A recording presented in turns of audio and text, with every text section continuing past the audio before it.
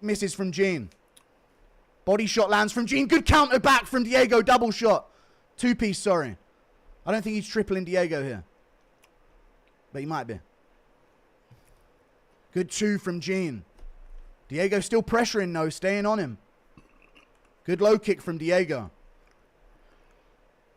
There's a Gene round so far, for sure. Misses that two. Gives up his back again. Hooks in for Diego. One hook in for Diego here at the end of the round. This is bad for Gene. Some big punches from Diego here.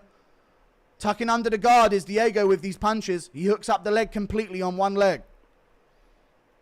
One hook in. Tied it up. Gene's got wrist control, though. Diego with some more punches here at the end of the round. Holding on to Gene, making him carry his weight. Picks him up, dunks him down. Gene Granby rolls over the top, though. Great job by Gene. Diego keeps the back take, though. Gene tries to recover. Diego stays on top. What a scramble from Diego. What a scramble from Diego. Side control on top for Diego here. Silva's now a giant favorite. What the fuck? He had some success, but I don't know about that. He's back up, though. Good job, and Diego fails the choke. Good uppercut from Diego, though. Good two from Gene. Whiffs the second one, and he's swinging. Good elbow from Diego. Gene lands back. Spinning elbow misses from Gene. He's going crazy here in the second. He whiffs on that elbow, too. Good two from Gene. Misses the second one. Oh. Spinning elbow drops Gene bad. He's dropped bad. Diego's winging on him. Diego's winging on him at the end of round two. Gene is sliced open bad by a spinning elbow. Wow. They're going to step in. Round two TKO. Diego Lopez. There's a fucking man from out west. There's a man from out west. Shit, that was crazy. Little early, little back of the head, but Gene was grabbing the cage the whole time. Awesome. Wow. Whoa. Talking shit. Diego Lopez. Out in Arizona, where the don't run. Oh, he's talking shit to the corner as well. What you gonna do, Gene? You just got fraud checked. Look at the state of his face. What you gonna push about, dude? Diego Lopez is talking his shit. Bring Yair's ass in here, dude. Bring Yair Rodriguez's ass in here. Let's go. You think I'm gonna choose this guy to beat Volk and then all of a sudden he can't beat Gene Silva? Fuck off. Thank you for the $20. Fucking bosh. Diego Lopez, cuz, hey. The Fighting Nerds fraud check is on. Shabos Goyim got decked. Let's go Team Blue. Y'all talking shit. Remember me fighting turds. So back of the head means nothing. It doesn't. You know it doesn't. You know it doesn't. We've been on the receiving end of so many. Just how good's Volk? He's insane. Damn. Bark meets bite. That was true. crazy. That's a good line. Boom. Right on top of the head. Jeez. Nasty spinning elbow. That was a nice spinning elbow right there. Man, that elbow is way underrated. We're seeing it more and more in mixed martial arts today. Damn, bro. Wow. Wow. That was a crazy back elbow. And he tried to hit him afterwards. He's so mad. He's so mad he hit him afterwards.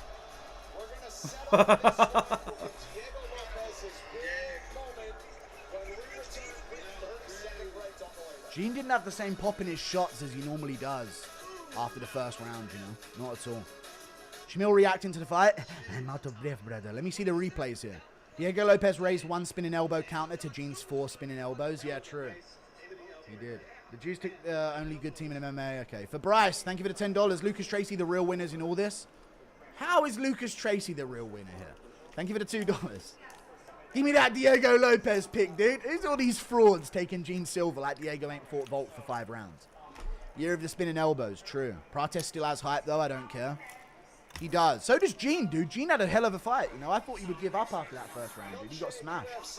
Let me see that again, this spinning elbow. Perfectly timed. Bang! Oh, right in his eye. Dude, that's right in his eye. I don't blame the ref for stepping in. He's holding the cage. He's getting battered up. Oh, that's terrible. Yeah, he wouldn't have recovered. How good's Alexander Volkanovski? Very good. Very, very good. Dude, Diego kept that as clean as he could. When Gene is only showing him the back of the head, he's going to land a couple of them there. But no, I disagree with him, chat. I think these are kind of clean. A couple of them hit the back of the head towards the end, but he's trying. He's trying to keep it clean the whole time, you know? And Gene is out of it on his feet. Wild. There you go. Fighting nerds are cursed. Watch Leon. That was Ferreira sick. Nah, he won't. He's Leon Edwards. Worst IQ moment of 2025. Gene swinging like a tard like that in round 2. If Gene would have slowed it down towards the end of that round. Hey, they shook hands at the end. How the fuck did Volk survive Lopez for 5 rounds? I don't know. Lopez is dangerous. But you saw if you take it patient, you can beat Lopez, you know, as it goes on. But Gene had no patience. Gene, let's face it, chat. A lot of the success is cope. The aura farming, it's like coping. Like, I'm confident right now. Like, it's still going good for me. Handshake, high five. But it's not going good for him, you know? And then when it really wasn't going good for him, he just started swinging like a tard. So, I don't know. He kind of, his composure was kind of like disguised. You know, all of the high fiving and stuff. It's like reset composure for him. But there's no resets against Diego Lopez. Wow. The prophecy came true. The fighting nerds have sold their souls, as Bryce said. Bryce Mitchell vindicated. Amen, brother. Thank you for the 2. After all, Kaio is the best fighting nerd. Thank you for the 2. Thank you for the membership, Jax. Crazy main event. Didn't get to watch any of the fights due to my great-grandmother's 93rd birthday. How was the rest of the card? Yeah, it was pretty good. The main card was pretty good. The prelims weren't the best, but the main card was good. Zionism falls again. Gene has pop in his shots, but Diego got that chin. Dude, top-ranked fighters have better chins, straight up. Lopez jaw is insane. It is. Crazy fight. Thank you for the 2. Jesus Christ, Silva's head went straight in the near. Lopez saw all the spinning elbows. So obvious, yeah, he did see a bunch of them. Diego's chin is insane. Just tanked everything. Fighting Nerds era over. Thank you for the 2. Give Diego the rematch over that bum Lerone. He just slept the dog. Nah, you can't run the rematch. You got to give it to Lerone now, unfortunately. But there's hype on Lerone. You know, he got the spinning elbow. It's his moment. You know, it's his big first moment in the UFC. 9 fights deep, which is kind of later than it comes to a lot of them. But you got to use this opportunity, you know. Do Diego Lopez, Yair Rodriguez. Jocks, I'm Diego watching in the back of the head after when he was walking away. I'm watching the UFC fight right now. The main event just happened. Diego Lopez just did a back spinning elbow right to the fucking forehead of Gene Silva. Split him right open, blood everywhere. Continue with the onslaught on the ground and pound. Ref had to take him off. TKO win. And then Gene Silva, after it's all over, the first fight.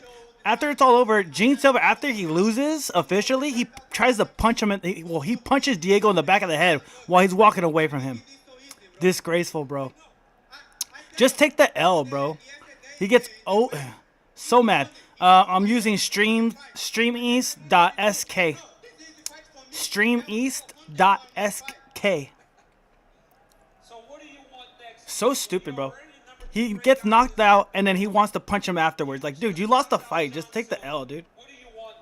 So stupid. All right, I'm gonna go over to the Crawford fight.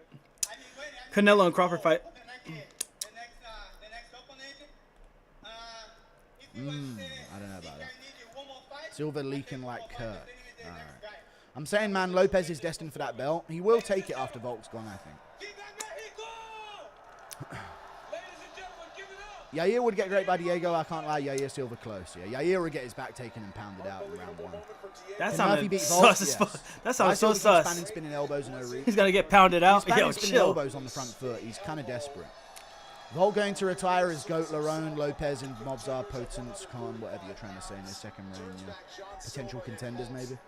Muslims will never have war like this. They just aren't. I mean, it's true. They never have fun fights like this. But Okay. Let's have a fun. Give me a Lopez shirt. Please call him. Hold on. Come on, besides the obviously full mount bow, Hey, what's up? was kind of landing a lot more. He was, but he was getting like really desperate and overthrowing and emotional. Yes or no, chat? Gene Silva made it look like if he didn't get the KO in the second round, he thought Oh, that's why. he'd lose. Right? Okay, He gotcha. is way ahead in the Thank second you. round. There is short time left on the clock.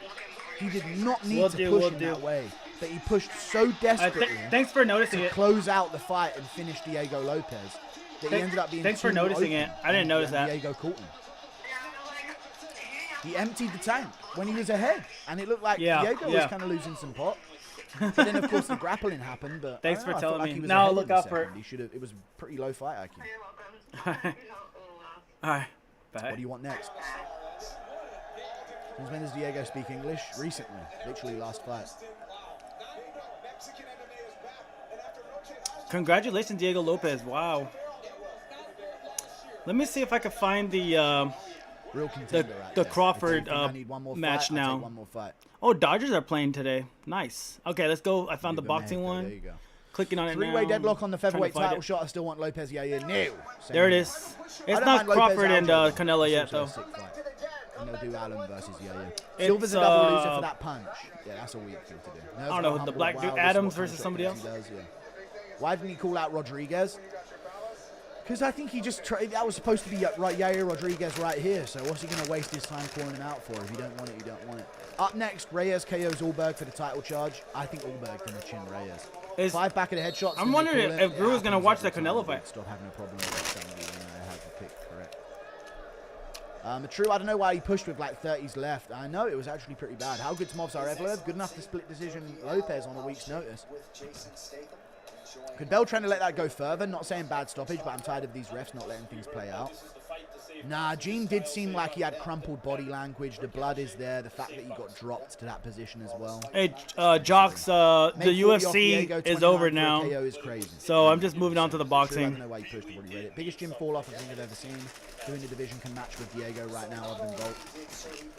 I don't know. I think he beats Aljo. Chat, yes or no? I think he beats Aljo, and that's a really good fight for him, style-wise. Honestly, I think he would not fear Aljo on the feet at all in chin. So I don't know who can match. Maybe Arnold Allen. Arnold Allen weirdly does well against everyone you think is going to destroy him. So, here's $3, bro. Just made $3.60 off Diego round 2 finish. I'll take it. Silver's such an amateur fight IQ. Yeah, Silver got his ego hurt in round 1 and wanted it back. Very true. Wasn't expected seeing Sheen beat up like that. Yeah. So glad we got to see Movsar beat Diego Lopez in a rematch. LMFAO. What does this do for featherweight except to clog it up more? Murphy for a title shot. I mean, if Evloev has got to fight one more time, they should do Evloev versus Lopez, right? Thank you for the 2. You hate Gene for so-and-so, but Ilya's your king, Zaya. No, Ilya's not my king. Are you gonna stay live for Canelo Crawford? Sure. No, I'm not staying live. No, I'll have to do a recap for this guy. This man has fought 7 times since fighting Movsar, while Movsar has only fought twice. Real fighter there, no part-timer. True, I agree. The most overrated. What's up, brother? We're just watching the boxing match. The UFC match just ended. TKO was playing Diego just fucking did a back-spinning elbow right to the fucking forehead of Gene Silva. Split him right open, bro. Blood everywhere. And then he followed up with a ground and pound. And then he flipped off Gene Silva's coach because the coach was talking shit to him. And then Gene Silva gets back up after he loses and punches Diego Lopez in the back of the head while he's walking away. Pussy ass shit, bro. Just take the L. Just shut the fuck up. You know what I'm saying? Like, it's crazy. Crazy work. Crazy work. The stupidest fucking loss I've seen in a long time. Lost fairly, and then tries to punch the other guy for winning. What the fuck is that? Retires after his next fight because Diego might KO him in his second fight. He could if he's improved.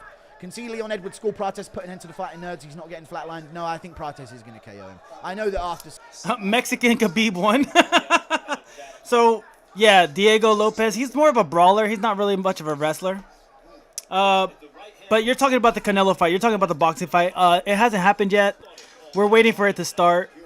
So, I got the boxing matches on one screen, and I'm just waiting for it to start now. I'm gonna look for I'm hoping MMA Guru, this guy right here. I hope he talks about the fight like watch companion. You know how like they talk about the fight too. I hope he does it. He was a bit of a bully after that. Prediction on Walsh, I don't care. How good is Volk? Very good, very very good. Lopez did it for Charlie Kirk. Yeah, glad he lost.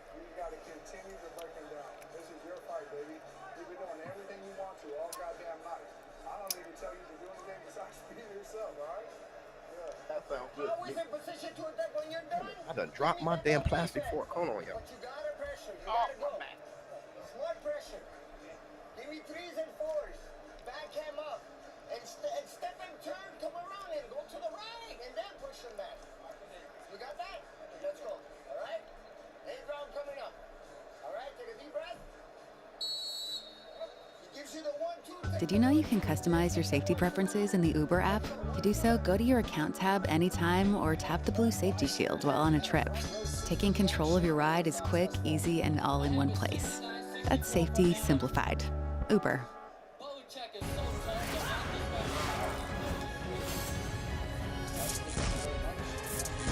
At what I do, you know? Why y'all keep saying I look like Boachuk, dude? That's what I want to do, you know? So We'll check back on MMA Guru if he's going to cover it. And I'll go back That's to not how Guru if he my, does. Most likely he will. I not just how my want to check out situation other is, buddy. commentators, see what their vibe is like. I don't need that. By the way, no one ever has to donate to this channel. I'll never ask for it. You guys will never have to do that. It never will be. Everybody has You to guys donate just to me. rock it with me in the chat. It's been like that from day one. But yeah, I wanted to be here with you guys. Commentators. Thoughts on the Dana White Ollie Where's act? Tater That Tot? was pretty interesting to see. Now, I'm Tater a Tot needs to good- come back in chat, I bro. was a good friend, but I know Sean.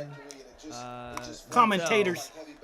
And I'm very cordial with him. I think he's one of the hardest working guys in the business, and he's been in this business. I don't know far longer boxing than I that have. well. An OG. Else I just do it myself, but I don't know boxing. I just know like Him I like to asking see that question people took get some hurt, fucking cojones, like dude. punching in sport like that that. took some balls, and I credit him for it. That's what journalism's supposed to be. But That's what but your watch me job pretend is like I know what I'm as a talking about journalist, when the is to fight's ask the happening, tough bro. questions.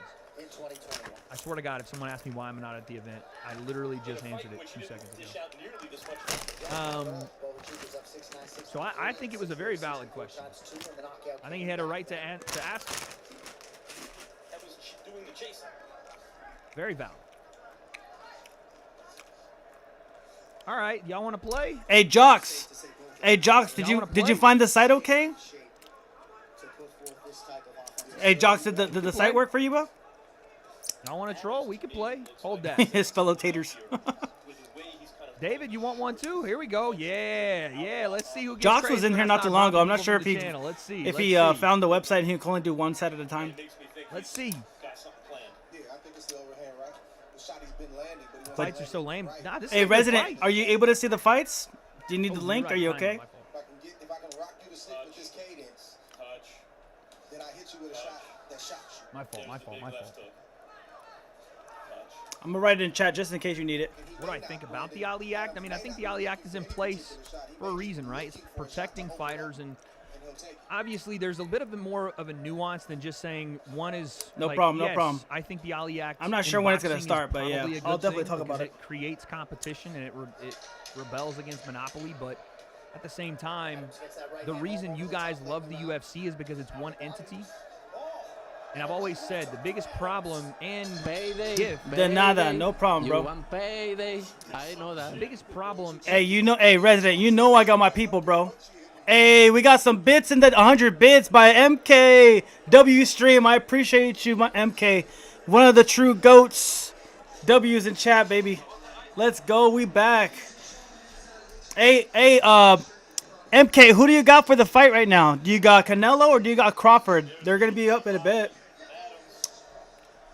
MK, if you need the link, let me know. Look at all them badges. The more badges, the better you are as a person in my chat. Remember, the more badges you have in my chat, the better you are as a person in real life. Hey, 100 more bits? Let's go. Time to crap open a beer. Let's go. I appreciate that. I don't know how to collect the bits, but I appreciate you sending them, bro. I'll figure it out one day. I'm surprised you're. Hey, MK, I'm surprised you're not at Nocturnal, man. All our homies are at the fucking rave right now. I'm kind of pissed off. I want to be taking drugs and looking at girls and playing music and shit like that. I'd rather be over there. I'm just lucky there's a fight today to like kick off my anxiety. Yeah, we should have gone. I'm gonna be going to Escape next month. I'm gonna be trying to go to Escape. The monster, drugs win. The Halloween rave. I'll be going to that one probably. That's my shit. That's my favorite one. What are you dressing up as? As a liberal. No, I'm just kidding. I'm dressing up as I don't know. I haven't worn my punk rock jacket yet, so I might wear that. A commentator. Yeah, I'm gonna dress up as an influencer, bro. I'm just gonna take a fake laptop and a fake webcam.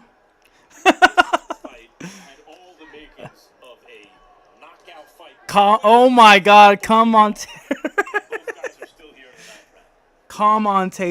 Yo! Wow! Whoa! Whoa! Whoa! Whoa! Now that's all the glaze you need. That's too much glazed dessert. You know what I'm saying? Hey, MK, do you need the stream for the fight, or you already got the fight going on too? Short left. Penetrates the guard. I can send you link. I can send you a link, brother. I send you link, brother. Adams has been the busier fighter statistically over the second half of the fight. All right, I sent it on the chat right here. Just put all that together, the dot and the SK together, and it'll take you to a list. The Dodgers are playing too right now, bro. LA Dodgers are playing too. I didn't know that. And is willing to lay it all out there every time, just like these two guys are doing right now. I'd play it for you guys on chat on stream, but I'll get in trouble. And I'm already poor, so I don't need them to fucking steal all my money. They're both exhausted, and I think saving something for the last round. Exactly. Well, I think Cyril Gane's best chance to beat Tom is knocking him out. He said knocking him out. I'm weak. All right, let's go to Terrence and Crawford lives. Not here yet. Crowd's mostly not here We yet. heard him earlier. I'm hoping MMA Guru again starts talking. Body shot under the heart of Broad. That sounds good to me. Damn it, I done dropped my damn plastic fork. Hold on, y'all. Yo, this guy be dropping his fork all the time. Hold on. There it is. Both these fighters are gonna be hurt. I'm telling you, man. And for the rest of next week. Brandon whooped that man 10-0. It's me or does Adams kind of fight like a mini George Foreman? He don't really fight like. Well, I see what you're saying. He fight more. You like think you're poor? I'm Canadian. Crawford is trying to get 3-time undisputed. You'll get your you'll get your accounts frozen, brother. You'll get your accounts frozen if you talk shit. That's the wild part. That's what I hate, bro. They have a control of your fucking bank account. So stupid, bro. Yo, when those truckers did that protest in y'all hood, and they froze all the bank accounts, I was so fucking pissed off. I was like, wow, dude, wow. Wild comment, love it. Base like comment. A butterfly and sting like a bee. Kaylin Baker sent me a cash app with a heart. Love you, girl. Genshin later? Maybe. I'm not. Honestly, I want to play a shooter. If you guys are down to play like Apex Legends or Marvel Rivals, I'm down to play a shooter tonight. Overhead right just missed. He said, I gotta knock your I want to get ready. I want to get ready for Battlefield 6, which is in a month. So I think that's gonna be my next big game. I'm gonna be streaming. Just bam, go right to the body. I'll just be a Battlefield 6 streamer with news and drama for the day. Like, I'm thinking about doing news and drama for the day, right? Get that all out the way. Maybe like 2 hours. 2 hours of news and drama, whatever I got to get over with. From 8 p.m. to 10 p.m. And then from 10 p.m. on, I'll just play Battlefield 6. Like, for maybe 2 to 3 hours. Because I like the game a lot. And it's $100, so think about getting it. I don't have the money to get it, but I'll find a way to get it. But that's what I'm thinking about doing for the next couple of streams, because like I've been really going hard on Genshin Impact, and I just didn't cover the news at all for like a whole week. I didn't cover the news, and I was like, then Kirk died, and I was like, Charlie Kirk died, and I was like, I gotta do the news again. Like, this is too important right now. You should play Elden Ring. Doesn't that? I don't have money to buy Elden Ring if it costs money, but I'm down to watch it, or down to play it, I should say. The only yeah, I need some Oilers, and I need donations in the chat to fund my lavish lifestyle, bro. Drugs, hookers, video games, coffee. That's what I need. Dono goals. Just put it on. Hookers. Cocaine, coffee, and video games. That's what I need. Yeah, why Brandon Adams talking to the ref like that? What do you say? The way he dug those. Good left foot from Brandon. It's like he can buzz. Yo, that'd be funny. Hookers and blow as a donation, like just have a bar and just shows it getting filled up. And when it gets filled up, I could go have fun and go to TJ and go to fucking Hong Kong. Go to Hong Kong and have the time of my life for one night. Hopefully come back and not get killed by the cartel. Let's go. 30 seconds left. Combination by Adams. Some of those shots blocked, most got through. Oh, just missed. Oh, God. Just throwing some heavy shit. Oh, 1-2 from Brandon, dude. Just sometimes They're going at it. It's the last round, the last 20 seconds. They're going pretty hard. Whoa. Brandon, it's just like hard, brother. Damn. They're in the pocket. They're like phone booth fighting right now. Oh shit. These guys are going in. Brandon whipped your ass. They're not backing up. This is a penitentiary ass whipping. Look, he looked like Kyle. It looked He looked just like the white Muhammad Kyle. That brother's That was a good ending. It's like, damn. You, my commentator. CB4. I'm the commentator of the people. Hey man, I was about to say I don't see Ike, but Dwight, yes Lord, that man gave holy fits. Yes he did. Dr. King tried to love somebody. All I need, Resident, to win tonight, but for Bibble to. All I need, Resident, is two girls twerking next to me the whole time, the whole stream. They don't even show their faces. They're just, you just hear constant clapping, like clap, clap, clap, clap, clap, clap, clap, clap, clap. And I'll be like, hey, yo, can you turn the twerking down a little bit? And it goes on, clap, clap, clap, clap, clap, clap, clap. The whole time. I'm on IR. I know some people. I'm on it. I know some people. Yeah, I'm on it. I know some people. It's all about networking. It's all about who you know. It doesn't matter what you know. It's about who you know. And you know who I know? I know Resident Evil. That's what I know.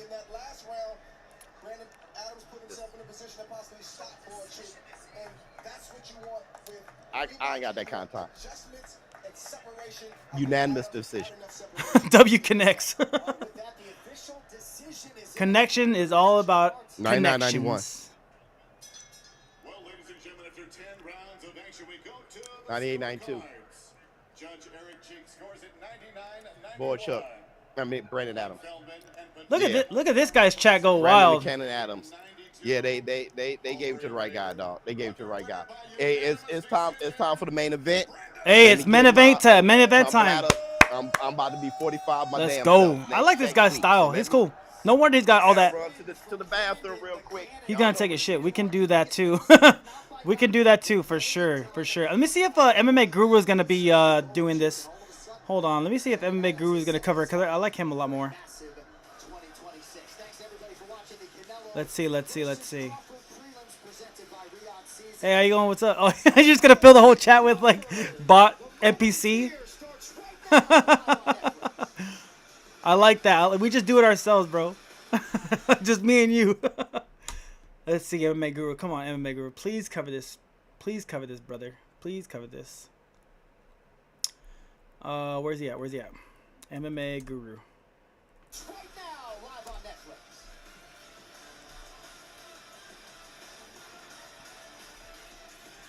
Bo just misses. Diego misses. I went positive. I went 9-5. This guy's funny. Mad how many people expect political from you. Keep your stances, my pigger. No problem, dude. I will. Silva and Lopez will have a sick trilogy. Trust. Impression of a barking dog with CTE. Roo, roo. Hang on a minute. I believe this needs to be mentioned. Lucas Tracy said Silva is a better fighter than Arman, Holloway, and Peter Yan. Another shocking take from Flukas.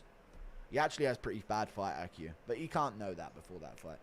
Is supporting Israel the worst base for MMA? It might be. I'm not sure.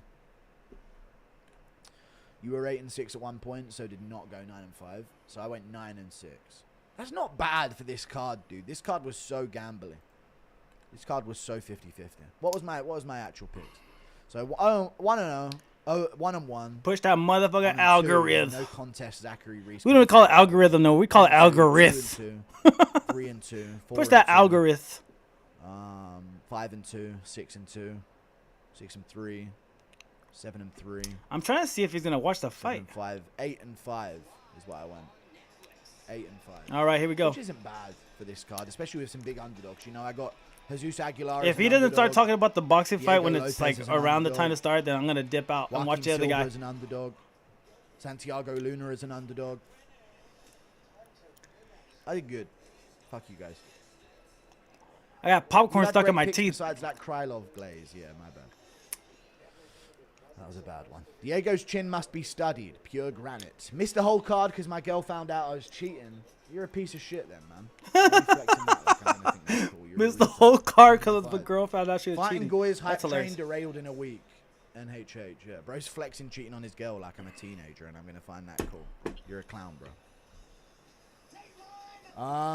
Silva couldn't lull or get in his opponent's That's head hilarious. at all was his downfall, yeah. True, actually. Was thinking Pereira Gordon, but actually, what you're right. Aguilar and Lopez were good picks. Yeah, Aguilar and Lopez. I thought Aguilar was a good one. He nearly lost it, though, but yeah, he is good. You got Canelo or Crawford? I got Crawford. Thank you for the 5. Fahir killed the parlay, had him Aguilar and Lopez. I'm surprised Damn, that's tough, dude. UFC Fahir is probably all got over the boxing match on the same day Lucas as has the moved boxing Jing down to match. number 15 That's on the surprising. GOAT list, yeah.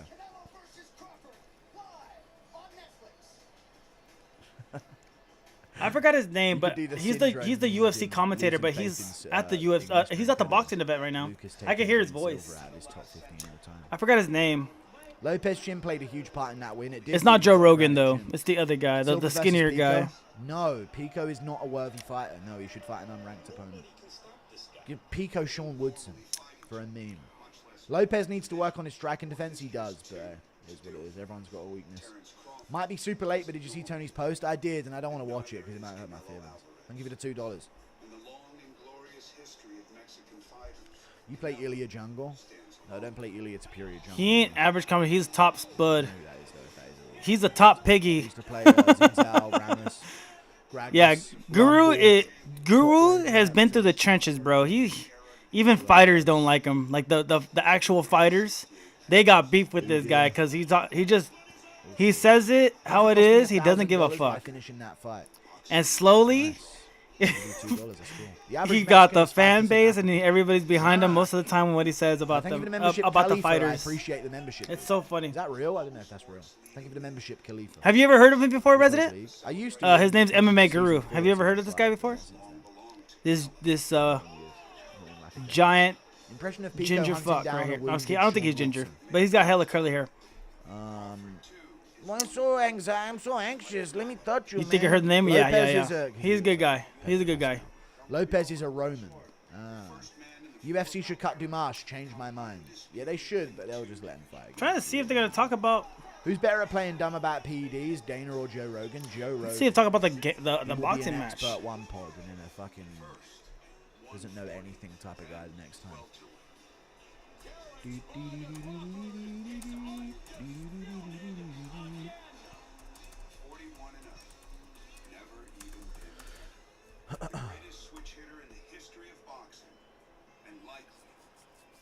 Why you pick Crawford? Feels racist to Mexico. Canelo's more fucking Irish than he is Mexican, but no, I'm gonna say Crawford because I just feel like Canelo's skipped a beat his last few fights. I feel like his last few fights he's had like 11 shit rounds and 1 knockdown. So I feel like Crawford might be able to like make it boring, but Illa out-pepper KOs him. everyone at 45-55. Canelo is I think it's washed. gonna be a I'm dull weak. split decision to Crawford that people complain about, but Canelo will be like hitting. What a poor little victim in his chat. That's My wild. name is Guru and I chew on my poo poo. And Wait, what are you I talking would love about? to see Lopez at 155. Who said Yeah. what? I didn't read it. I didn't read chat. Diego My Lopez bad. versus Arman. Who says no? I don't know. They're in 2 different divisions. This Read fight had me holding Bro, my read breath. Silva's background section on Wikipedia. Why does he act like that? Like a preteen? Guru already said he's skipping He the has a boxing rough event, so upbringing, like you know. little bro Wade gets more views tonight. Zabit would wreck the featherweight division. Guru already said he's skipping the boxing event, so little bro Wade gets more views. I mean, I guess, yeah, Wade can have them. I don't know. I don't really care, man. I can only do one. Canelo makes you proud to be albino. Don't lie. I'm not albino. I guess he's not gonna watch it. I want to watch back that round 2 of Lopez Silva, man. Wow. Because Gene Silva was getting him. Are you gonna watch Watch him now. Canelo Gene fight Silva was Crawford, fucking man? getting him, man. You know? And then Lopez found that grappling moment. Oh, but Lopez did sting him back there just before the end and kept popping him with a jab. Staying in the pocket with Gene, you know. Wild from Lopez. It'd be weird if he didn't You come. watch Canelo Crawford match? No. He's not gonna watch it. Best app for betting on the UFC. Wow, he's not gonna watch it, dude. Everybody wants him to watch Prize it. Picks. I'm sponsored by him. He's not gonna watch it. So To gay. be honest, Canelo was. Somebody fighting was dudes just in asking there to why he survive, chose the not black win. guy. Feels racist towards but Mexico. still, Oh he yeah. fucking I saw that. played I saw that and chat. destroyed him. Not knock him down once and I saw that comment. All right, he's not gonna watch it. Brit Fucking talking gay, about bro. fighters, we own you Brits. So stupid. He could have got numbers on this shit. All right, let's go to Crawford real quick. Hold on.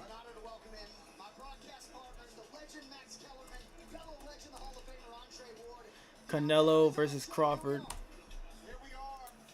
I'm excited as I've been, and I can't remember the last time. Maybe Mayweather Pacquiao is when I felt this feeling.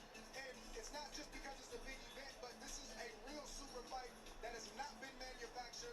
And it's because you got Oh, the Pain Games better watch it. across the ring from one another. They've been stubborn about I like this Before we guy. talk Abbott Big Ten blood drive ideas. Gordy? let's get in the competitive His name's spirit Gordy, of the I think. scavenger hunt. Do you think that right now I want to be the guy who's had more fights? I like this guy. Actually fought a lot more recent. Yeah. It was a year ago when Crawford last Yeah. fought. Yeah. That's a lot. Yeah, measure him up. And again, you're gaining this much weight. And one thing that though, he looks amazing, right? Yes. We're talking about the wear and tear.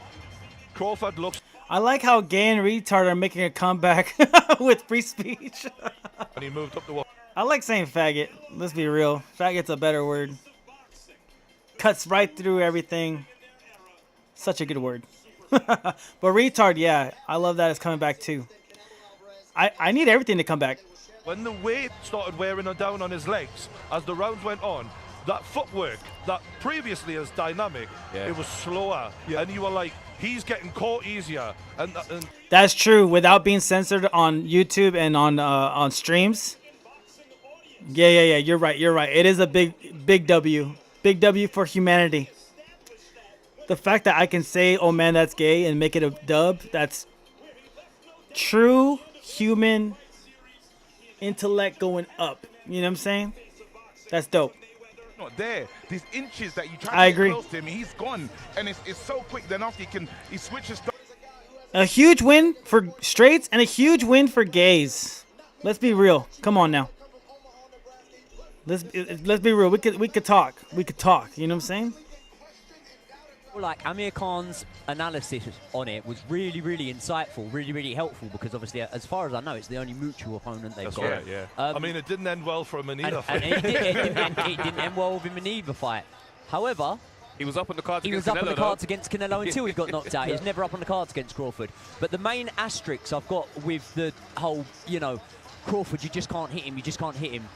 Those fights were nearly a decade apart. They were about 7 years apart or something, weren't they? 6 years apart. Like they were very far apart. And we saw Amir Khan a year or so later against Kell Brook. He was a shell of himself, an absolute shell of himself. And a lot of the time, the last person to realise that it's gone is the fighter. Oh, yeah. Do you know what I mean? Yeah. So We've been trying he to tell you, man, Joey. I got one or two left in me. No, but this is what I'm saying. So Amir Khan might hold himself in a different light and think, I couldn't even touch him. And it's like, maybe when you fought Canelo, you might have been able to touch him. And then maybe you have a false perception on it. This is why it's so difficult to predict because all the variables. They're wearing the same We haven't sunglass got no tints. Clear data on That's really, hilarious. Crawford and this weight division because we've only got Madrimov. But we'll talk about the age, the wear and tear with Canelo, the age of Crawford. I just noticed There's that, so bro. many If my factors to kind of if my pinpoint anything boy in particular, but if my boy was wearing sunglasses, we better have different tints, bro. You better have a rose red. I better have a chill blue. Somebody would have a purple. You know what I'm saying? Like, can't be the same. You need to be able to maintain the distance. If Canelo is just walking through your shots, piling the pressure on, you are fucking losing this. If we are watching two fighters that are close together a lot, it's a Canelo fight. If Bud can keep moving and keep popping and keep finding, and it's those angles. For me, people have suggested that Crawford just has to run and jab. What we've seen fucking Skull do. Yeah. I don't think he does that. I don't think he's ever been that kind of fighter. Yeah. And I don't think. You picking up what I'm putting down? Like a shovel. Let's go, bro. Let's go. All right, John Anik is introducing the fighters or the whole situation right now. That's his name, John Anik. That's the guy who was talking about. Like a motherfucking shovel, bro. Hell yeah. Oh, it looks like there's gonna be some more fights between that. I think the main card just started, is what they're saying. Yay! I thought it was gonna be the actual fight itself, but it's just like the card is starting, not the actual fight. Boo. Hand is what you need to The difference what Bivol could do was he could put the punches in bunches with Canelo because he was the bigger man, you know, the power and everything. But Crawford, if he stands in that range and puts punches together. This is bullshit. I'd rather just watch the fight, get this over with, so I can play my video games. Ain't nobody give a fuck about these fighters. Round of time, but this is where it gets sticky, where if he's going to stand in that pocket and engage, you know, like we said, he does get clipped. He's not got the best defense. We can't compare it to Mayweather. You know, he's got the shoulder roll. He can make you miss, you know, roll them shots. Yeah. Crawford, it's more adjustment with the feet. He can't really slip and roll the same way that Mayweather does. So how quick do you think he goes southpaw? Because personally, I think he's going to want to take as much distance between all night. Yeah, I think wait, hold on. I actually think, if he switches in round one, I think that's a question of the power, because he might receive a punch and say, you know what, actually, and that'll be and that would be, if I'm Canelo, I'm excited about that, because you would really expect him to go, wait, 1, 2, 3 rounds and then switch, because he gives something else to think about. If we get a quick early switch, that could be a quick tell. No, I don't think the switch is a sign of danger. I personally think Crawford is a southpaw who goes orthodox occasionally. I think so. I think he starts southpaw and he stays for the dominant part of it. The reason why, I don't think Canelo is great against southpaws. He doesn't have a history of great performances against them. No. I think it was Erislandy Lara. Billy Joe actually had some good rounds. Billy Joe had some great rounds. Yeah, that's a great one. And I'm looking at him thinking also, I look at Crawford to stay southpaw the whole night. Yep. Bar a few moments off the ropes just because, you know, I've come off this way, I'll stay this way. But all night. There's another fighter called Travis Crawford coming out to fight. I'm like, bro, fuck Travis. Give me Terrence. Why are you going to bring this guy, dude? Come on now. We can't really, and that's why we keep flip-flopping about... I've been bamboozled. Why Crawford could beat Canelo, even though you've been backing Canelo this whole time. Are you with me? Yeah. Because these guys, like right now, there's a part that we're forgetting. When we talk about, I was watching some of the knockout rules. They're long-lost brothers. One's Mexican, one's black. Does sense danger. When he does seem, I've hurt you, he does go in for the kill. Now, he's punching the smaller man, a guy that's come up in weight. We don't know if he has the punch resistance to deal with Canelo power. Does anyone actually think that Crawford's got enough power to actually hurt? Because I've heard people say that Crawford's reuniting something I just can't see. Does anyone think? I think he's got. You think he can actually stop him? I've gone that. I've just, because I think chaos. I'm thinking in the lines of the referee saying, "Hey, this is." You know, the only reason I say this happening is what Travis said, is it's the shots you don't see. Yeah. And I think part of the thing that Canelo gets a lot of credit for going against bigger guys, rightly so. Like, there's a reason no one wants to fucking move up in weight class to that level, to the many jumps he's done. However, fighting smaller, faster, sharper guys, you do get caught by shots you don't see coming. Trust me. And maybe that could be a problem for him. But build a website you love with Wix. For your words, create your brand. He does. Yeah. It's always that. When she said Wix, I thought she said wigs, like wiggers, or like the wigs on your head. I was like, wigs. Wix. He did to Errol Spence. It was that jab over the top, bang, and then straight after that, it's like, oh shit. So I can see that being a case of that's the shot that's going to hurt Canelo. But again, it's hard to visualize it because it's never happened. Exactly. You know, I feel like Canelo will have felt the pain from that William Skull fight in terms of he wants to give fans excitement. He doesn't pack out arenas all right. like this because he's fuck not all this. Wiggers.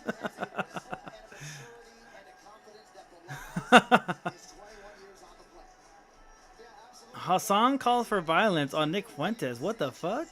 A years-long feud between Hassan Piker and Nick Fuentes has sparked some serious tension once again, with Hassan Piker crashing out over the rising prominence of Nick Fuentes. The cause? Nick Fuentes was interviewed by the New York Times. once again catapulting While we're waiting his for the name fight and to happen, the influence real into fight, the because no one upper cares about this other echelons, fight. while also naming him the victor of the dispute he had with Tucker Carlson, which for many is what put Nick Fuentes on the map. This is where the story starts. Amid the seething in this clip that Nick is becoming more relevant, Hassan shows his own radicalism. Dude, what the fuck are you doing? Man, he got a fucking glaring profile on the New York Times. Shut the fuck up, okay? There's a reason why I didn't talk about Nick Fuentes for a very long time, because it was an irrelevant Nazi. He is now moving away from being an irrelevant Nazi to actually becoming a very relevant Nazi. Do you see this? A glowing profile. Sorry, not glaring.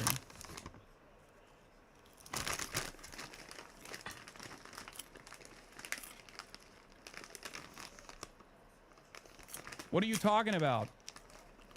It's the same reason why I addressed it the other day, because he's like gaining a lot of prominence among dumb fuck people who are not Nazis themselves and don't realize that he also is a dumb fuck Nazi. Yes, but please, will you ever stop fighting with the pigs? Man, this country is run by fucking pigs. Shut the fuck up. This country is run by pigs. What are you supposed to do in that situation? Just like hope they go away? By wish that they just fucking go away? What are we doing? As is the case with like,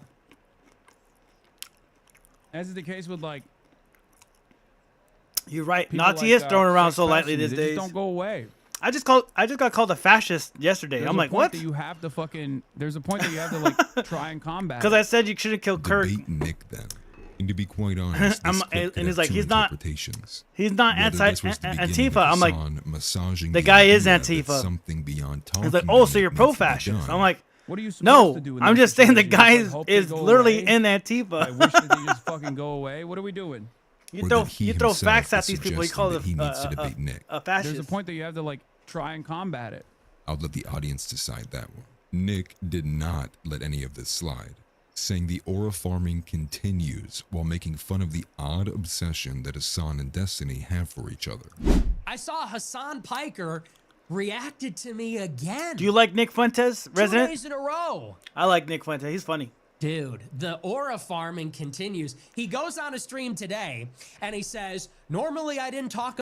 He's like the opposite. He's like Destiny. Oh, okay, he's like Destiny, but for the right, essentially, for conservative, Christian rights. He's like Charlie Kirk on steroids, essentially. But he's reacting to me again. Like with the spaz outs. But he's a white nationalist too, so it's like, how far do we like this guy? He's Mexican though. He's Mexican and white. Hassan criticisms of my videos for the narcissistic supply. Like, I'm watching Hassan talk about me. I'm giggling. I'm kicking my feet. I'm watching Hassan for 20 minutes talk about me. But throughout the whole thing, he's just talking about like destiny, sex, pestiny, molestiny, destiny, and I'm like, hey, isn't this supposed to be about me? Like, hey, sorry to interrupt. What the fuck does this have to do with destiny? This is about me. See what I Or mean? At least I thought. I watched His this crash video outs. yesterday, and he kept talking about destiny. I'm like, this is weird. Like, who cares about that? Then today, another 20 minutes, and it's like, destiny, destiny. It's like, dude, am I interrupting? Like, what the fuck did I just walk into? He's like, Destiny and Nick are making up talking points about me. It's like, dude, get a grip.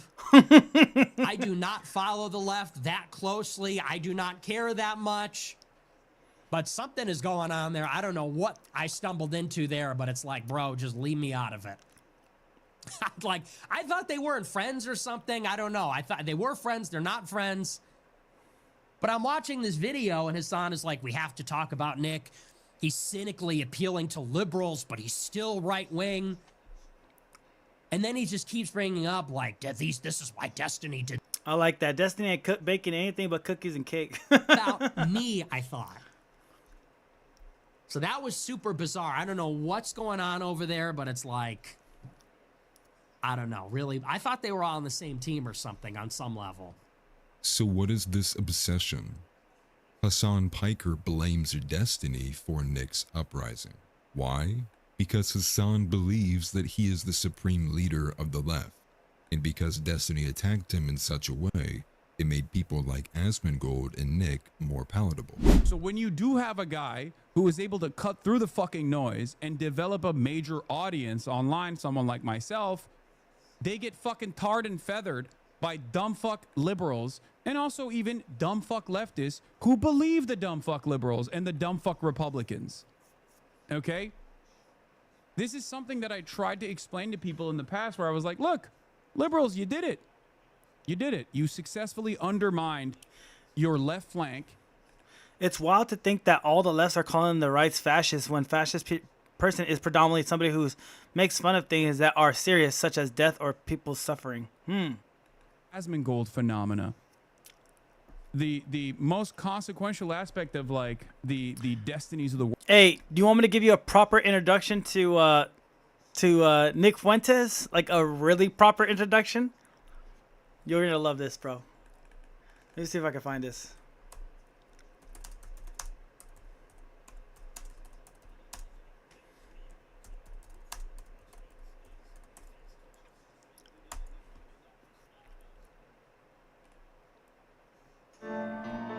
There has to be. Hold on, I want it without the music. Pennies to pick up, or you still bet over dollars to pick up pennies. I said, do you want it? I'm going to give you a real proper introduction to who Nick Fuentes is. Like a real proper introduction. You either fuck with him or not. I'll show you right now. This shit is fucking hilarious. All right, here we go. Wait, is it this one or this one? Hold on. I think it's this one. On COVID. So I would say those post-COVID years, we're seeing the effects of less police. That's and also what he police said. being pacified. That's what I'm saying. I feel like a mix with DEI plus, the defund the police, homicides rate went up. It doubled. It was 106 to 274 in DC. That's bad. That's more than. And we got this chief that was at an LGBTQ rally. Come on, man. I think that should, bro. The chief, they have to be scared of you, bro. You have to put fear inside these little kids' hearts. That's what their dads is supposed to do. Yeah. But I mean, hey, somebody got to do it. Somebody got to do it. So hey, let's not do this DEI shit. And let's be cracked down on crime. But I guess that's racist, though. I guess it is. I'm the realest nigga on the internet that's in the middle of my generational run. Oh, wow. And it is not going to come to an end anytime soon over my dead body because a bunch of fucking autistic spurgs that weren't even born here are going to try and lie on my name. Elon Musk, you weren't born here. Milo, you're a Jew and you weren't born here. Candace Owens, your husband wasn't born here. Go the fuck home. This is America first. I was born in America. This is the only country I've ever known, and I will die for America. Can you say the same? I am America first. You are not. You're not even American. Facts. And to the extent that you are, you're a fucking traitor. Damn. That's the last word on that. That's the show. Who is the Fed? Will the real federal agent please stand up? Who is it? Who's the real federal agent? Elon, Peter Thiel, J.D. Vance Tucker, and George Farmer, the son of the head of the Alliance of Christians and Jews in the UK? Yo. Or the realest fucking nigga you know. Patrick Bet-David said, why do you say the N-word? It's to show people I'm real. Why do you roll out of bed at 3 a.m. and do a show? Why do you say you're going to have hate sex with Candace Owens? Why do you say... Whoa. It's to show you I'm the real nigga on the show. All these people that have been taking checks from Fox News, Turning Point USA, Dennis Prager, they're just not ready for this. They're not ready that we're in the Groyper generation. Because all this time, these past 8 years, what do you think I've been doing? Real ass nigga. Your attacks, your slander, your persecution. I have only been growing stronger. Don't you get it? I have only been gathering strength. 8 years. Lied about, censored, attacked, persecuted. Yep. Well, you were at parties getting millions of dollars for doing bullshit. Your show is ass, and you're full of shit, and you're wow. And that is why I I'm don't know not who just you're talking coming for Rumble. Tucker. I'm not just coming for Twitter. I'm coming for all of it. Damn, the gang. I'm coming for all of it. Gang. You thought you'd bring me on the show and press me about Dave Smith? He You don't is, know who bro. the He's fuck that you're guy. dealing with. He is him. You let in a fucking dragon, bitch. Oh, wow. Imagine shooting a man with this last You talking about bullet, Candace? which actually happened to me. Gotta be. They came to my house. They tried to kill me. I'm still here. I'm still at this house. You know where to find me. Damn. Bitch. You tried shooting with your last bullet, and I stand there, unfazed. So bring it on. Yeah, this guy's crazy. Elon Musk, Tucker Carlson, Candace Owens, Charlie Kirk. I'm coming for all of it. I'm gonna fuck up your apple cart, and all the king's men are not gonna be able to put it back together again. You might kill me in the process, but you're fucking done. Way more aura than Andrew Wow. Tate. It's crazy. He is Way very, more very aura. unapologetic. He real though. No, Way more aura than Andrew Tate, bro. I think Andrew Tate's a little corny, to be honest. But Nick Fuentes, dude. He's that guy, bro. He's that guy.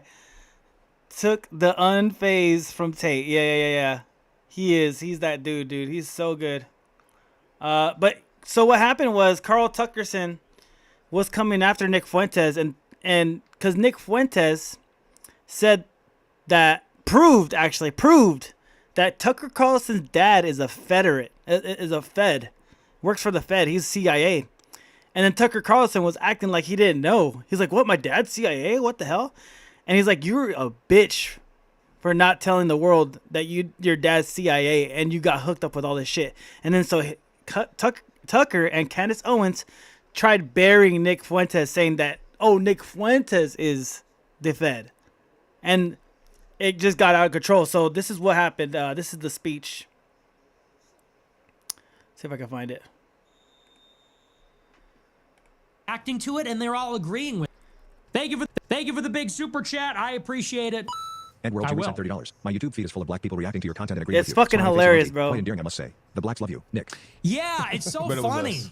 Because I got called a racist forever, and now my monologue about black people's going viral, and all the black people are reacting to it, and they're all agreeing with it for the most part.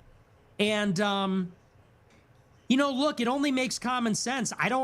I'm not a racist in the true sense of like hating other races for who they are, or what is widely considered to be a racist. But I came of age in this politically correct period where if you were white and did not hate yourself and were not constantly tripping over yourself to apologize to or cater to black people, you were called a white supremacist. And I feel like that was the category that I got boxed into. I was never up here just like preaching hatred. That was never the case. And I always got along with black people. I always got along with Bryson Gray. I got along with the Hodge twins. I got along with Myron, Sneeko, Ye. I always got along with black people. I had these controversial views, but I believe I was boxed in because, again, from the time that Michael Richards did that comedy routine where he said the N-word 1,000 times, and like a few years ago, it was so politically correct. Again, if you were not a self-hating white person, you're racist. If you went out there and said, look, I'm white, I'm proud to be white, I like white people, and I have nothing to apologize for, they would say, wow, you're a racist piece of shit. They say, you're a fucking white male, you have no culture. Step aside, your time is over.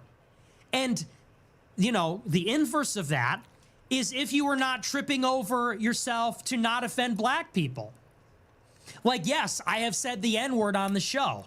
I've uttered that word. I know it's a crime. It's practically a blasphemy.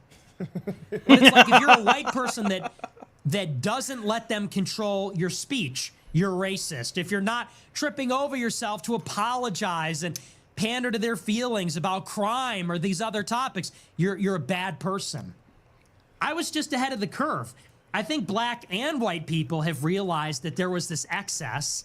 I think we've all realized, like, hey, Houston, we have a problem. We had this narrative 5 years ago that, like, the police were the new Ku Klux Klan, genocide. Some white transvestite on a different stream full of leftists that I was trying to debate had the nerve to call me some white dude stating that my opinion doesn't matter. It was a moderator. Bro. I said, I hate to bring it to you, but you are also white, man. Don't you dare tell him he's white, bro. Don't you dare tell him he's white. Siding black people by killing them for no reason. And under that assumption, we started to defund the police and let criminals roam free. And now immediate ban. Yup. Don't tell him that. You just told him the N-word. everything's a shithole. And now every night there's a story about a armed robbery, a carjacking, a shooting, a stabbing. We get these videos on TikTok. Never ashamed, they say. And now black and white people are saying, okay, so clearly that was a mistake. Like, clearly George Floyd did not get killed for walking while black. He was part of this epidemic of black sociopathy, which does not characterize every black person, but there are a lot of black people that feel entitled and they menace society, or they believe the rules don't apply to them and they commit crimes. You're talking about the YNs. And they're emboldened.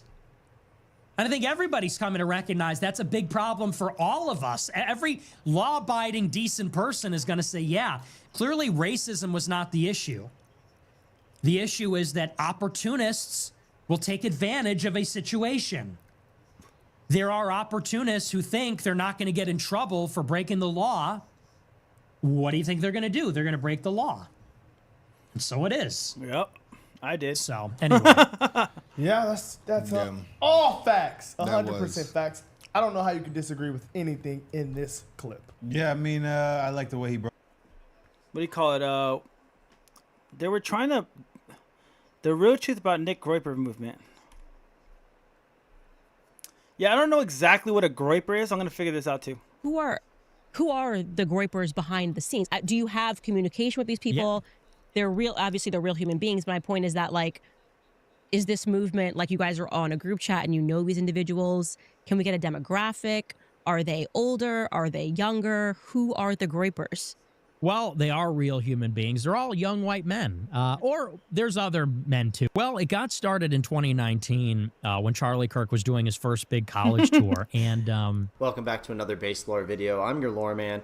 And So, I think you're a Groyper in the making, Resident Evil. I'm giving you your path of your future. No, I'm just kidding. listen up. Before you swallow another word of mainstream media lies, You've got another label coming to you, buddy. Immediate ban. let me break something down for you. The Groyper movement is not what Wikipedia says, not what Hassan Piker or the leftist cancel culture mob want you to think. What am I gonna do? It is. Right now, what is a Groyper is trending on Google, and everyone is getting fed propaganda. But I've got the real story from the source. These aren't some faceless trolls. They're young, far right, mostly Catholic, Christian, pro-American patriots. Yeah, from what I understand, what a Groyper is a I guess it's white, but I didn't know it was white. But white nationalists, they are religious based, like Christian or Catholic, like he said. They want, I think, 70% of the population to be white, to stay white in America. I'm trying to think of what else they might be. But we're going to get that. We're going to get the real truth right now. I mean, they dare to ask the tough questions. No one else will. And yeah, they're not afraid to stand up to the pro-Israel neocons and the Oh, yeah. And they call out a lot of the Jewish shit a lot. Like, a lot of Jewish stuff, like from Netanyahu. They call that out a lot. Like, a lot. 70% is all these specific white people make such a small portion of the world. Yeah, it's because they feel like from what I understand, 70% was like around the nuclear family back in the 1950s or 60s or something like that.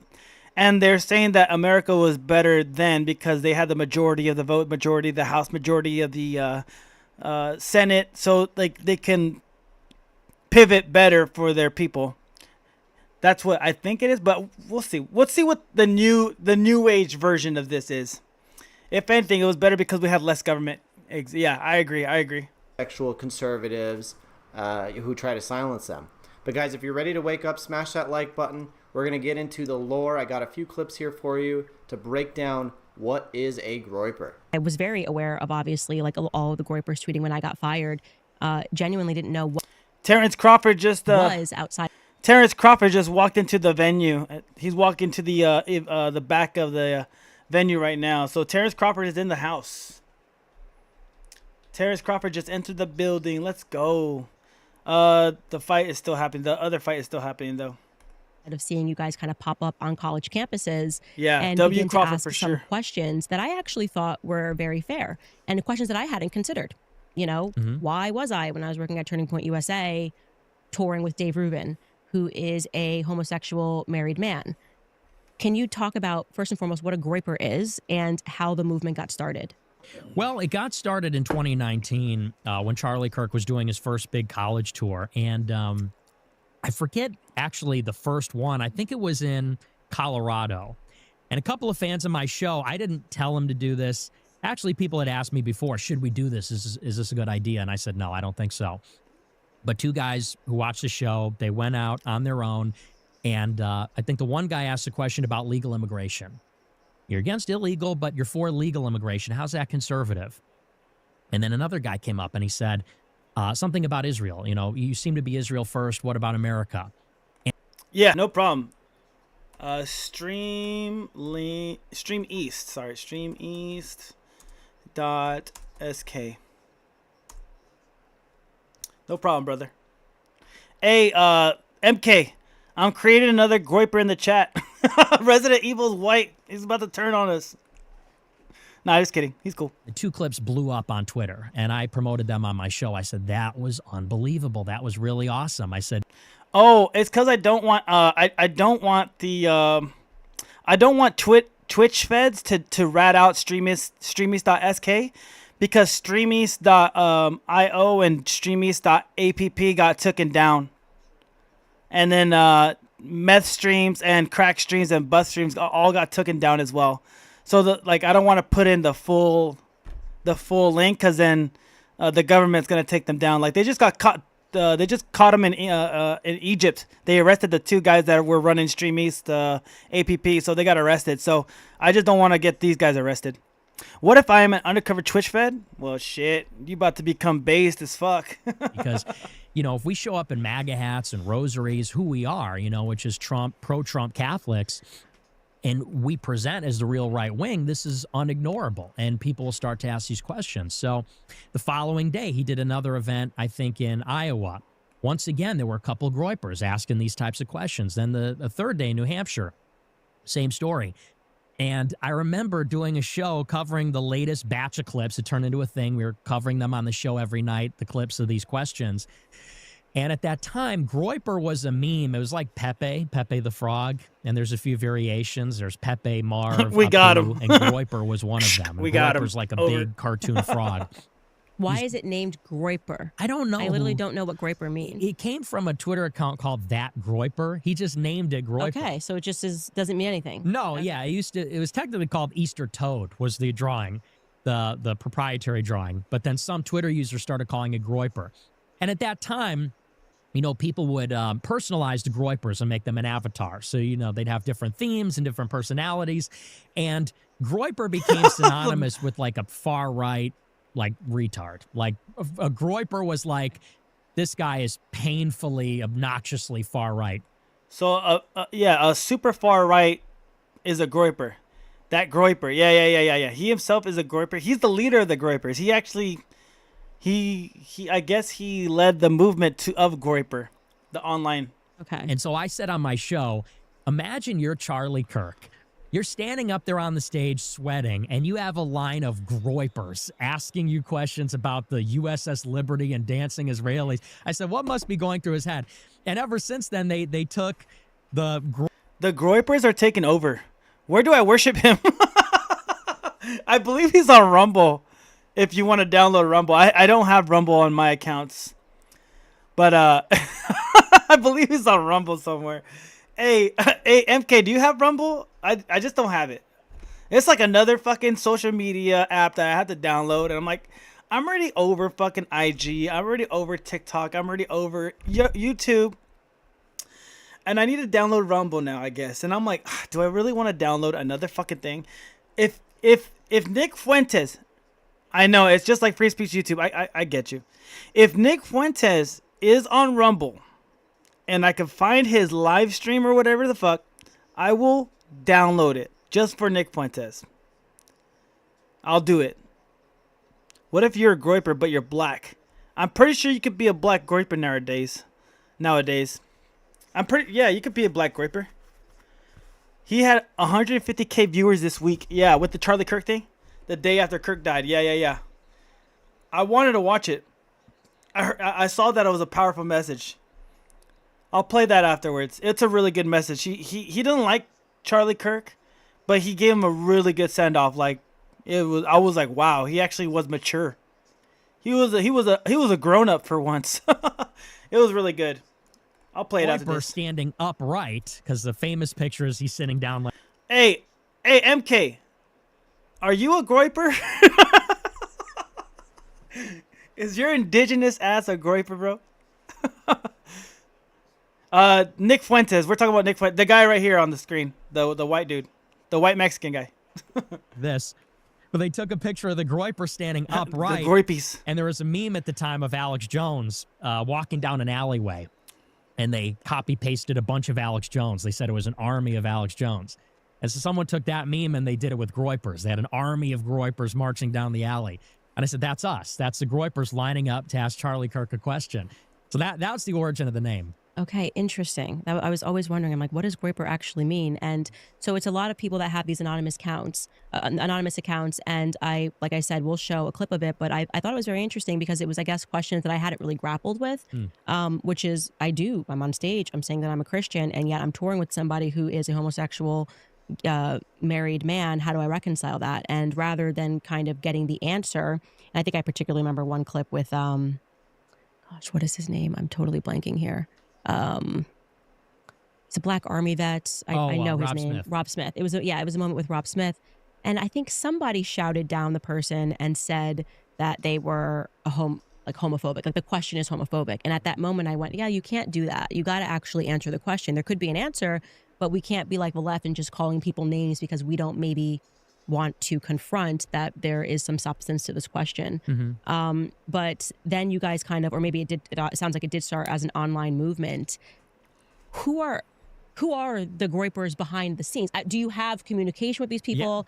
Yeah. Obviously they're real human beings, but my point is that, like, is this movement, like, you guys are on a group chat and you know these individuals? It's like the Proud Boys, but more gay. I'm just kidding. Or less gay. I'm not sure which one it is. We get a demographic. Are they older? Are they younger? Who are the groypers? The gay meter is either more or less. I don't know which one it is. White men. Or there's other men too. I mean, some of them are Hispanic, some of them are black, some of them are Jewish for that matter. But they're mostly young men, college age, Generation Z. Some of them even high school aged, and all of them very Christian. So straight, very they're Catholic gay. Exactly. Also. They're fans of the show. You know, a lot of people say have this cult-like following. People watch the show and they adopt the political viewpoint, the religious viewpoint, and so they're basically far-right, pro-America, Catholic, at that time, big Trump supporters, and young guys. Okay. Young guys. So there it is. I mean, right from the source's mouth. That's Nick Fuentes. If you guys haven't seen him, I'm sure you have. He's pretty much everywhere now. Very popular figure on the right. Now, I'm going to play you another video. This is what the left has to say about what a groyper is. This is Hassan Piker, who is a extremist, leftist, communist Twitch streamer. I'm going to play this clip for you now of him attempting to explain what a groyper is. That way, you're so stupid. I love Hassan, dude. He's so Having stupid. said that, the old school Nazis, what is a Groyper? This chatter asks. Groypers are online Nazis. Look, there's different levels to this shit, okay? There's the left. You got Hassan Piker, you got Destiny. They fucking hate each other, but they're both on the left. And then on the right, you had Charlie Kirk and you had Nick Fuentes. And they fucking hate each other, but they're both on the right. It's the funniest thing. So they're like the duality, right? This is like the Charlie Kirk of Destiny's Nick Fuentes. That's how I kind of put these guys together. It's so funny, bro. They're like the under the age of 35 in the Republican Party neo-Nazis. They mostly like meme online. They watch like Nicholas Fuentes. You're going blow for blow with Hassan Piker. They also fantasize about race war, but they're the thing is, I'd kick it with Hassan. You know what I'm saying? Like I'd be like, "Yo, what's up, Hassan? How you doing?" Like I guess I don't care that much. You know, like I'm willing to. It's just funny to me, bro. That this drama around politics is hilarious to me. They're primarily on like forums and stuff. And they're gross, but it's a little bit different than like Aryan nation style, like fundamentalist white nationalists. A bit of respect, yep. This type of Nazi. He didn't ban you. Yeah, no, that's what I thought. I thought it would be like this type of shit. We're not gross with the hell. Not this type of shit. Groyper, sometimes called the Groyper Army, or a group of alt-right and white nationalist activists led by Nick Fuentes. Members of the group have attempted to introduce alt-right politics in the mainstream conservatism in the United States, participated in the January 6th Capitol attack, blah, blah, blah, blah, blah. I hope that was I hope that explains it. Anyway, that's Groypers are fucking weirdos. They're just fucking based. To be fair, Nazis of all different backgrounds are fucking weirdos, but like. So there you have a so-called expert trying to define the movement. He has absolutely no idea. Calling us far right, we want a race war. What? Now the reason I'm doing this video today is because What is a Groyper is currently trending, because for some reason they are trying to blame Groypers for the shooting and the death of Charlie Kirk, which obviously is untrue. It was a transgender extremist. You can see that in my last video I did of everyone coming to the defense of Nick Fuentes. Now I have one last thing. Are Democrats just a cult of trolls?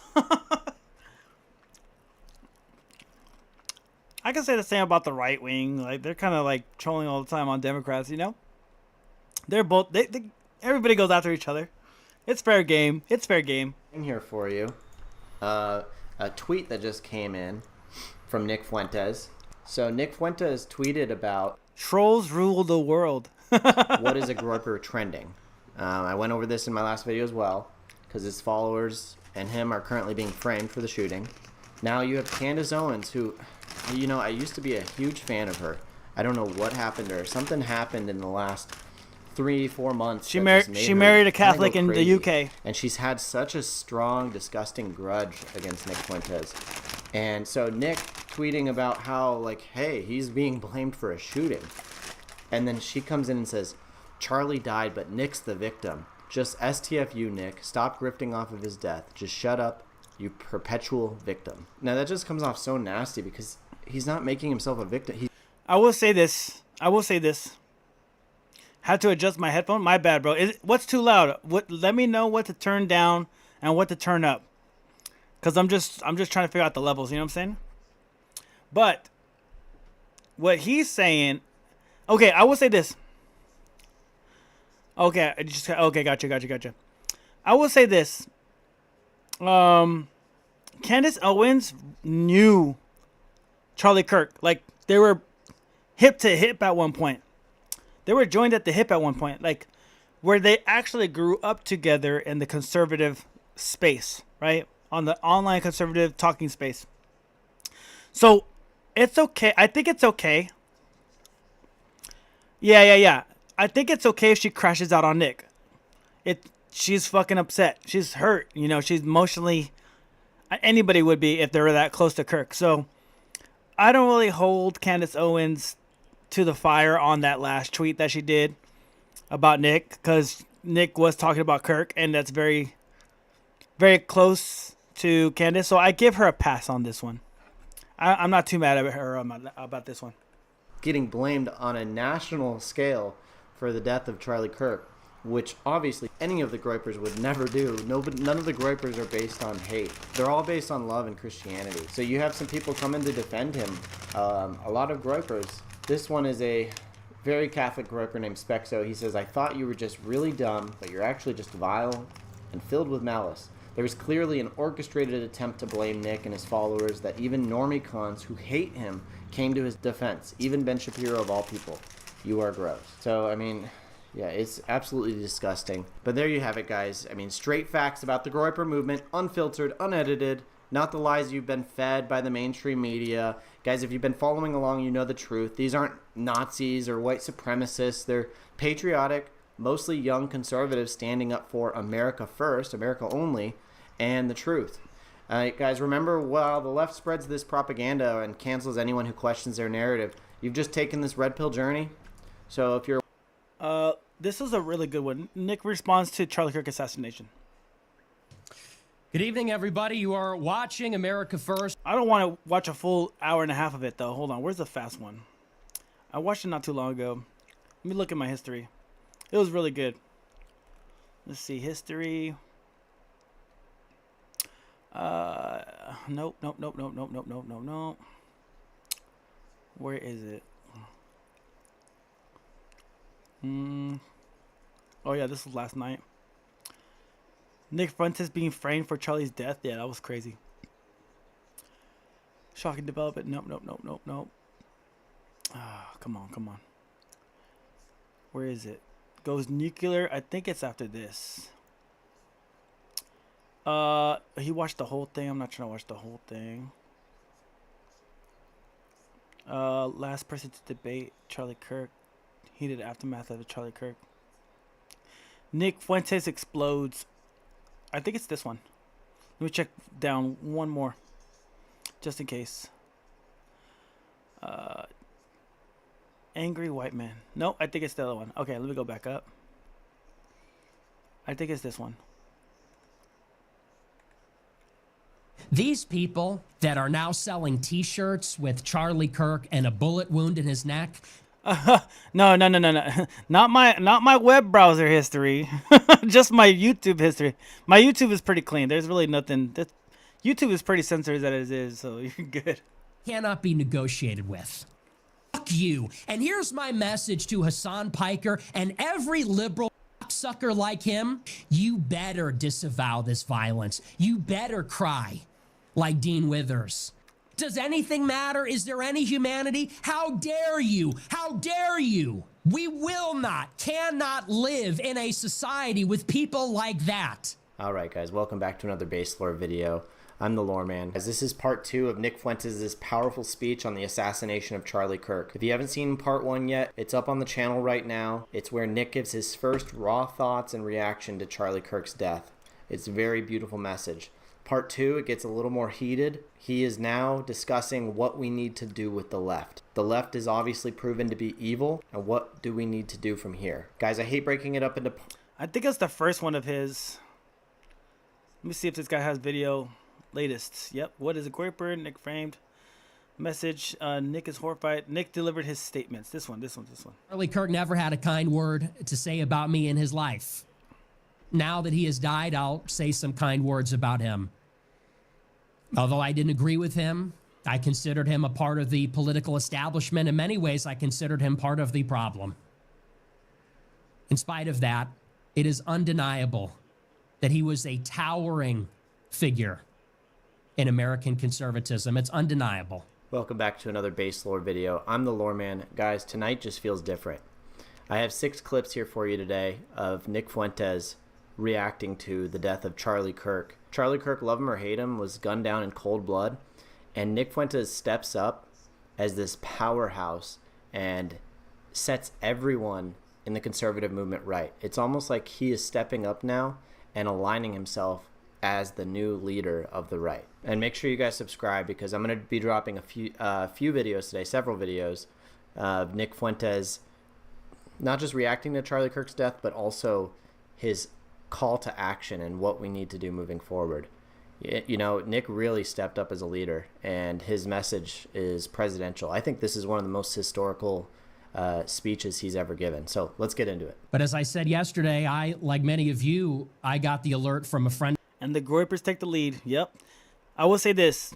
Nick and Kirk hated each other, bro. Nick Fuentes and Charlie Kirk loathed each other. So this is an op talking about an op's death, essentially, right? Yeah, it's crazy. It's crazy. But he does a really good job. He's really mature about this. Mine who I believe was either at the event or had friends at the event at UVU in Utah. A friend of mine texted me and said, Charlie has been shot. I said, Charlie Kirk? They said, yes. And we watched it unfold live. We're still getting updates. We don't know exactly what transpired. And again, we'll get into some of that as well. No, they don't have any debates because Charlie Kirk refused to debate Destiny and refused to debate Nick Fuentes. I wanted those two debates. I wanted Charlie Kirk versus Destiny and Charlie Kirk versus Nick Fuentes in two separate situations. We never got it because Charlie Kirk was running away. I want to know what Charlie Kirk's take was. Yeah. Especially of late. At first, the Charlie Kirk take would have been, they would have been fighting about the Jewish influence in American culture right now. But I think later in Charlie Kirk's life, which is like the last week or two of it, he was kind of questioning the Jewish influence in it. Like, not the Jewish, but like the Mossad influence in it. And Nick Fuentes always called out Mossad. So I think it would have been a great conversation if they actually got to it. Some of the uncertainties and unanswered questions. Unfortunately, they never did, sadly. But I am devastated and legitimately affected and struck viscerally. Such a sensational video, images, such an unspeakable, horrible tragedy. And I literally had to take a day to collect myself. Normally, this is a current events show. I'm live every night, and I discuss the news of the day, and I've been there through many of the big developments over the years. Same day, January 6th, Trump assassination attempt, the elections, the pandemic. But this one was different, and I think everybody feels that way about it. It felt like a nightmare. That's the only way that I can accurately describe it, actually. Throughout the entire day yesterday, I just could not process it. It did not sink in. It still hasn't fully sunk in. Like I said earlier, you say those words, the death of Charlie Kirk, the assassination of Charlie Kirk, the murder of Charlie Kirk. I watched his Wikipedia page go from Charlie Kirk is to Charlie Kirk was. It doesn't feel real. It feels like a nightmare that we'll never wake up from. And I say that as somebody who was not even a fan, not a friend, and actually an adversary, a foe. I can only imagine what his friends, his colleagues, and especially his wife, his young children, you can only imagine what they're going through. Yeah, it's very sad. And when a man who called Kirk his foe admits that this feels like a nightmare, it just shows you the gravity of the situation. But guys, here the tone shifts. You can hear the urgency, almost a call to arms for the next generation, because Kirk's death left a void that, just can't be ignored. Let's get into this one. What happened yesterday is still so raw and so sensitive. The country is profoundly affected, at least some of it is. We'll talk about that too. And so tonight I'm going to try to the best of my ability, carry out my responsibility. I believe, and I think that I'm somebody that many of the young people, young conservatives are looking up to. I have a lot of credibility with the far right, the radical right. And throughout his career, Charlie Kirk always characterized me as a troll. I don't say that with any malice at this point in time, but that's what he said. And many in Turning Point USA said that I and my followers are nihilistic. We only want destruction. He knew. And I think that I have an obligation to the country.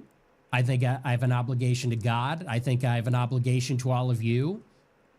I think I have responsibility to prove that that is not true. It's not about me, but now that it is the morning after, the day has dawned where Charlie Kirk is now dead at the hands of some unknown attacker. It is our responsibility, mine and all of ours, to step up and to get serious. To the extent that politics was fun or we took it lightly, I think we now realize it just got very real. It's been real. People talk about a civil war. They say a war is coming. Some say we're already in one. We have an obligation now. The leaders, the spokesmen, the men, the young men, the elderly men, we have an obligation to lead. Yeah, and this part hits even harder because he calls it a watershed moment, a turning point that could change everything. And so I'm going to get into this next clip. Everybody's very emotional. Everybody is whipped up, and rightfully so. Justifiably so. People are furious. Yep. I don't know that the left fully understands that. I don't know that normies fully understand that. People are absolutely beside themselves. I've never seen the right wing more angry, more furious, and this has been building. Here we are today, the day after Charlie Kirk has been killed, but we're starting here in the middle of the story. It's been going on for over a decade, and these things compound over time. Yep, And they I agree accumulate. with you. I agree with you. Shit's only And begun. I, like everybody else, recognize that this could potentially be a watershed moment. This is a ripple effect. We may look back in time and see a chain reaction, an inexorable chain reaction that leads to nothing other than destruction, devastation, bloodshed, misery. I don't think it's crazy to say millions of dead bodies. And we must have the prudence. We must have the confidence in our convictions, in our faith in God. This is the test. It's easy to believe in prayer when things are easy. It's easy to believe in God, mercy, forgiveness, temperance when things are easy. It's when things are hard, when they're confusing, when we feel justifiably angry, wrathful, prideful. Yep. That's the test. That's when it counts. He had millions of dead bodies, so confident as if he knows it's going to be left. I mean, if a civil war happened, come on now. Conservatives know more about guns than lefts do. The left don't like guns, right? They want to get rid of guns altogether. So who the fuck would be left? You know what I'm saying? Like, let's be real about this. Very few liberals know how to use a gun. And that is when mature people, and I recognize the folly in me saying that. I don't consider myself an extremely mature person. I think I'm a frivolous person in many ways. Infinite. And they talk down about it, right? Like they shun gun and stuff like that. They want gun control, you know what I'm saying? Like, fuck that. But it's an obligation for all of us to grow up now and recognize the gravity of the situation we're in, the peril that we're all in. And we have to ask ourselves. Most lefts are either feminists or trans women. Well, I used to be a leftist. I wouldn't consider myself a feminist or a trans woman, but I do. Once they, like I told you, once they took away my freedom of speech, and once they tried to take away the guns, I was like, "What are you guys doing? I'm out of here." Also, the right is controlling freedom of speech right now too. Trump is making sure we can't talk shit about Israel, like in universities and shit like that, right? So like, there's that too. I'm paying attention to both sides. What are our intentions? We have to set them intentionally. We have to set them in alignment with God, with the gospel. But I guess I could say what you're saying is right. Most lefts are feminists and trans women. I could say that, yeah.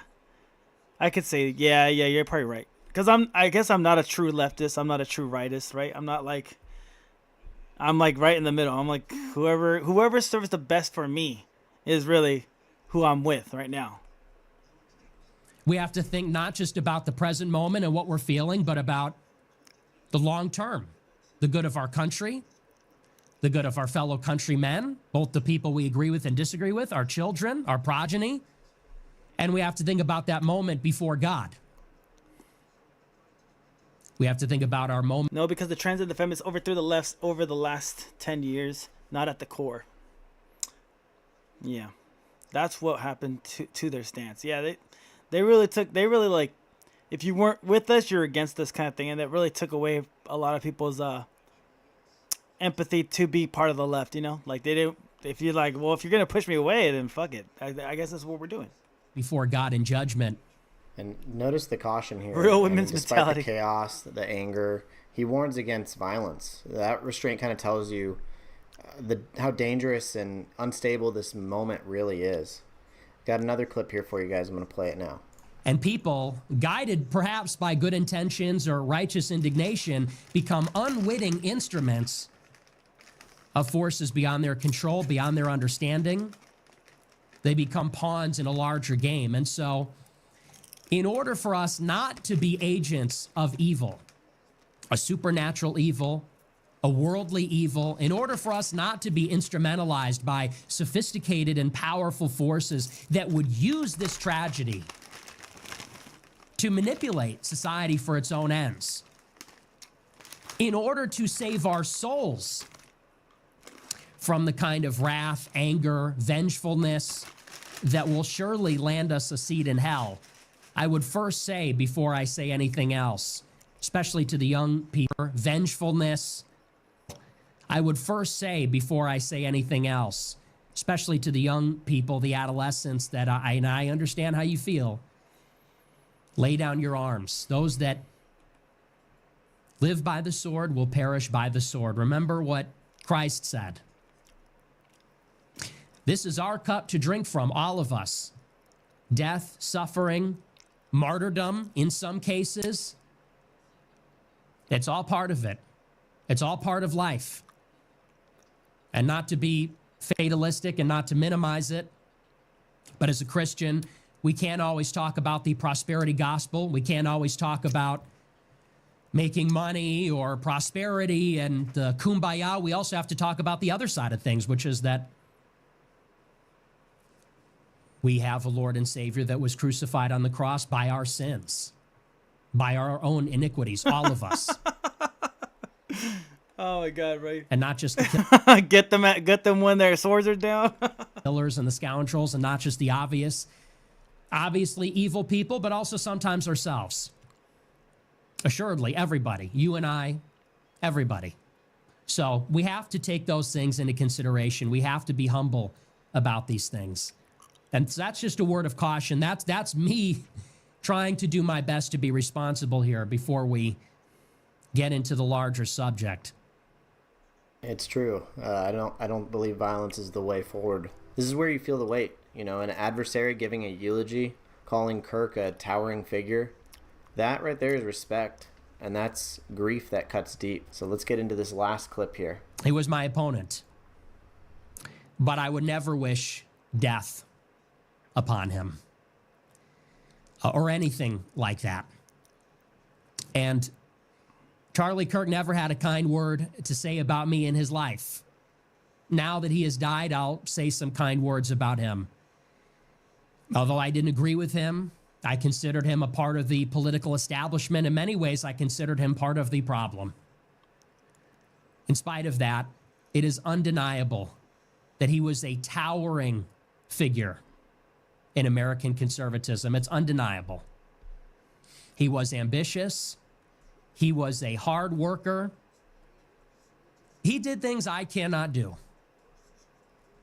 A lot of people said after his passing, I saw some people make oblique references to it. They said, well, if Charlie Kirk was assassinated, now the far right will step up. I don't know that there's anyone that could fill his shoes. I don't know that there's anyone Definitely not. that can do what he did. Nope, I don't think so either. He died at 31 years old and left a legacy that many people could not achieve in many lifetimes. He hosted a show 3 hours a day. He went and faced down his enemies in debate. He would take on almost any challengers. I say almost because he wouldn't debate me, of course, but nevertheless, would debate anybody, anywhere, stare them down, and people don't know how difficult that is. That's pretty difficult. He would sit there for hours. They weren't on ready. any subject. And then he would return home from the command center and direct the largest youth organization, the most ambitious project in conservative politics maybe ever. And he did it all before the age of 31. An absolutely brilliant, sharp, fierce warrior for his values and his beliefs. And as I said, I disagreed with them strongly. I'll make no bones about that, and that hasn't changed. But you have to admire that this was a fighter, this was a worker, this was a champion, and above all else, maybe this is what I respected about him the most.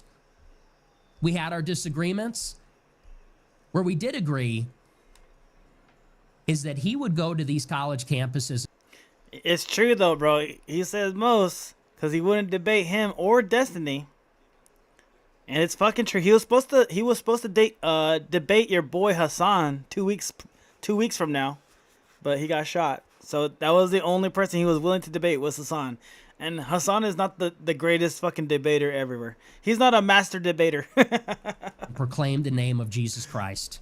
And ultimately, that is why he was killed.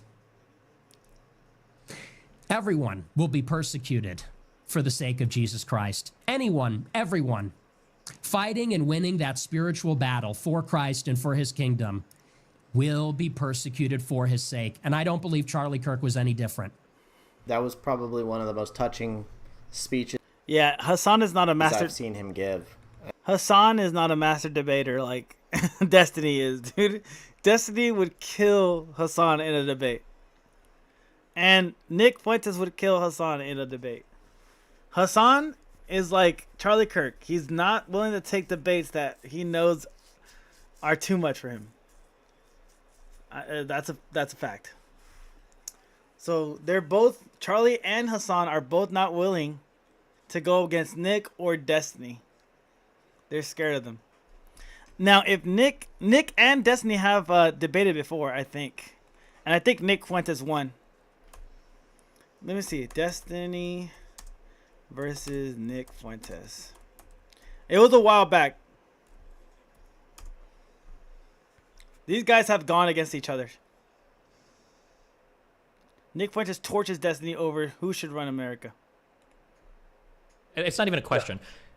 So this is something you should keep in mind, okay? Whenever I'm asking you questions, Nick, I'm just asking you to clarify your positions. I'm not accusing you of anything. Even the phone call, I'm just saying, did you say this? Did you do this? Do you believe this? That's all I'm asking. You just misrepresented If it makes you uncomfortable, misrepresented it on accident. See how you won't let me finish talking? It's because it's making you uncomfortable. Because you're lying. It's because it's making you uncomfortable. You're always just asking questions, but what you do is you misrepresent it. And now you have to go on another ramble because you're uncomfortable. That's what you're doing right now. You're rambling because you're uncomfortable. You tell lies. Okay. But you can finish your lies. Yeah, okay, well, it's not, I haven't lied. I'm not even making a statement. You did. All I'm saying, see how you're uncomfortable? So all I'm doing is I'm asking you a question to clarify your position. If it makes you uncomfortable. Me?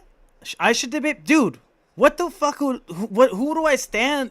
What do I stand for at the end of the day? I don't stand for shit, dude. Like, I don't have a hard stance on nothing. The only, like I told you, the only thing I have a hard stance on is freedom of speech. Why? I have nothing to debate him about. There's nothing in it for me. You stand for commentators, for common sense. I don't stand for it. I don't stand for anything. I stand for the freedom of speech, and I stand for the freedom for guns. That's about it. That's all I really care about. Everything else is like, yeah, all right. I don't care. Commentators around the world need you. I'll be a good moderator. But at the end of the day, like, I don't really have anything worth fighting for in my head like that. Like, it's like, yeah, no. I could, like, call out the bullshit. Like, I'll call out hypocrisy. But that's, like, really about it. I mean, I'll just call it out, but I won't, like, dwell on it. I'll be like, oh, I'll be like, oh, but you said this, so it's really just bullshit. You know? I guess I don't have a stake in the game like that, you know? Does that make sense? if I had something to like pronounce and to push forward to, then I would. I would totally do it, but I don't know what I'd fight for. I'm gonna start the new political art called The Commentators. Let's do it. Let's get Elon Musk to pay for it. To clarify your positions. That's your problem, not mine. If you ever feel like, for the rest of this call, whenever you talk, that I'm asking you an unfair question, feel free to turn around and ask me the exact same question, and I will give you a real answer, like a real person. And I won't sit here and go on a 17-minute tangent where I redefine. Okay. Guys, I got an old I got an old debate, August 2022, almost 3 years ago. This is Nick with Destiny, Gideon, Sneeko, Abba, and Young Dawn. This section is Nick defending his position on why America should be a white majority nation. Very educational, very informative. Let's keep going.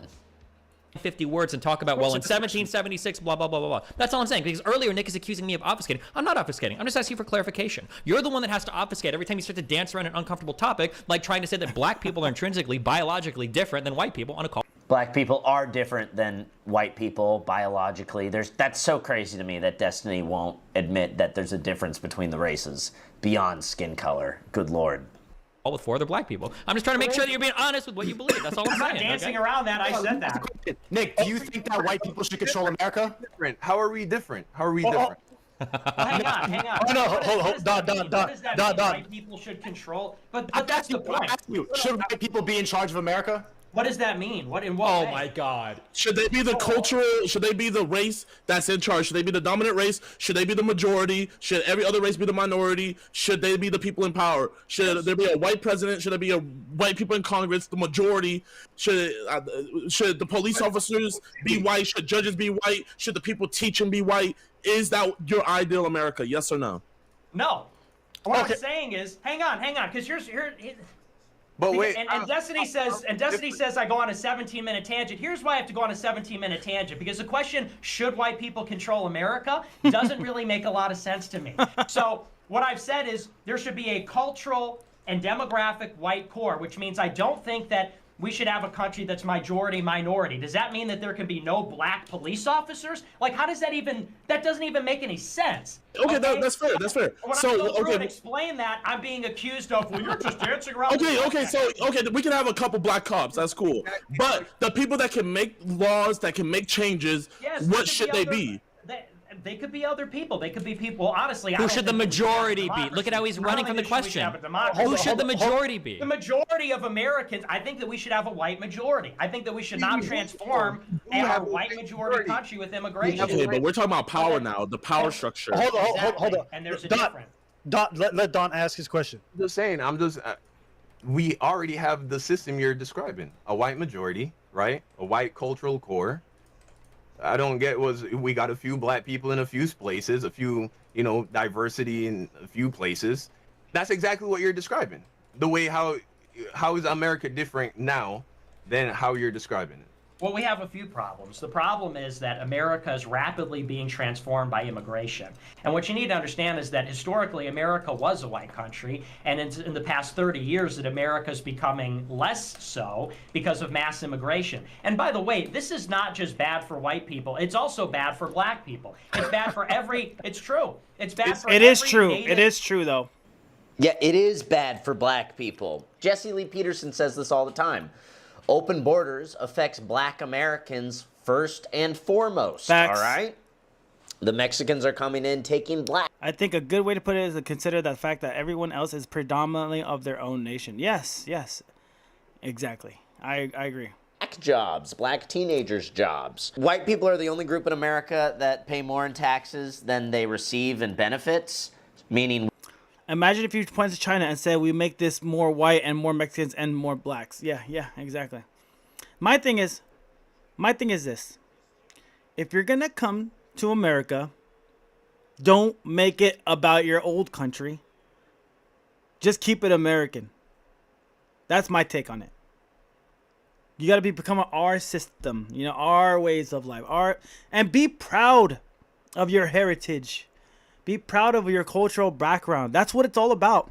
Being proud of who you are. But as an American, as an American. That's the difference. Diversity, love it. But don't come and try to change it. Exactly. You're supposed to be an American and be proud of your heritage, of what you came from to get here, what you had to go through to get here to the land of the free. You know, make the diversity change in government. Go into government and put your mindset into it and not try to make it something else. If it worked so well for you to come over here and to make a life better for yourself in the hopes of making your life better yourself, then why the fuck would you change to something that didn't work for you back there? That doesn't make sense. How does that make sense?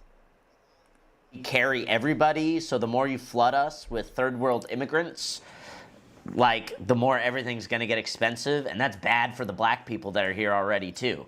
Like, yeah, open borders, that's worse for black Americans than anyone else, actually. Hey Don, let him finish what he was saying. That's Nick, what were you saying? Finish what you were saying. I'm saying that, you know, what we could talk about things in the abstract, or we could talk about things as they are. And what's happening right now is that the country is being completely transformed with immigration. People that don't speak the language, people that have no roots here, people that don't share our religion, et cetera, et cetera. That's the gist of what I'm saying. We're talking about the diversity problem. The diversity problem is not that the country's 13% black. The diversity problem is that you've got millions and millions and millions of people coming here every year for 30 years with no sign of stopping, and we're going to have a country that's alien to us. Yeah, it pisses me off. Here in Canada, immigration has been a huge problem for the last 10 years. And increasingly so. And everywhere you look now, they're not even Canadians. I've been looking for a job for so long. Lately, I've been coming across job posts that literally say that a prerequisite is to be Punjabi. That's sad, bro.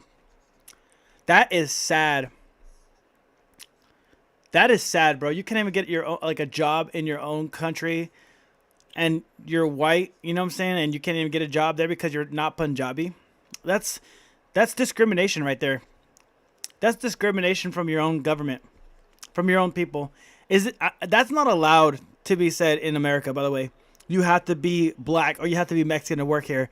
They'll let you know, but they won't say it on the application. You know what I'm saying? They won't say it on the posting. They won't say you have to be black to work here or you have to be white to work here.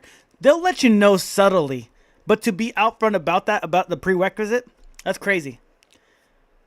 It's not supposed to be allowed to be it's not supposed to be allowed to be said here.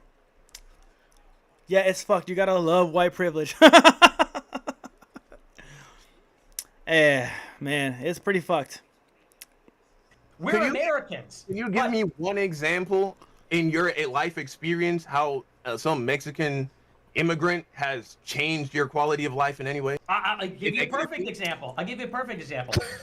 The city of Chicago used to be a city that was built by Italians and Irish and Polish and Czech and that kind of thing. And neighborhoods that my parents grew up in are now completely different because of immigration, completely transformed. And, you know, in Little Italy, in an Italian suburb where my mom grew up. A house to immigrants? Or do you even live in Chicago? I live in the suburbs of Chicago. Okay, so you live in, okay. I'm saying if white people aren't there anymore, it's because those white people sold those houses, right? They don't just take them from the good white people and give them to the... But the same thing happened, what you were just talking about, same things happened with gentrification. There are black neighborhoods, and they raise the tax, the property taxes. I was just saying that the reason why those neighborhoods look different is because those white people have sold those houses. Hold on. When he says lives in the suburbs of Chicago, does that mean not Chicago? Because if you said that you lived in the suburbs of, like, say, like, for a lot of cities that I know, that means you don't really live in the city. You live in, like, some place, like, fucking 45 minutes away. Does anybody know? Home was bought, and your childhood neighbor was bought up, and it just changed completely. I mean, you could say, like, well, it happened because those people sold those houses. It's still something, Sneeko doesn't belong in the debate. Sneeko is a Muslim, black, I think he's half black, half white. I think he belongs in the debate, bro. He's kind of like a mix of everything. He's like Muslim, light skin, black dude. I think that's what he is. But yeah, he belongs there. He doesn't have the strongest takes, I would say. He's more of like a moderator. I think he's moderating this debate, to be honest. I just mean he doesn't have the intellect for it. Anything I've seen him in, he just tries to adapt to whatever. Yeah, he's a grifter for sure. He's just aware of his brand. I mean, I don't blame him. If he had that much of an influence and he came up on, I'm not even sure how he came up. He's got to protect his money. I'm not gonna fucking. That's the most American thing I can say. He's got to protect his capital. It is what it is, and we don't have to like him for it. Like, that's it. Like, I don't care. I don't even know who Sneeko is. I don't know who the guy is. Like, I know his name, I know his face, but like beyond that, I don't know what he stands for. Like, do I care enough to fucking figure it out? No, I don't care. I'm not, and we're not even here for Sneeko. We're here for Nick Fuentes and Destiny, and he's just moderating the chat. So he's really. It's really like he's not here. He's just asking questions. I don't not like him. I just think it's kind of weird to see him in the debate. Oh, he's a mod. Yeah, he's just moderating the chat. He's not in the debate. It's Nick Fuentes versus Destiny, and then everybody else is giving their 2 cents. Something that would be disconcerting, and that's happening on the national level. Why is it disconcerting?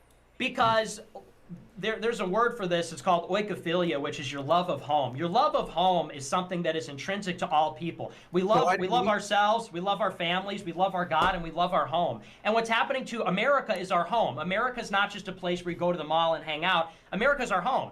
And America is being fundamentally changed, and it's not even just quality of life. It's not just quantitative, it's qualitatively. America is being fundamentally transformed, and it's becoming unrecognizable to the people that made it, to us, the people that inhabit it now and grew up in it. And that's something something is being lost there.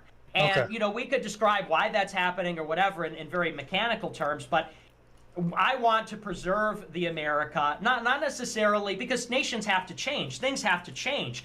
We want to preserve the fundamentals of what our home is like. What is it? Okay. Can I ask you one quick question? Go ahead, Joe. So you hate when other nations, like there's an established race, there's established culture. You hate when another race and culture change the establishment that was already made to something new, right? I think something is lost. I think there's. But you hate when that happens, right? You don't like it. It's actually what we say. We don't need to. I don't think it matters. We say hate or dislike. It's just something is being lost. Someone is losing. So you said this is our home, right, America? Mm-hmm. So the same thing happened to the Native Americans here. They were here first. This was their home. This was their culture. And look then what Europeans happened to them. came over. So by yourself. And look what happened to us.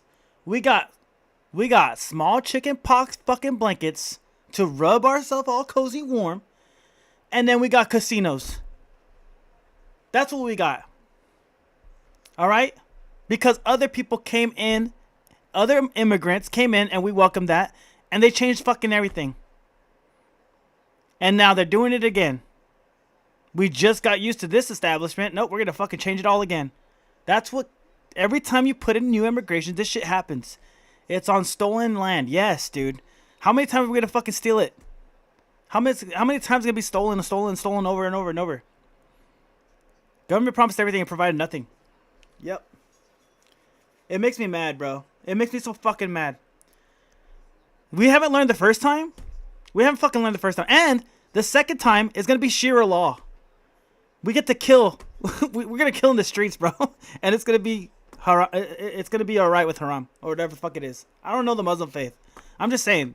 They're coming over and they're changing the game. It's happening in Texas.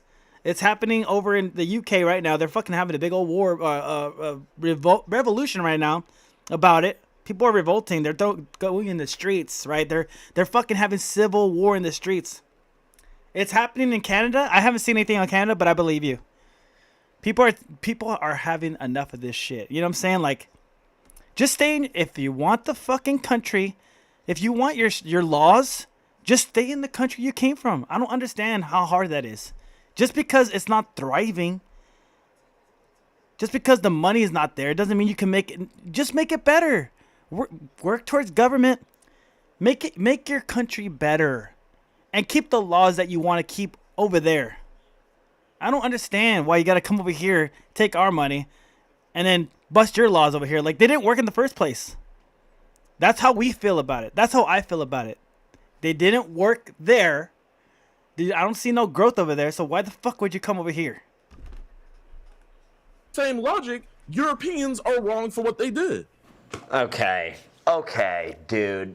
He's hitting us with that. We're a nation of immigrants. Duh, we're a nation, but we're a nation of... Exactly. Exactly. Why do you think America is so glorified? You're going to come here and want to change it to the place that you're fleeing from? Exactly. Make that make sense, bro. If you were happy, why didn't you just stay there in the first place?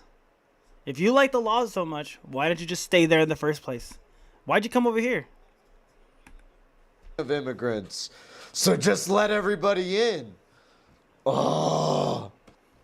Well, it's interesting that you bring that up because typically people wouldn't bring up the example of the Indians as somebody. I mean, you're essentially saying like, oh, America's being destroyed, but America destroyed the Indians. It's like, yeah, and you know, and that was a different time, you know, and conquest was still happening and the world was being settled. Today's a different time? Yeah, I think today we realize that that's wrong. I think that is today... it inevitable? Is it just change? Is it just a natural change of the world? Yeah, in some sense, these are the forces of history. But as an American, I want to fight against that. America rewrote the history books and said, okay, we took over the continent and that's a great thing. But yeah, the Indians lost. Something was lost. Indian civilization, American Indian civilization was lost. It was wiped out. The people were wiped out. The culture was wiped out. I don't think he's a white nationalist necessarily. I think he was more of a conservative in the sense that he wants to conserve his homeland. Yeah, that's more of what it is. And also, but he does say he does want a white baby, which is his choice. He wants white grandchildren, which is his choice. He wants his grandchildren to look like him. That's a fine line. It's a fine. You know what it is?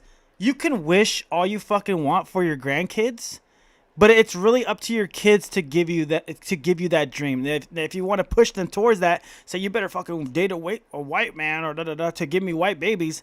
That's on the kid and you to figure out together. What does that have to do with fucking me? I don't give a fuck what your kids look like. That's on you. That's a personal thing that he has to deal with, not me. I don't care about that shit about him.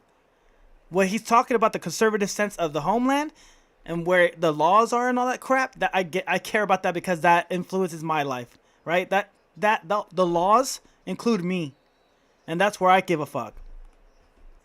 I'm sure the Indians don't feel too good about that. As an American, I don't want America to be wiped out like the Indians were. Now you could say, oh, well, but that happened to the Indians. Okay, well, I don't want that to happen to me. And if you're comparing, that's not a very favorable comparison saying, well, immigrants erasing America is like Americans erasing the Indians. But it's we the should same prevent way. it. Hold on. History repeats itself. It always happens. Hold on. So we should just let it happen? This guy's saying history repeats itself. It always happens. Oh, great point. Yeah.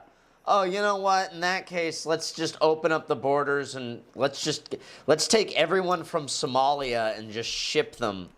We didn't have the internet back then, and we didn't have like the technology we had back then. We had no voice back then.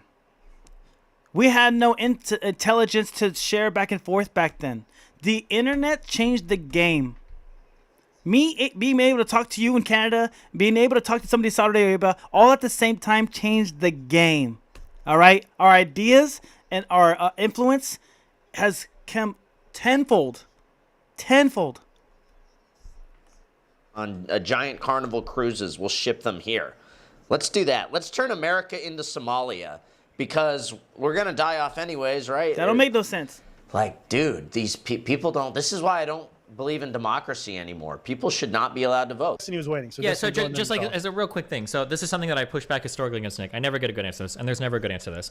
There's two huge problems with this idea of preserving American character. Okay, one, even with a racial homogeneity, countries are still going to change, and they're even going to change because of other cultures. You've got media from other countries, you've got songs on YouTube from other countries, you got all sorts of stuff. So your culture's always going to change. You can never freeze it. Number one. Number two, there is absolutely no consistent culture across the United States of America. Again, like you're going to find greater differences between like one person in America versus another person in America, as opposed to like America versus a whole other country, right? Like if you take a gay dude from San Francisco and compare him to like some, white farmer dude in like Georgia, these are going to be people that are it's going to be more different than like a fucking Somalian and somebody living in LA sometimes. Like the difference is going to be huge. So I don't believe in this idea of preserving this consistent America. Okay. Yeah, good one, Destiny. So what do we do? Bring in it's funny you said Somalia. So what's your idea? Just leave the borders open? Everybody's allowed in? he doesn't believe in democracy anymore because democracy isn't democracy. It's basically bureaucratic communism that suppresses and enslaves their people. I mean, that's what Marxists really do, right? They like go in and they infiltrate and they take over. That's what they're like.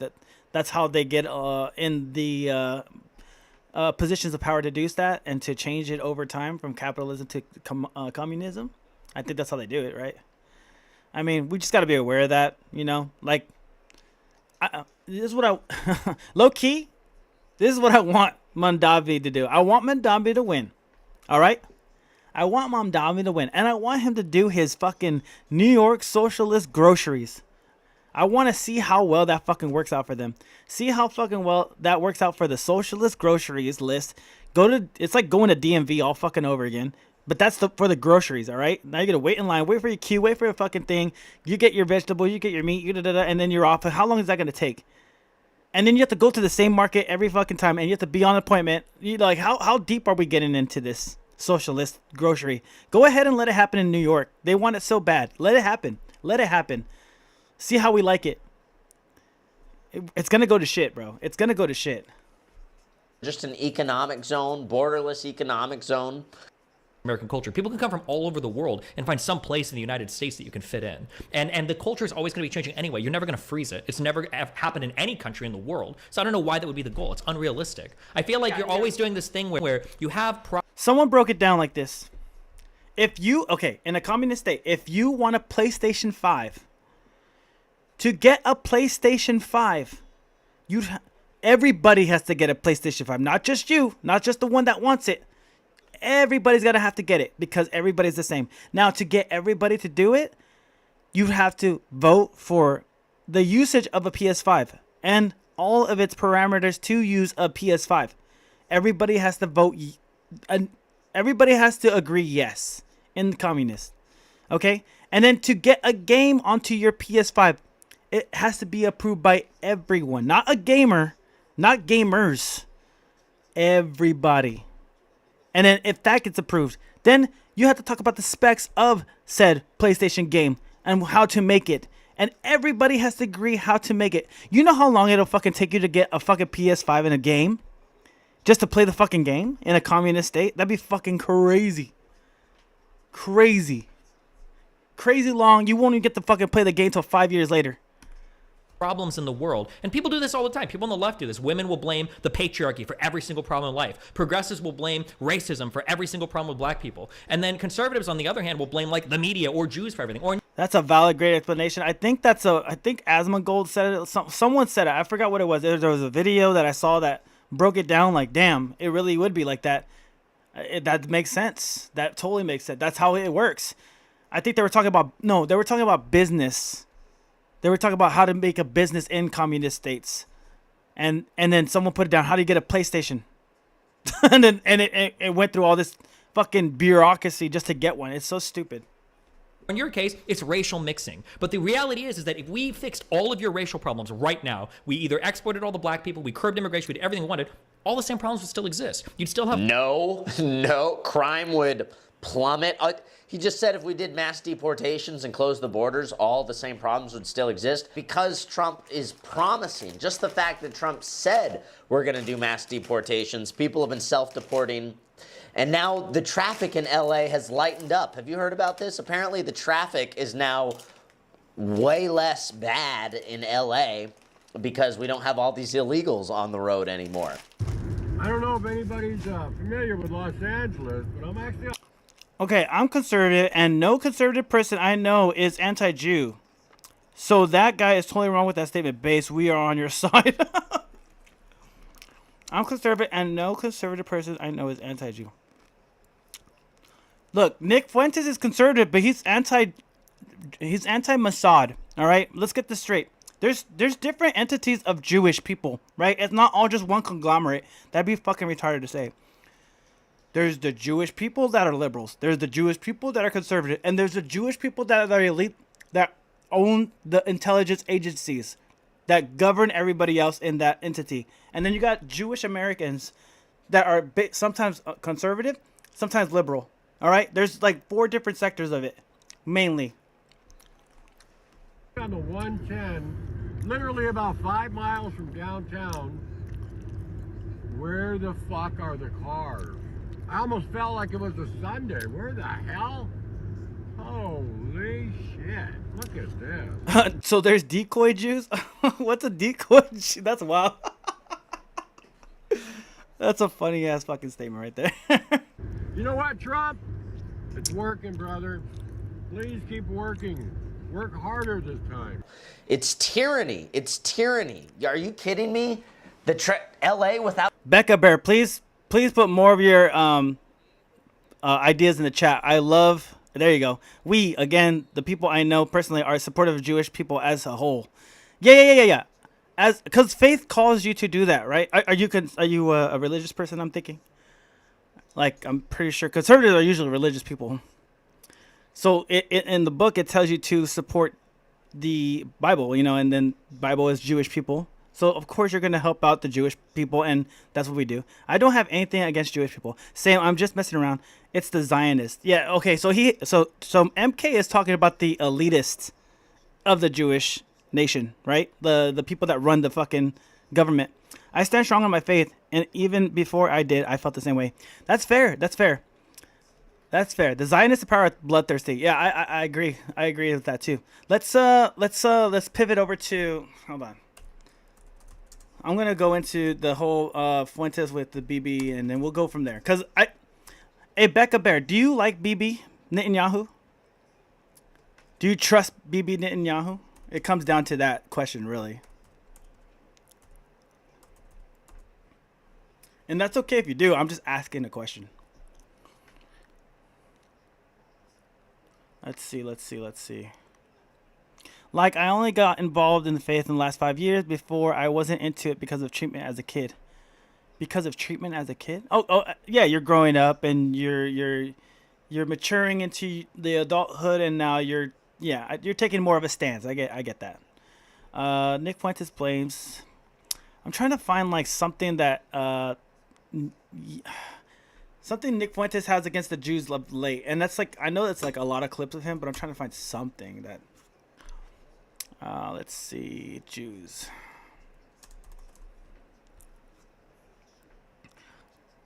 I don't know. Let's just pick this one. After the first term, I was deeply skeptical about This was 1 month ago. Let's take a look. Trump's return to power, and I said this.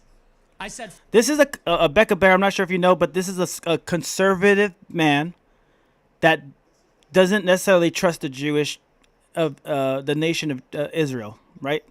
The one in the far Middle East. Like, we're talking about those Jewish people, right? For me to support Trump a second time, I'm going to need to see that it won't be like the first term. And what would be the evidence that it would not be like the first term? I said you have to look at the personnel. You have to look at the rhetoric, the promises. Are we going to get the exact same personnel? Are we going to get disloyal people that are not America first? Are we going to get Mary Madelson back on the bandwagon, Nikki Haley and Marco Rubio in the administration? But then something changed. October 7, 2023, this is the biggest crisis for Israel. You could argue for Jews in Israel since the Holocaust, or at least... Yes, my church was in as a child because I have health issues that other kids don't include me in playing games and anything. Their parents didn't encourage them to include me. So if my take is, if this is faith, I don't want it. Yeah, that's fucked up. Is it contagious? What you had was contagious? Is that what happened with the health issues? I would see why they wouldn't want to get their kids if it's a contagious thing. But if not a contagious thing, those fucking parents are idiots. This is how they branded it. Perhaps the biggest crisis since the 1973 Yom Kippur War. You don't have to disclose your health issues in here if you don't want to. Trust me. Like, I'm not there to do that.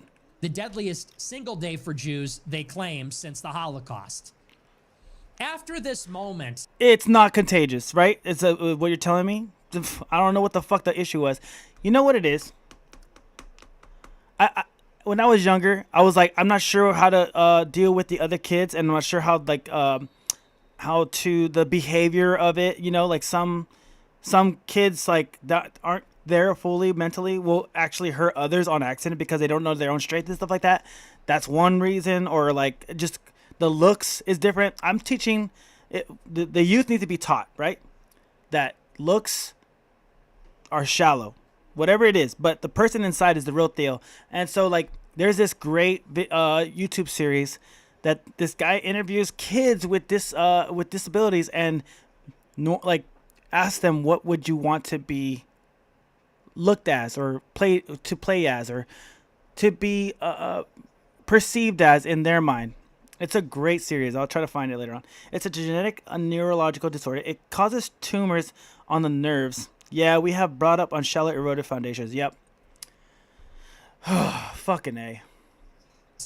You have to understand that American Jewry became extremely animated, more active and more animated, more ferocious and nationalistic than ever.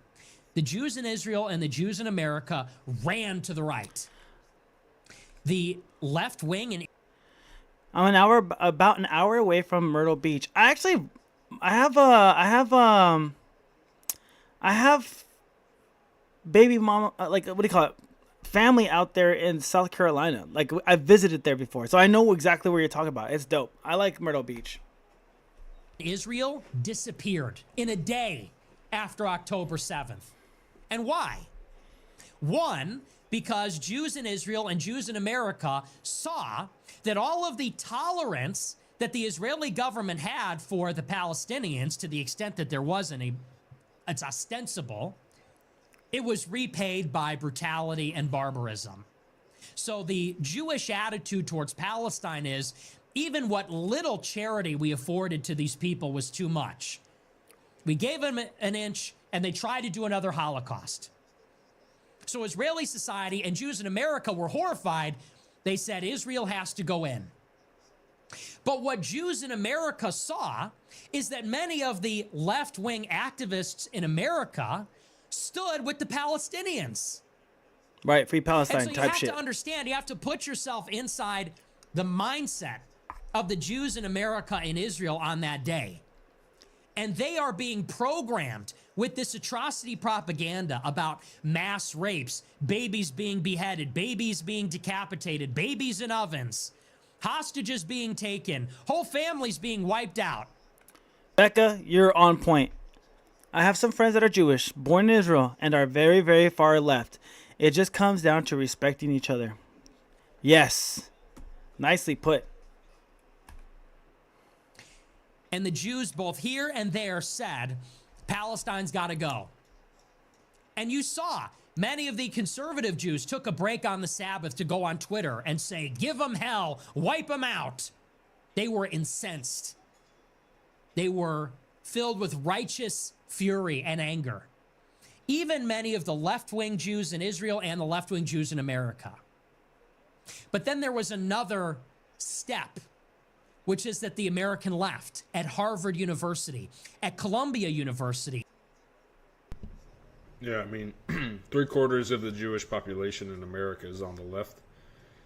This is like a great exodus from the Democratic Party. This is all apropos to, at least in my opinion, to the 60s and 70s, when these same Jewish Americans predominantly, there was Christian Zionists as well, but in the 60s and 70s, these people became disenchanted with the Democratic Party and their foreign policy specifically. They called it appeasement. They didn't like how they were isolationist, non-interventionist. So they then, in the 60s and 70s, they transfer over to the Republican Party, and their influence begins to really become potent during the Reagan administration, the Reaganites. That's when they really infiltrated our foreign policy. Media, people like Ta-Nehisi Coates, many of the progressives, of which, if you consider, 80% of the Jews in America consider themselves a part of. Anywhere from 60 to 80% of American Jewry consistently votes Democrat and identifies as liberal. Wow. Now, when you understand that the American and Israeli... I don't care about people's political views or their religious views, as long as we can all respect each other. Yeah, that's pretty based as fuck. You sound like a conservative. That's pretty much how it feels. Jewish left ran to the right out of their horror in response to what happened at the hands of Hamas. They were mugged by reality, to borrow a phrase.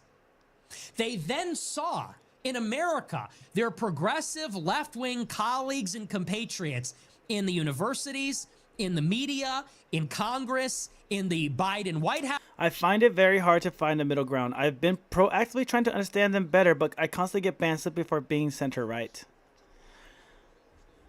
Yeah, they're just not. I mean, most people. I mean, I guess I'm an exception to political news and being aware of stuff that's going on in America, but also taking a very centrist mindset about it. Like I'll take bits and pieces, you know. I'll take a little bit of salt here and there.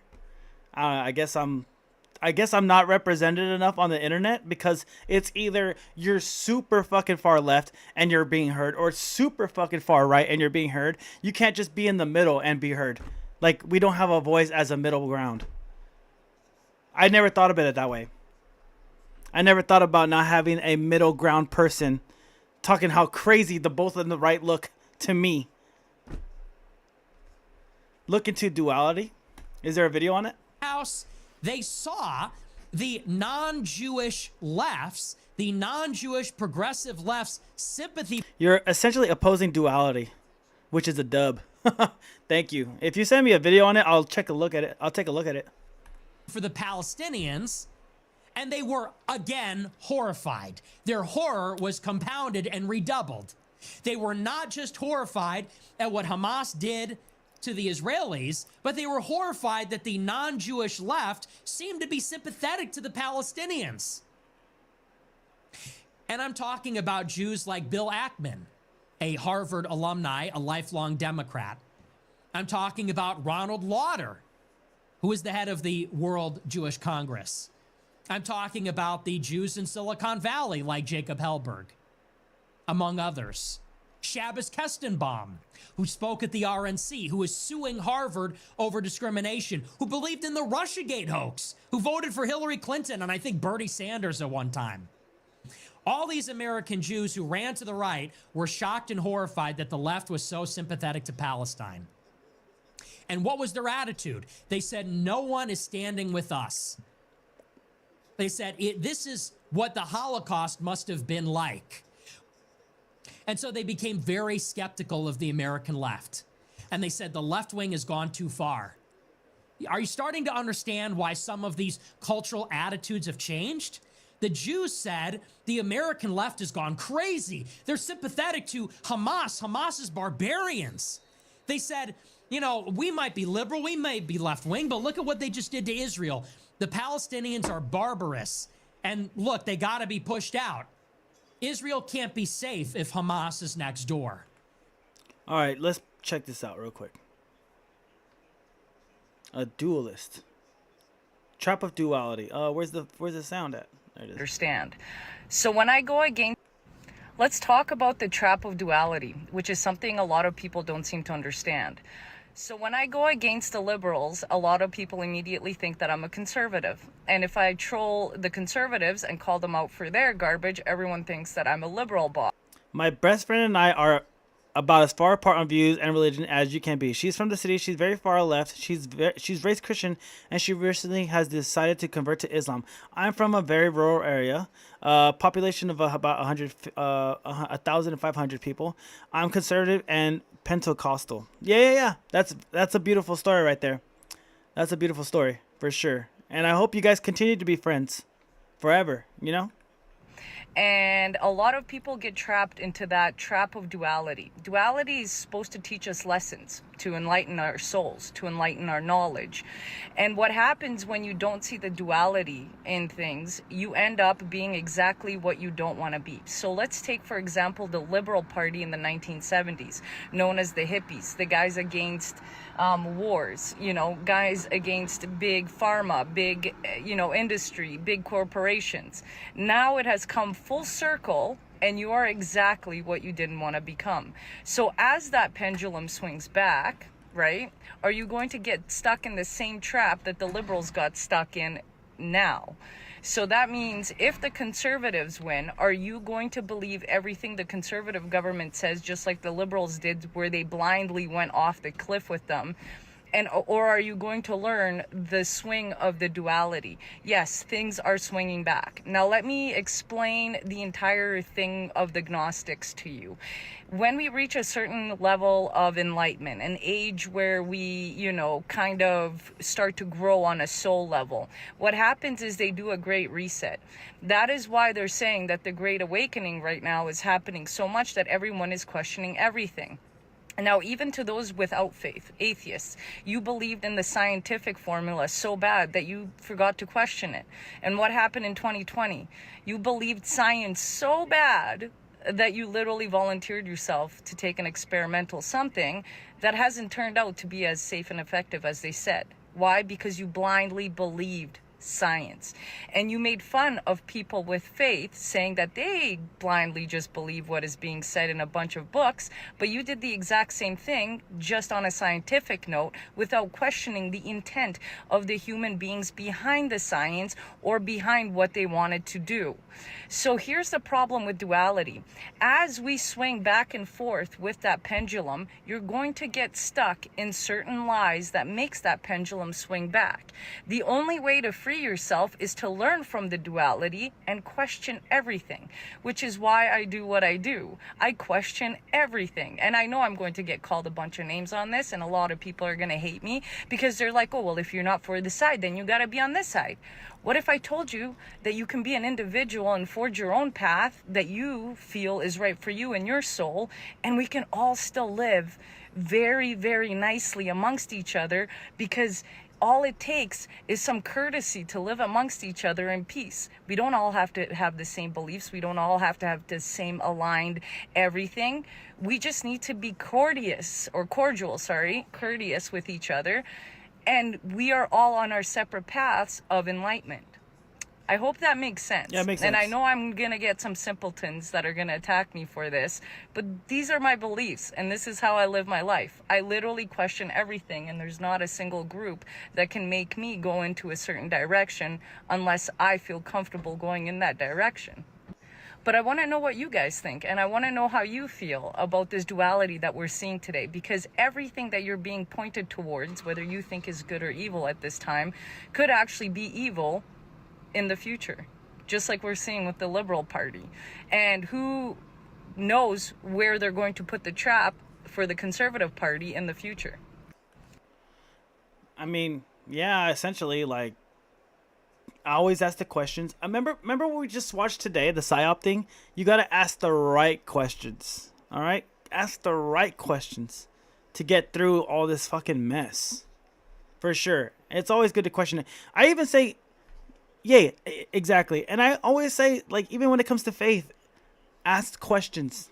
It's good to ask if there's a God. It's good to ask that.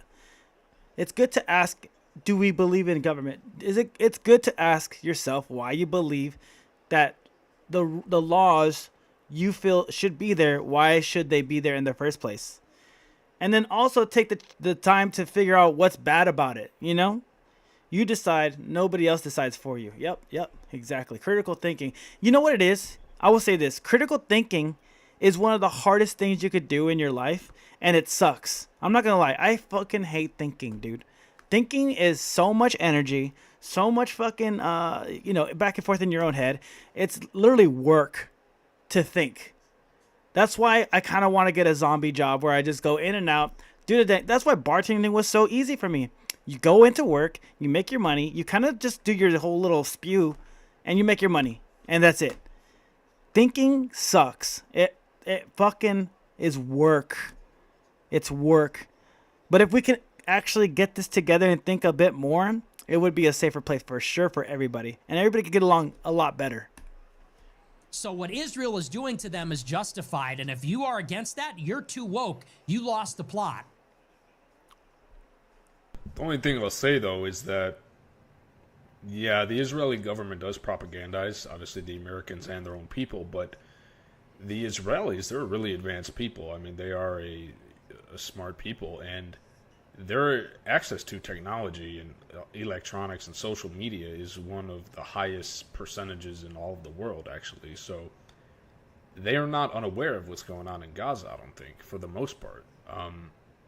So in a way, they are complicit. And if we go back, you know, I remember in the book, The Israel Lobby, by John Mearsheimer and Stephen Walt, if you look at some of the polls that go on in Israel, they support what's going on in Gaza. They say that it's not enough carnage. They're not going hard enough.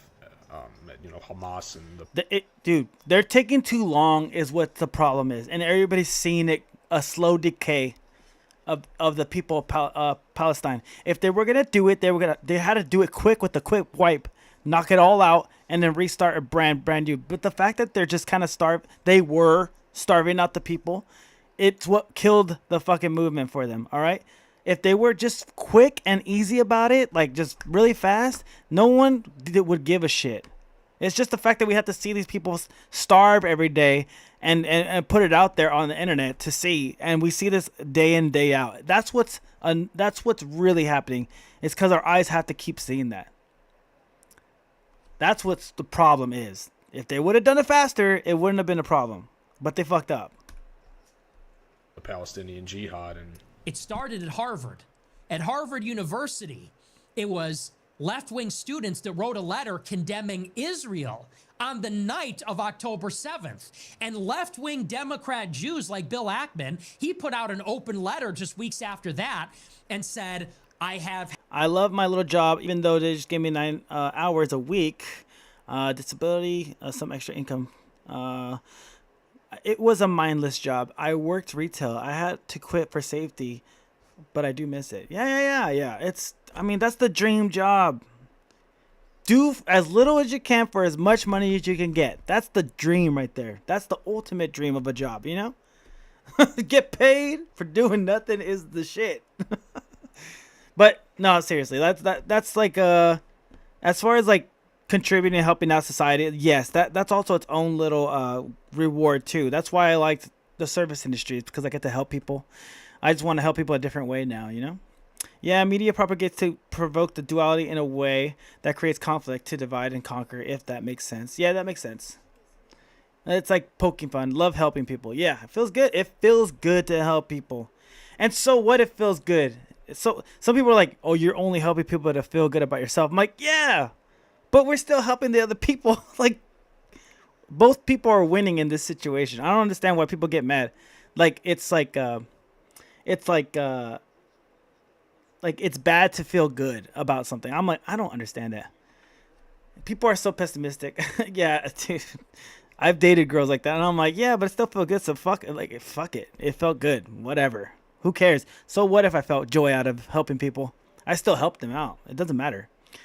Why? Do you want me to feel bad about helping people? Would that make it better? Would suffering make it better for them? Like, what does my feelings have to do with them feeling better at the end of the day? You know what I'm saying? My feelings don't matter to them, but the result of what I did mattered to them. Had an epiphany. I have realized yeah, the left exactly. has How gone dare too you? far in their tolerance. Left-wing students at Harvard are pro-Hamas. This is crazy. Wokeness went too far. We need to support free speech. We need to disempower the faculty at Harvard. We need to review anti-Semitism policy at Harvard. We need to support Donald Trump.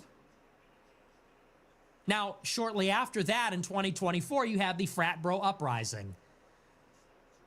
Wokeness, it seemed, had died. There was a crusade against DEI, a crusade against the progressive left. And suddenly Hollywood and the media started to say, Ta-Nehisi Coates is too left-wing. Harvard is too left-wing. DEI, the Biden administration, is too left-wing. And so much of institutional Jewish power went behind Donald Trump. But what was the condition?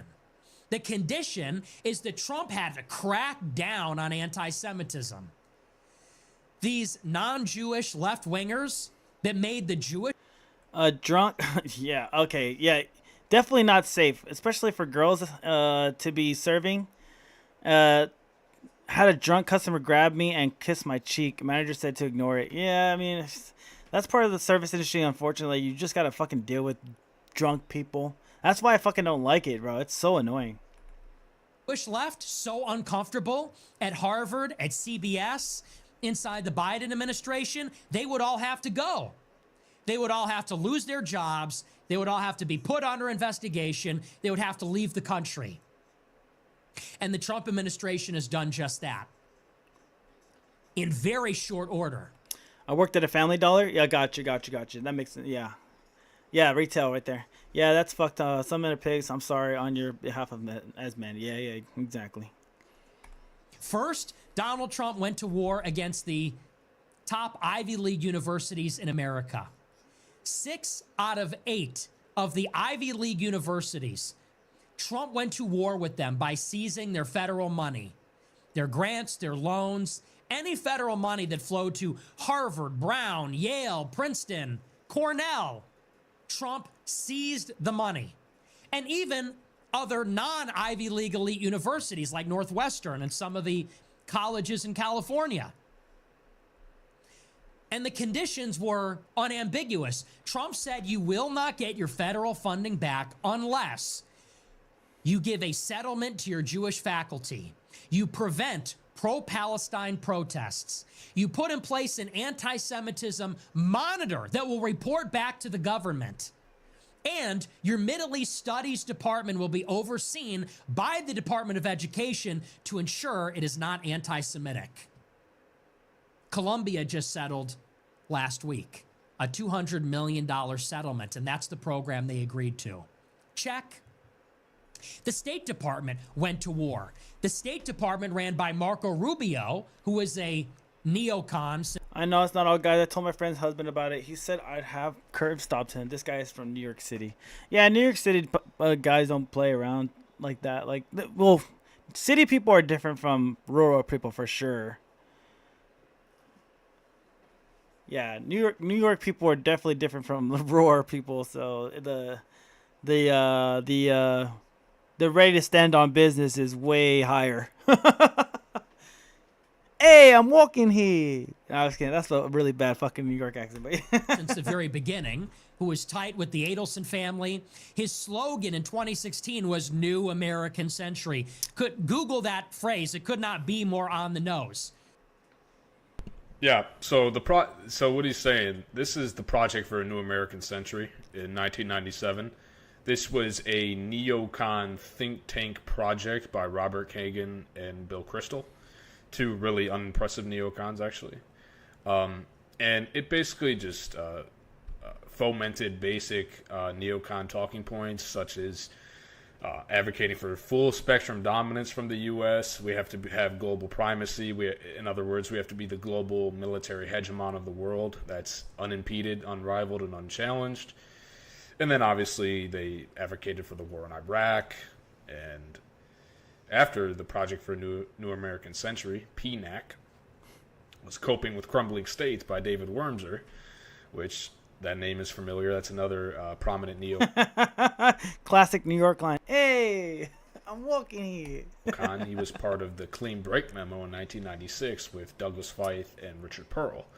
But in any event, Coping with Crumbling States was basically another neocon memorandum just vociferously advocating for the war in Iraq and in Syria and Iran as well. They wanted, again, this comes back to the 7 countries in 5 years memo that General Wesley Clark was shown from the Secretary.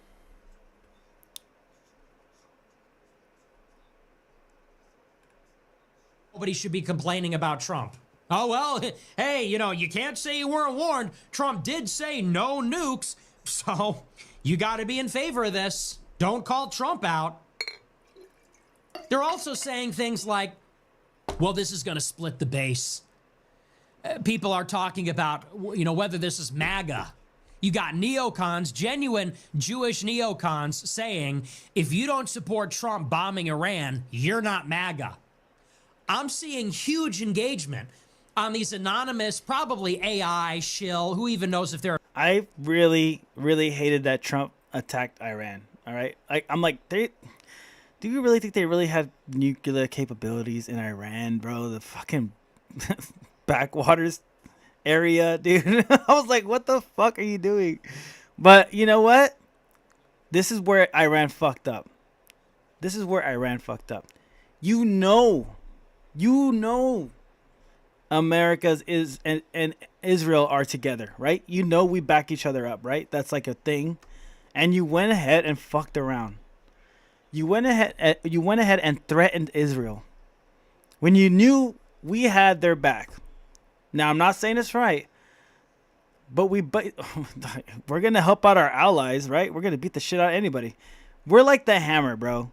So if you're fucking around with Israel, like, you're really fucking around and asking for it over there. Like, I don't like doing it, but it is what it is.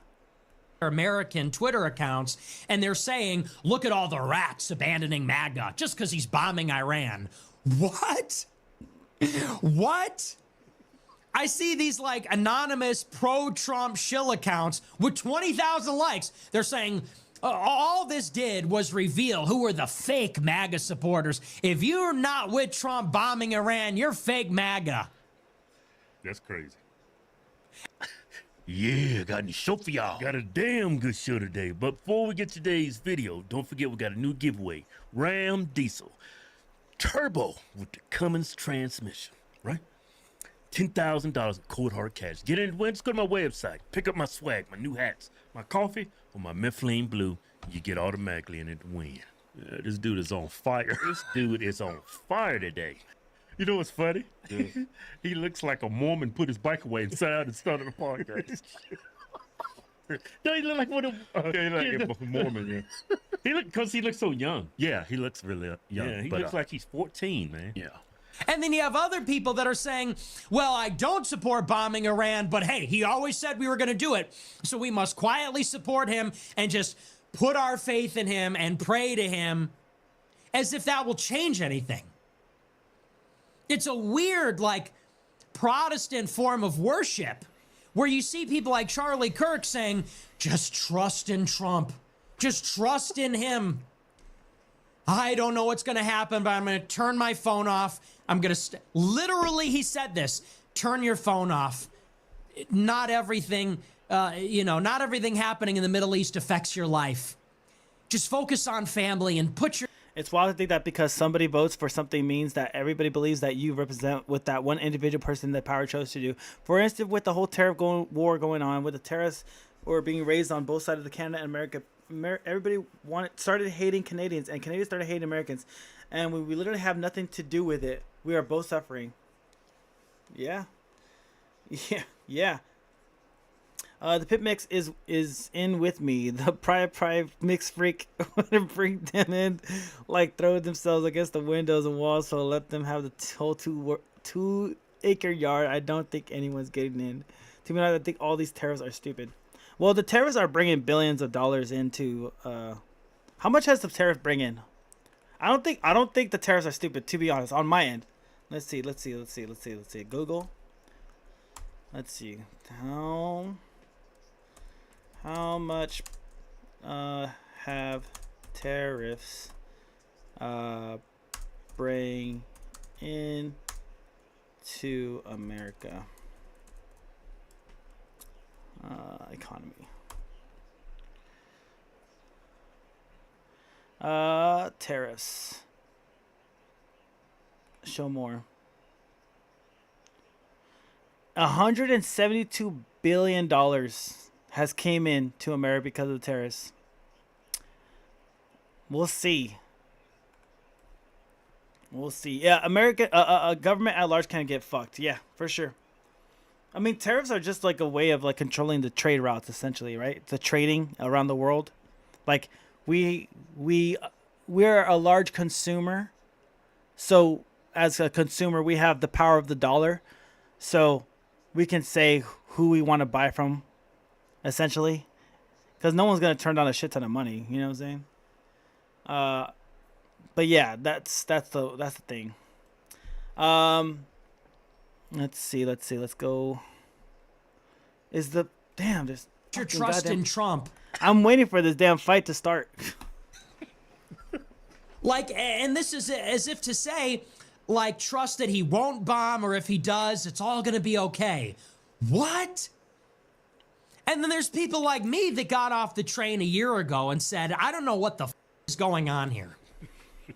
I signed up in 2016 because Trump said to Jeb Bush, the war in Iraq was a mistake. And I quote, there were weapons of mass destruction. There weren't none. We knew there were none. They said there were weapons of mass destruction. He lied. Those are the words of Donald Trump in 2016. Our government is using it as a narrative to oppose the belief that it is because of the Americans, 90% of the problems, because of the Americans that we are suffering through the terrorists. Aren't helping our governments is still causing 90% of the problems, but our news media outlets perpetuate that America's fault and that things are underway. Follow the money. Where does it go? To the government and the elites. Yeah. Your government, your Canadian government is blaming us of their problems. If Canada was so strong, right? If Canada was so elite compared to us, why are y'all having problems because of tariffs? As an American, I was like asking the same thing. I'm like, their Canadian government is acting like they fucking own something really big when they rely on us for their economy. And what did Trump do? He fucking swiped that shit under their legs, right? It was supposed to be jokingly, Canada was going to be one of the 50 states, or one of the states. Obviously, that's not going to happen for real. But he was just trying to show, like, you guys rely on us, and we don't really rely on you that much. So that was like the huge tipping point for me. I was like, Canada needs a little bit more of a thank you to us. You know what I'm saying? Yeah, I don't even think you guys have an army or a military, right? I mean, compared to us, nobody really has a military. We invest so much of our damn money into the military complex. It's disgusting. But we are a superpower because of that. And the same thing with Mexico. Yeah, exactly. Infant little brother, for sure. And then same thing with Mexico. The one thing over there is like the cartels are like taking over, right? I get that too. We have to figure that out. And that's not, you know what? It's another problem. It's not my problem. It's not my say. It's not my country's problem that you guys are having issues with your inner workings of government and gangs. Why do I have to suffer because of your messes? You know what I'm saying? Why do we have to go in there and step in there? That's another thing I don't want. I don't want to use our troops, our people, to fix everybody else's problems. I don't want to send our army over across seas. I don't like that. Exactly. It's not like really going to little people who actually need it. Like I just say, because I make $23 too much, that insurance will no longer cover my transportation to the doctor and help pay for my glasses for eye exams. But my medical issues can cause freaking tumors on my eyeballs and make me go blind. So I kind of have to keep it on check. I'd be more okay with it if the money helped the actual people and not the elites. Yes. That sounds like a fucking balancing scale nightmare over there. Jeez, dude, the medical system sucks here. I'm gonna say that for sure. I don't agree with Luigi doing what he did to the CEO, but I understand. You know what I'm saying? I understand. 16. Stop the video. Yeah, we're supposedly not bombing Iran, but we are. It's our weapons, and we are participating in this war. Yeah, but Iran doesn't have nuclear weapons. I think it's all propaganda. Who creates a nuclear arsenal to start a nuclear war with two nuclear superpowers? That's what I'm saying. Who does that? Exactly. Let him repeat that. Who does that? Weapons. I think it's all propaganda. Who creates a nuclear arsenal to start a nuclear war with two nuclear superpowers? Who's that much of an idiot to do that? I don't think they really did that.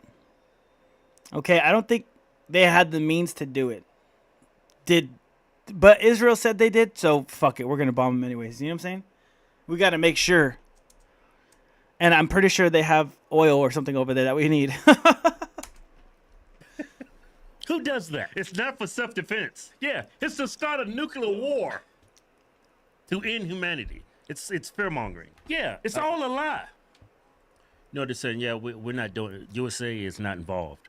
Let me put it to you like this. If somebody comes to my house and asks for a gun, Isaiah, you can borrow mine.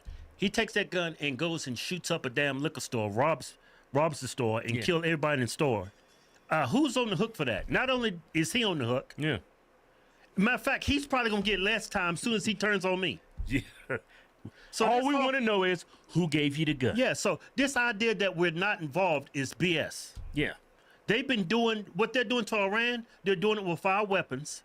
Everything they've done to every other Muslim country in that area, in the Middle East, it's because of us. Yeah. Without our money, without our weapons, none of this will be happening right now. Yeah. None of it. Without the U.S. Support, they wouldn't have bombed Iran. So to say we're not We wouldn't have involved, invaded Iraq. Yeah. I totally understand, but it's not. I don't think it's worth taking someone's life. Yeah, I mean, tell that to Israel. Like you support them, you said. So tell that to your Israel friends. You know, that's why I can't support it all the way. What's worse is not only is it not your guys' fault, but it's our own government's fault for purposely creating this chaos and allowing it to happen. Even promoting the chaos to ensure our decline, using covert objectives to raise the crime rates. That's sad, bro. And what's the reason? Is it because of the immigration to come in? You guys are being You just said you had an immigration problem and all this stuff is happening, and then you're trying to blame it on Americans that you have an immigration problem? Or the immigration's problem is causing crime rates to go up? Make it make sense. You guys, like, it's like pointing the finger at somebody else when it's really the fucking government's the problem. There's definitely an underlying objective from the elite level. I feel like it's okay. There's a conspiracy, right? Which I do believe in conspiracies. The globalists are trying to infiltrate everybody with communism, essentially a socialist type of mindset, and then work it from within, like pretty much infect it from within. So you bring in the immigrants, you disarray the people, and you make it a brand new thing, and usually comes a whole new way of thinking, a new way of government. And that's the globalist way to come in and infiltrate your country. No, that doesn't have to be to do with Americans all day. Literally paying immigrants more than we should pay our own people to stay in hotels and eat with 90% food a day with the rest of the Canadians are suffering. Yeah, that's what was happening in America, but we stopped that shit. Joe Biden was doing that, and we're like, what the fuck is going on? They're importing votes. Yep. They're taking over the votes. Yeah. They're making it vote. And then they make it illegal. They made it illegal over here to check IDs to vote. So illegals can vote, essentially, is what that happened. Are they checking IDs over there and making sure, are they making sure they're Canadian? Or are they able to vote right away? So stupid, dude. Yeah, like that's total BS. It's the same story now. They said there were weapons of mass destruction. There weren't none. They knew there were none. He lied. That's the same situation happening now. Wow. Yep, that's what they did over here. Made the laws very easy for them to come sit here. Yep. That's what they were doing over here, bro. We kicked them. We had to put a stop to that. So we did. We voted for Donald J. Trump to fucking come in. At least he stopped it. He didn't deport as much as he wanted to, but he stopped it at least. No one's coming in finally like that. It was crazy over here, bro. When 100% of the, when 100% planned conspiracy. Yeah. That's how you change.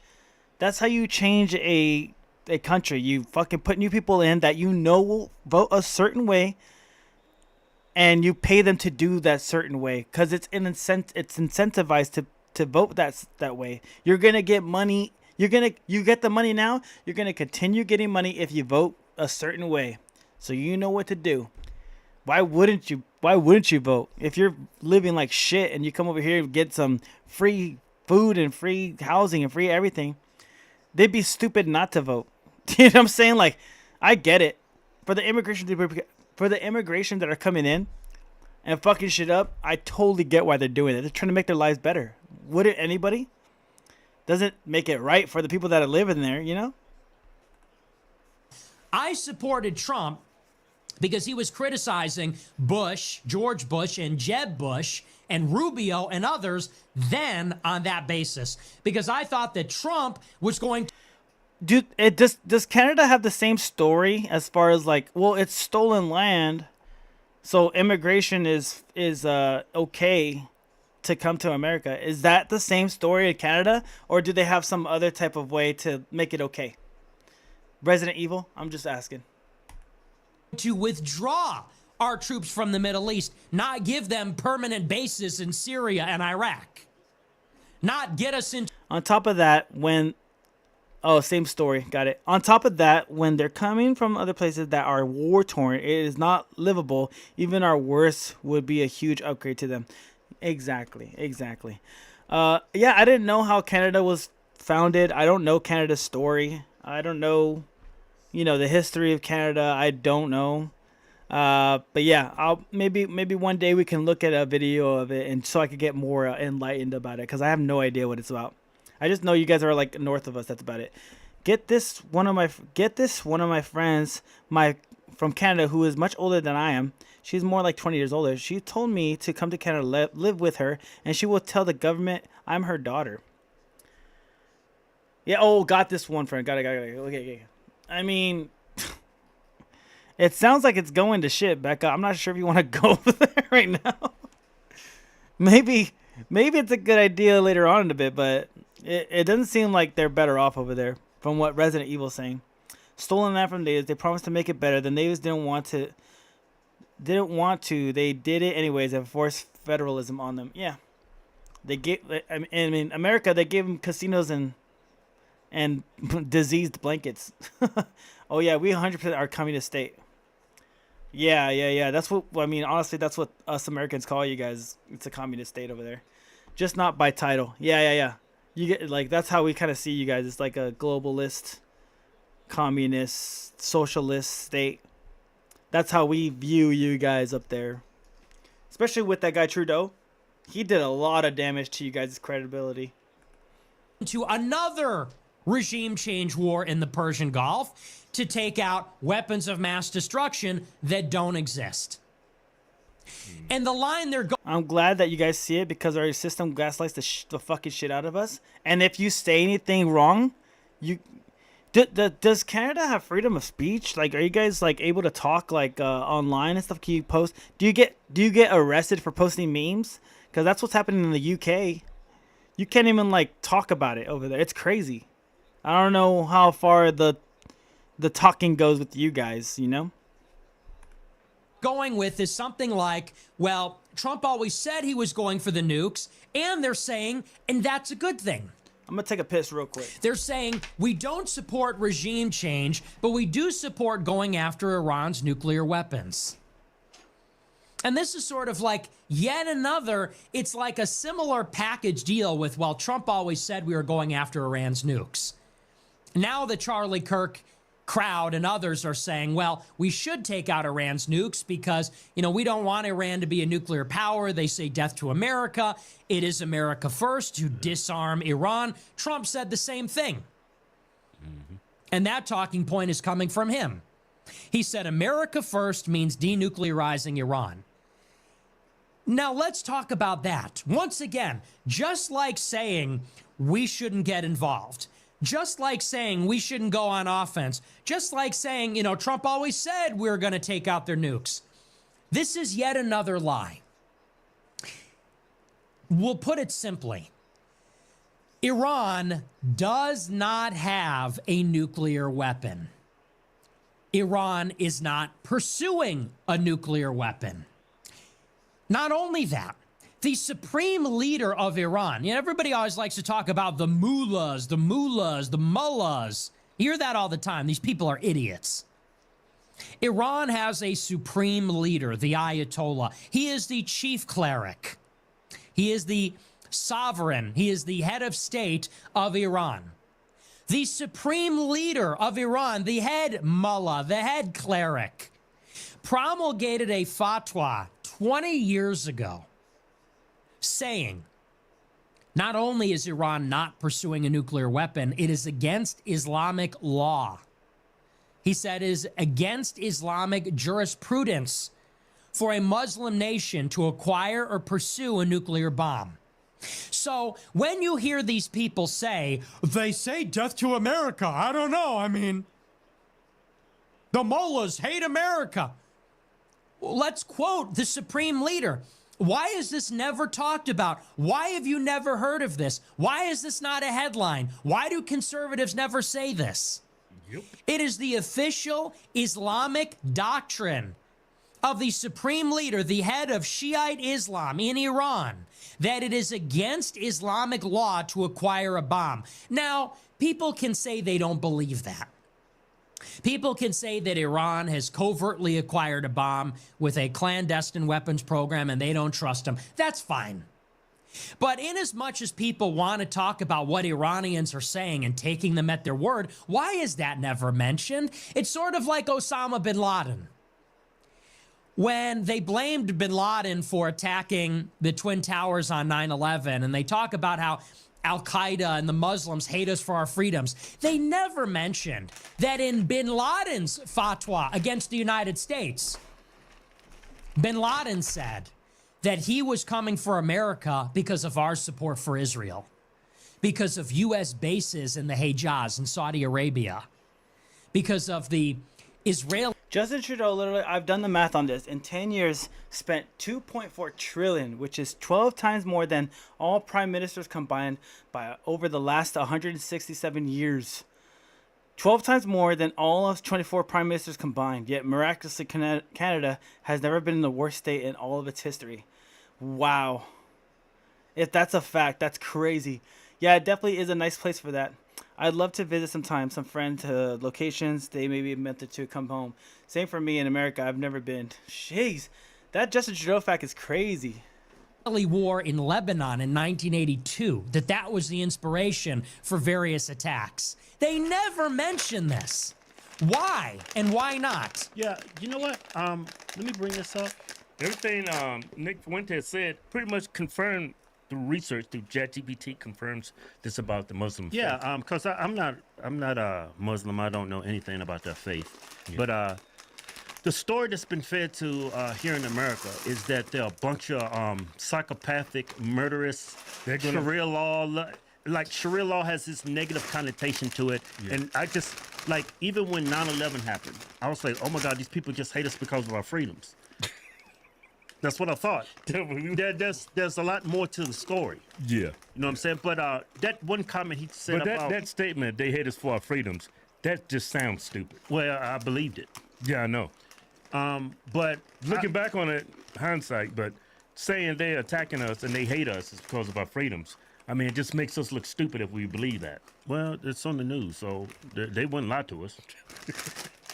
So I went to ChatGPT and I put, is the Muslim religion against use of nuclear bombs? Islam, like many major world religions, does not have a single sexualized authority, so interpretations can vary. However, mainstream Islamic teaching strongly discourages the use of indiscriminate and massively destructive weapons like nuclear bombs. Here's how this is generally understood within Islamic ethics. Prohibition on killing innocents. Islamic law, Sharia law, which again, when I hear that, it has a negative connotation. Yeah. Because it's always used negatively. Mm-hmm. Islamic law, Sharia, holds the sanctity of life as a core principle. Whoever kills a soul, unless for a soul or for corruption done in the land, it is as if he had slain mankind entirely. The Quran. Nuclear weapons cause widespread death and suffering, including to... Isn't that his son, Fidel Castro, who are very close friends of his father, Pierre Trudeau? So they say it's his father in China, the communist leader Mao Zedong. Yeah. I've seen that, and they kind of look kind of similar. It's kind of funny. The Castro and Justin Trudeau, they look kind of similar. It's kind of weird. I actually went to Pierre Trudeau's funeral in the early 2000s. They look fucking identical. It's so weird, bro. It's like I saw it side by side. I'm like, that's so strange. It's just like how genetics work, you know? Fidel Castro actually went to Pierre Trudeau's funeral in the early 2000s. How's that guy doing, Fidel Castro? I haven't heard from him since the Cuba crisis, I think. I forgot. Civilians, children, the elderly, and the environment, making their use highly problematic under Islamic ethics. So when you read that, so you're able to defend yourself during times of war. But A little while ago, they were talking about the Alatoa. It reminded me of something that my mom won from a local radio station in the 80s. Was a roll of TP and had his pick on it and said, "Put the Alatoa's face in the proper place." I'm fucking weak. That's fucking funny, bro. Wow. to use weapons of mass destruction, it goes against that faith. I had no idea about this. Yeah, Islamic teachings on warfare, jihad in its military sense, emphasize fighting only in self-defense or against oppression, prohibiting the killing of non-combatants, protecting trees, animals, and infrastructure. The use of nuclear bombs violates all of these principles due to their indiscriminate and long-term destructive effects. Scholarly opinions. Most contemporary Muslim scholars and Islamic organizations condemn nuclear warfare as unjust and incompatible with Islamic moral teachings. Some support disarmament and peace initiatives in alignment with broader humanitarian goals. Yeah, that's the gist of it. See, now I'm starting to understand why this guy's censored so much. Because it goes against everything that's been told to us via the television. When people came out with the YouTube, this new invention, it's like mainstream media, man, now they have competition. Now we just want to have to go by that word. We have other people's opinions that... Yep, exactly. The internet fucking helped us expose everything. That are being shared every day. Yeah, we don't have... And yet, Pierre Trudeau looks nothing like Justin Trudeau. I've done my research into it, and Margaret Trudeau, Pierre Trudeau's mother, stated on a news media interview that, stating herself that the reason that her and Trudeau had broken up was because of infidelity, because Justin Trudeau was conceived. Before he was conceived. Okay. Sorry, Justin Trudeau. Got it. So you thinking that's the daddy? I'm the pappy. To listen to Mark Levine. Yeah. Who has a very... Justin Trudeau's mother, got it. Justine. Okay, he has got it. Conflict of interest. He's Jewish. Yeah. No, not I don't Justin. understand By the way, why, if it has been dead Israel, for a while. they Yeah. donate to politicians. I'm like, yeah, I'm pretty sure, like, it's been a while since I heard his name. Probably explain why you haven't heard from him. Yeah. Why hasn't he texted me, bro? Why hasn't he DM'd me, bro? Dictate who's Where's my fellow Groiper at? elected in our country, but Russia can't, China can't. Rightfully so, but why do we give a pass to Israel? Because they're our biggest ally. They would never do anything to harm us. Bro left me on red, bro. That's crazy. That is nuts. I'm not anti-Israel. I'm just anti-war. And when Tucker Carlson was talking to Ted Cruz is a buffoon to me now. Yeah. He actually has a quote. He joined the United States government to defend Israel. Yeah, Ted Cruz, he tweeted that, didn't he? Yeah. That's why he from the video. I'm like, that is insane. That's like someone from Russia came here. I joined the United States government to defend Russia. That is crazy. Hey, America first, right? Yeah, I'm America first. And there is a division. America first, but Israel firster. Within MAGA. We're still all MAGA, but there's, I would say, probably around 50% of MAGA supporters are totally against this war. The people who do support it are the boomers and the evangelicals. Yeah. The pro-life people. The pro-life people, that's funny. That is so crazy. They call themselves pro-life. No, I'm just, like, I know it's funny. They consider themselves pro-life. Like, pro-life is like, with that mindset, pro-life means they're talking about in the womb. Outside the womb, it's fair game. Fair game. If it's a Muslim or Palestinian, it's okay. It's okay. Because that's God. Ted Cruz, I can't look at him without laughing. Dude looks like Grandpa Munster. What the fuck?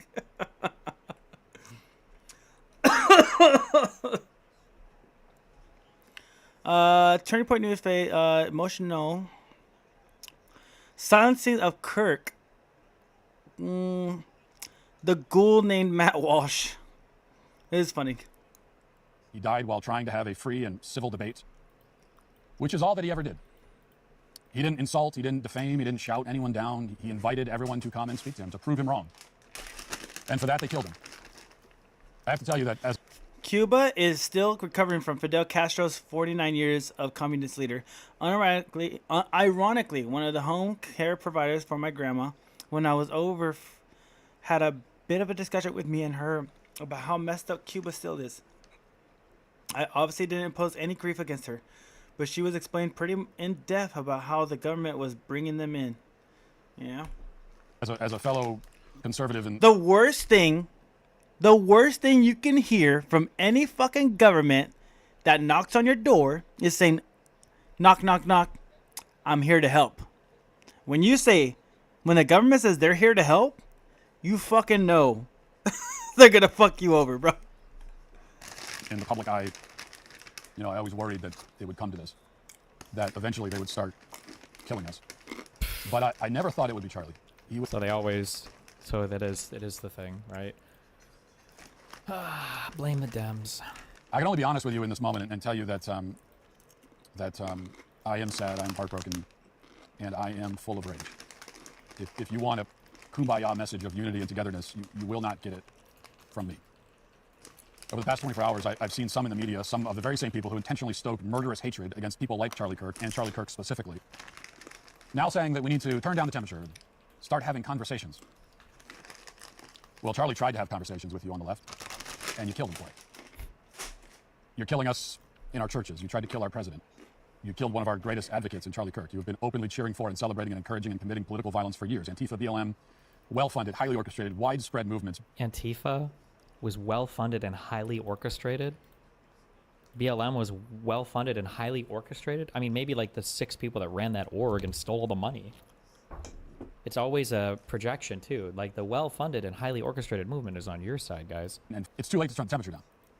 This is not a time to hold hands. It's a time for justice. It is a time for good to fight back against evil. It is time for the righteous to prevail for the sake of our country and for our families and our children and for Charlie. I'm sorry. It's hard to feel bad for any of them now. Like, there's a non-zero chance, especially after Charlie Kirk dies, right? Where now you've got people that are rolling around looking to avenge their fallen conservative hero. Like, imagine you're listening to this. Families. Like, if there was any amount of moral character, this is also why these people are all a-religious, or if they are religious, they should go to, like, super hell, because Jesus Christ, these guys are just disgusting, right? But imagine, like, the thing you should say after an event like this is, like, I know that tensions are high, I know that we all feel, like we want to avenge our friend and everything, but, like, now is when... See, what the Democrats don't seem to grasp is that just because they might not take extreme actions, as assassination or others, they do propagate the measures in which provoke, and somewhere down the line, some extremists will take it too far. Yeah. When they're calling people Nazis and fucking, all this other bullshit, it gets people mad. We were grown up to hate Nazis, right? Our schools indoctrinated us to hate Nazis. Our movies hate Nazis. So when you call somebody in real life a Nazi, we're like, yo, that's bad news, And when a Nazi gets into power, what are we doing? We'll just kill them. Because we were just indoctrinated. What broke me about Charlie, his little girl asked her mom, where's daddy? And she told the baby, daddy's on the work trip with Jesus, so he can afford your blueberry budget. That baby is 3. My dad died 2 days before I turned 2. It's hard having him there one day, then he's gone the next. Yeah. Yeah, that's really hard. That's terrible. That's fucking terrible. And they're celebrating this. And when I mean they, not everybody, but the people that are celebrating that are fucking retarded. I'll straight up. They're fucking retarded. And I'm glad I have the freedom of speech to say that to them. While they have the freedom of speech to laugh about it. Cooler heads need to prevail. There's never been a time for these guys who are obsessed with archetypes, for these guys who are obsessed with stories and religiosity and Greek mythos and everything else, like there's never been a time where it was like the hero responded in rage and anger and prevailed. It's like not generally, like usually you have to like chill and you're supposed to be a bigger person, right? Even assuming this is, again, we don't even know this is a left-wing shooter. We don't know yet. The people that hated nobody on these online spaces, or nobody in these alternative media spaces knows, unless you spend a lot of time online, the #1 group that hated Charlie Kirk, at least in the past, was the Griper movement, was Fuentes' fans. Now, we don't know if it was a Griper that shot him. As far as I'm aware, I don't think any Nick Fuentes fan or Griper has ever been involved in any kind of terrorist or violent event. That's not what I've never heard of that before. But, like, we have no idea who this shooter, we don't know anything about this guy at all, right? Another group of people that really don't like Trump or Trump associates are never Trumpers, right? And many of you have seen all the myriad posts and videos from leftist demons celebrating Charlie's death. I know we want to tell ourselves that these are fringe voices, but they aren't. There's a very large group of people out there who want us dead. Even in Congress, they tried to have a moment of silence after Charlie's passing, but Democrats jeered and heckled. In Congress, this is who they are. Not on the fringes, in the main. What did that look like? Disgraceful. Democrats yelling in Congress for a moment of silence. The chair would ask that all members present in the chamber and those in the gallery. Did he say please, president? The chair would ask that all members present in the chamber and those in the gallery please rise for a moment of prayer for Charlie Kirk and his family. This is also cringe as fuck. Why the fuck are we? He was a political figure, like not like an elected lawmaker. Again, we didn't do any of this for the Minnesota state senator that got literally assassinated. But okay.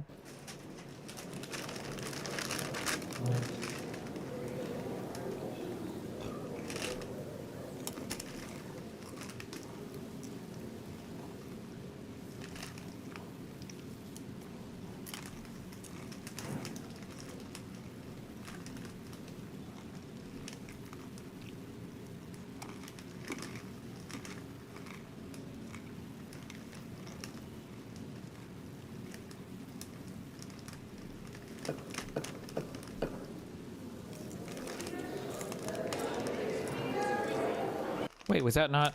Wait, did he gavel to stop a disruption that I couldn't hear? Or was that they did the whole moment of silence?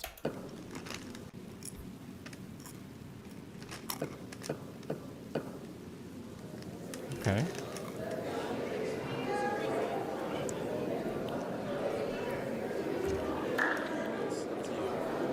For what purpose did the gentlelady from Colorado rise? I'm aware that the video title says after the moment of silence. I'm aware of that. His claim was that they interrupted... Congress, they tried to have a moment of silence after Charlie's passing, but Democrats jeered and heckled. He's saying that they prevented the moment of silence. I'm responding to his claim, not the fucking title of the video. Holy shit. The #1 people who hated Kirk were Fuentes types? Yes. You either know or you don't know. If you've been involved in online spaces, there's a long feud between Gripers and Charlie Kirk. They used to like troll him at events and shit. Kirk hated... It is the echo chamber of rhetoric that fuels the implies the hatred we are witnessing. As you yourself noted earlier, even when discussing difficult subjects, the goal is to avoid creating an echo chamber, a true critical seeks dialogue that finds common ground rather than sliding into violence.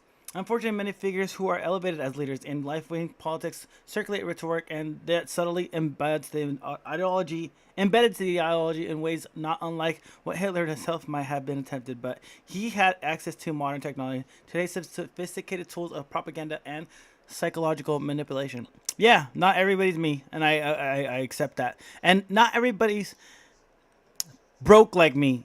You know, someone's getting a paycheck somewhere, and they're gonna say the shit they need to say to make sure that paycheck keeps coming through. And that's most of the fucking Congress. Both left and right.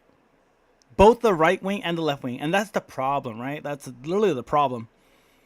And like I said too, if you give me that fucking, if you give me that look away money, I'm gonna fucking do it because I need the fucking money.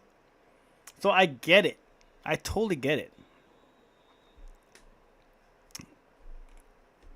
Hated fucking Nick Fuentes. He hated him so much. It wouldn't surprise me if there's never been a mention, if Kirk has never even said his fucking name in a video over the past year. I don't know if he has his name kept up. Maybe they've chilled.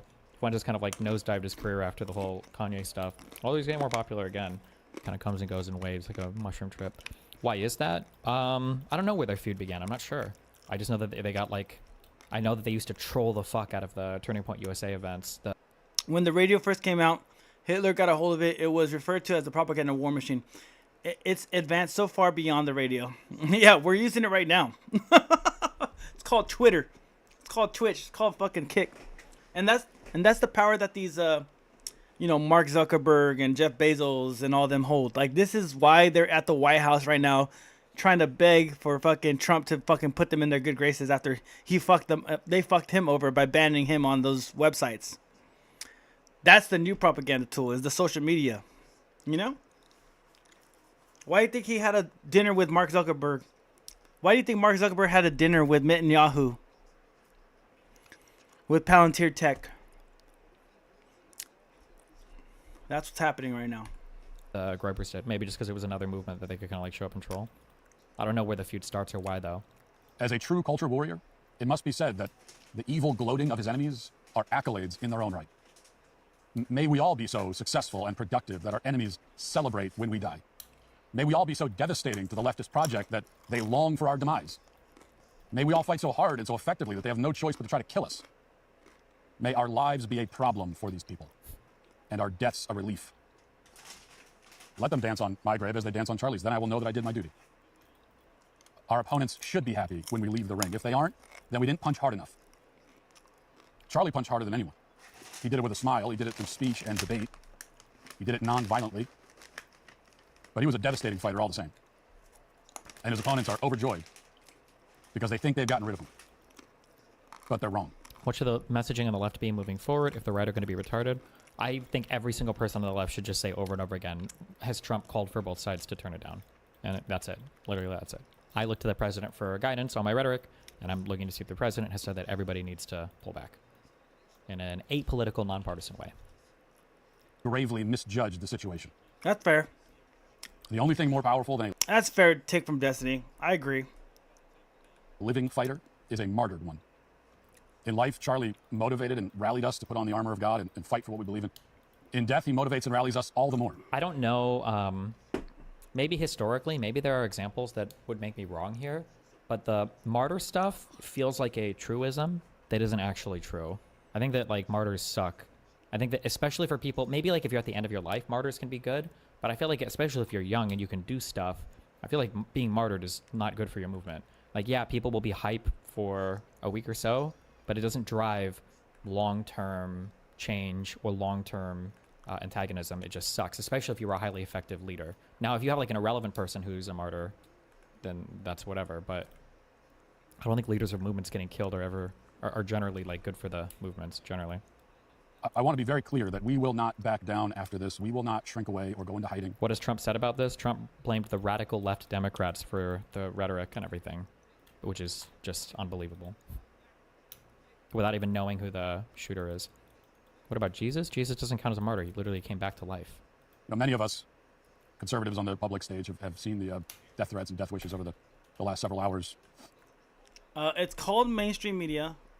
News outlets, I find that only applies to social media censored where narratives are effective. I feel like very hard for them to conduct the psychological operation they tend to sophisticated, but our ability to communicate on a large scale, so the only option left is to divide and conquer at every single possible angle. I will say I unfriended someone who was making fun of his death because they were laughing at the situation that his kids will grow up without him. I'm all about free speech, but I don't want to be friends with people who think a child losing a parent is funny. Look, that's the beauty of free speech. You get to see who the people really are, and you can move accordingly. That's why I need this to happen. Like, the people losing their jobs, like, dude, like, I'm not for losing jobs, but like that's what freedom of speech gave you. That's the consequence of your freedom of speech. And you still have right to freedom of speech to say I got fired from my job because I laughed at Kirk's death, you know? You still have that right to do that. And that's why I protect that one a lot. And I agree. You could do whatever you want with your friends, like unfriend them, whatever. That's your freedom. I don't want that kind of person in my life, let alone vicinity. I don't care if somebody didn't like Charlie Kirk. It's when they take it as far as people like that, I have become appalled. Yeah. I mean, yeah, that's your choice for sure. That's the beauty of it. Like I said, I want to know who's racist around me so I can move accordingly. Whether that be I fight the motherfucker or I just disagree or I just move on. It's like, how close are we talking, you know? Leftists across social media are making their wish list of who they'd like to see assassinated next. You know, I've seen my name on the list. Oh my God. Benz is on it. Many other names. I do think the chances of a copycat event are very high. I do. I do too. And that's why I feel that it's important for me to say that I'm not going to back down. I'm not going to hide. None of us will. None of us. Because if we back down, then the demons who killed Charlie will win, and they cannot win. They will not win. The day before his death, Charlie posted a picture of Irina, the young woman who was killed on the light rail in Charlotte. And he added a short caption, "America will never be the same," he wrote. Amen. You had no idea how right you were, my friend. America will never be the same. It will be better. Thanks in large part to your work, your legacy, your example, America will ultimately be a better place, but there's a lot more to be done in the meantime. The fight continues. You finished your race, Charlie. You fought the good fight. You kept the faith. And now we'll take it from here. Okay. And we won't give up until the work is done. Wow. And you can rest in peace. Destiny's so fucking such an asshole. When you say without even knowing who the shooter is, how is that not cope? What could be an alternative? Bro, Trump is the least popular president in all of U.S. history. It's true that the people who you surround yourself with is in part who you are, who you become. Yeah, there's some truth to that, but you still can hold your own identity amongst thieves. You know what I'm saying? Like, you still be a good boy. Sad thing is, I've been friends with this person for 33 years. I'm still friends with all 4 of their siblings. The mom calls me their second daughter. There's 4 boys and 1 girl in the family. That's a hard one. Now, I will say this. Are you going to hold that person to one moment in their life for the rest of their life? I feel like, Becca, you would be able to talk to them and at least state your stance on why that was not good and call it for what it was. It was whack. And hopefully change their mind to see your point of view and then move on from there if it's that much of an issue, you know? To oust somebody outright, and you know, that's for you, obviously. That's your freedom. But for me, it's like, it's not that deep. It's been doing it a lot lately. I made fun of the girl that was killed on the train, and he made fun of the girl that was killed on the train in Charlotte too. That's crazy. Again, state your opinion. What's so funny about it? Tell me why it's funny. You know, it's not funny at all, but if you find some humor in it, let me in on the joke, because this shit looks terrible to me. If you want to remain friends, that is. I don't know how close you are with this person. I don't know if you even want to save the relationship because you have other people involved. I'm not sure how those people feel about it. Have you talked to the family about how they feel about them too? They might be laughing in on the joke. They might just be like, yeah, he's just been on his rocker. They might just shun him a little bit, but maybe put his ass in check a little bit, you know? That's if you want to save the relationship, but that's neither here or there, right? That's your decision. He has a sycophantic cult obsession with MAGA, but everybody else fucking hates him. Groypers hate him. Never Trumpers fucking hate him. There's a lot of different groups and people on the left that also hate him. Like, who knows? Like, if I had to put money on it, my guess is it's the... Yeah, that's a fair question. Would it be worth it to keep in that person that's demoralizing your view of life around you? Shooter is probably left-leaning, but I don't even know. It would almost be 50-50. I feel like left-leaning attacks or whatever are always like cringe, like BLM shooting cops and walking up and shit. Could also just be a fucking lunatic as well. Some like fucking crazy guy who wants to make, you know, huge waves in the country.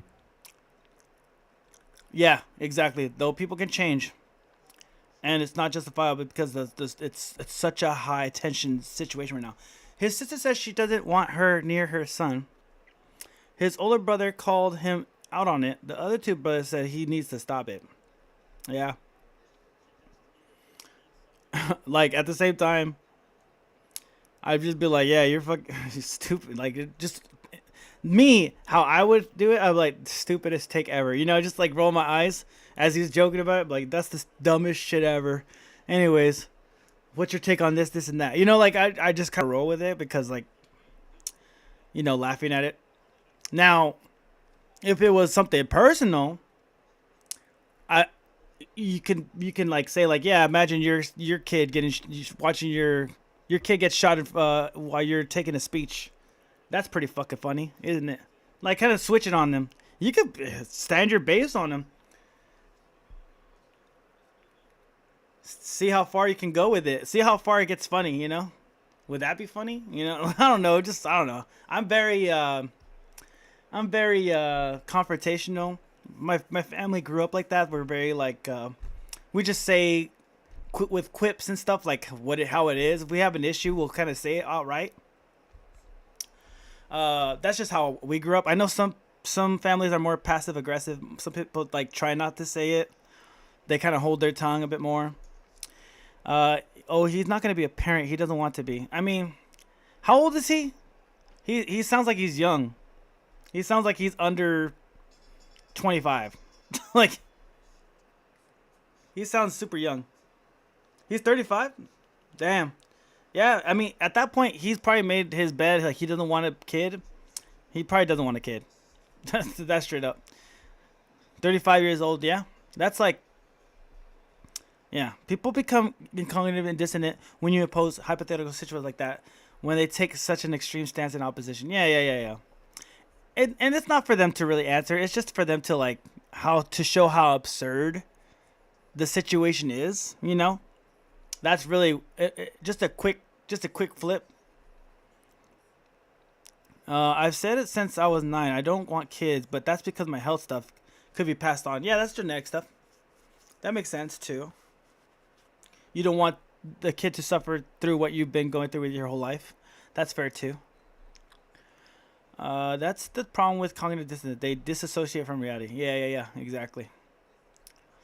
Let's see what this motherfucker has to say. Ladies and gentlemen, welcome to the Tim Dillon Show. We have an interview this episode with Max Blumenthal, who wrote an article in the Gray Zone with Trump insiders talking about where Charlie Kirk was mentally in the last few weeks and months of his life, and the things he was feeling and the pressure he was under. I didn't know Charlie. I'd never met him. I knew people that knew him well. Everybody liked him. Both people I know on the Democratic side liked him, and people on the Republican side obviously liked him. But, you know, that was one of the most disturbing things I had ever seen in my life. The man is a husband, a father. Even if he wasn't, he's a human being. He's sitting there. He's engaging in conversations with people. And he was brutally murdered in front of his wife and children. I'm not a sanctimonious guy. I dressed up as a dead healthcare CEO on Netflix. I'm not someone who is out there being a purveyor of good taste, but I just don't understand how, after witnessing that murder, you could be gleefully celebrating this attack. I think you're at a very bad place spiritually, you know, in your life, if you're celebrating the murder of a person like that. I mean, again, this wasn't, you know, a lot of what I do on the program, we make fun of the news, we make fun of what's happening. A lot of it's dark comedy, so I don't go out there and police people's reactions or tell them what to say. But if that's the first reaction you have to that video is to celebrate this, or, I mean, you can't be doing great. You can't be doing great. If you know, if you're celebrating the murder of this man, I don't think you're at a good place in your life. And not even just the murder, but public accusation from the kids and wife. Yeah, if I wanted to make jokes and not involving his children, I could have ignored it. But bringing his kids across the line, that shouldn't have crossed. That's a fair take. When it comes to kids, I'm very like, don't fuck with the kids, dude. I'm like that with like any killings with the cartels too. Like, people that fuck with the cartels and get money off them, dude, you're sleeping with like a crazy situation. And the fact that your kids get killed because of your actions is fucked up. I don't condone that. But if you're doing shit with any bad people, and you get caught in the crossfires, like, you kind of had it coming, you know? Like, you know the deal. But the kids don't know the deal. And then they have to suffer. They get killed, or they have to live with the trauma. And that's not fair to them, because they're innocent, dude. They don't know what the fuck is going on. You know, like I said, I saw the video. I watched it one time. I would not rewatch it. I found it to be, I didn't know what I was watching. I was on a plane to Austin. with Louis actually, and he was. No, I didn't hear about that. That's terrible. Did you guys hear about the daughter trying to go to her dad and why she can't see him? Damn. She didn't even fully understand what happened. Yeah, no one knew what was happening, let alone the daughter. No, I didn't even know what was happening. You know what it was?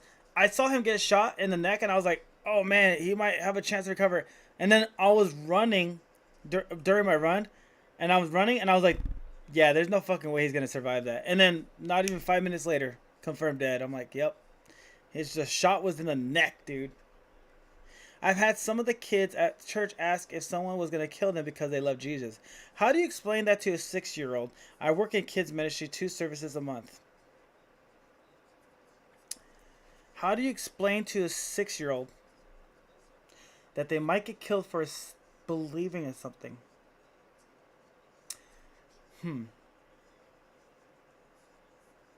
To break it down for a kid, because life is super they're super like, I want to live forever.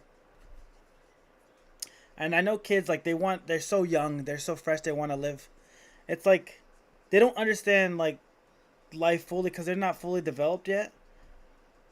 And just say God is with you in life and death no matter what. As long as your faith is that strong, as long as your faith is in strong, you're fine. Whatever happens in this life, just know that God's with you, even at the worst of times.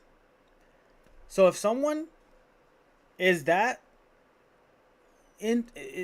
to take that away, takes life from you, if someone wants to take life away from you, just know that they can't take God away from you, and that's their biggest L they could ever do. They can't take away God from you. I mean, we teach kids to speak up for what they believe in, and they see it. I told them if anyone tries it in here, they will have to go through me first because it's my job to protect them. Yep. No justifiably one. Not justifiably one. Yeah. Yeah, you'll do everything in your power, you know what I'm saying? Of course. Of course. He was doing shows down there, and I saw this video, and I was like, it was maybe the worst thing I have ever seen. You know, when I picked up my phone, it was unbelievable. And a lot of people I know, you know, people that I'm, you know, in their orbit comedically or for whatever reason were, you know, I understand people trying to be funny about terrible things. I understand failed attempts at making things funny. I've had them myself. I get it. But some people, the joy, the glee, the delight in this man's assassination. Again, I don't understand how you could look at his wife who's collapsing in front of his casket, who's crying, where the children are asking where their father is. I cannot get to that place where I can understand enjoying that. And it scares me that there's a lot of people that are there. And people that I kind of, you know, kind of somewhat know, not close friends, but like people that I am aware of and, you know, kind of, you know, have worked with and know from the life that I've lived.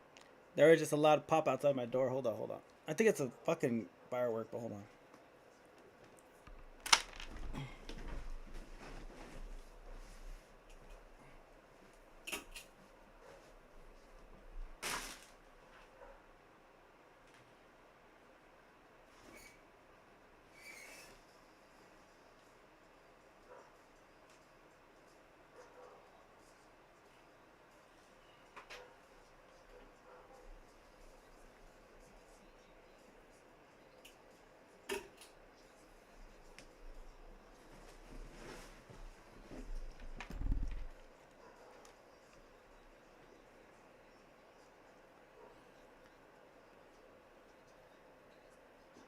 Pretty sure that was a firework because I don't hear any repeated gunshots or anything.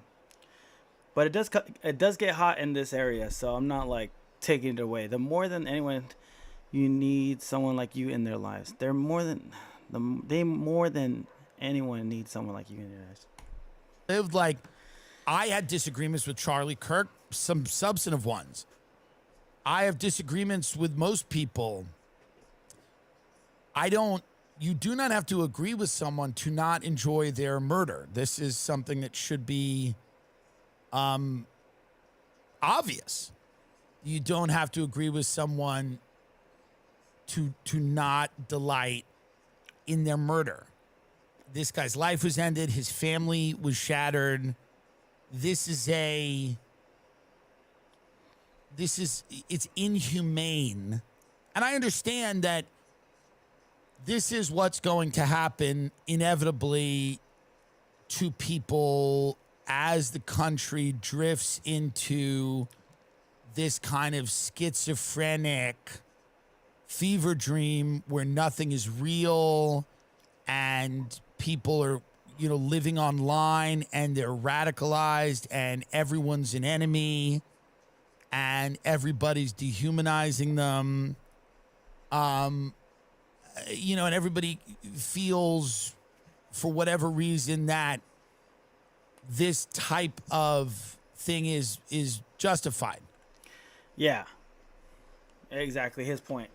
I think we all feel the same way about it's just not a laughing matter, All right. So I got to pivot somehow from this sad situation over to the fucking fights, because Terrence Crawford and Canelo are about to walk out in about 5 minutes. So I'm going to try to get us out of this situation. Yeah, I'm going to try to get us out of this heaviness. I got to pivot for us. Beck, are you on the Discord? If I need to put the Discord up again, I will. I just need to look for it. Let's see. Let's go over to the Crawford fight.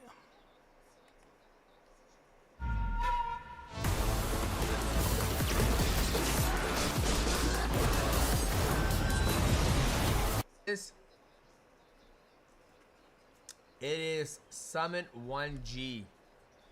We got Summit 1G on the podcast. Great chat with him, man. It was a very good chat.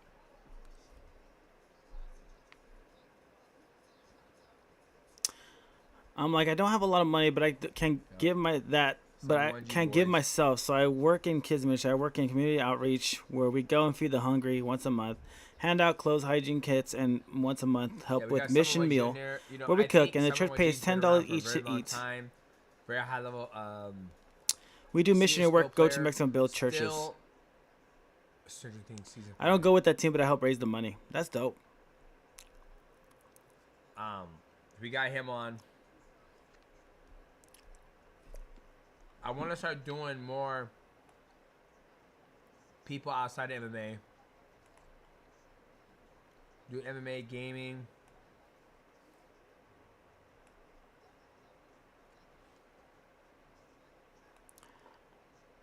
I'll send the Discord link right now for you. Let me find it for us. Discord link. I put it in the chat earlier, but I'll have to look for it again. Let's see. Nick Fuentes in the podcast? Nick Fuentes in the podcast? Ever give my opinion? Do you ever give your opinion on Ronda Rousey? No, because nobody asked me about Ronda Rousey.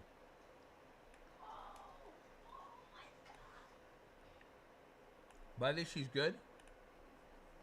I think she's before her time. I think she did great. Oh shit. Destin has called me. He says, did you call your master? You call me?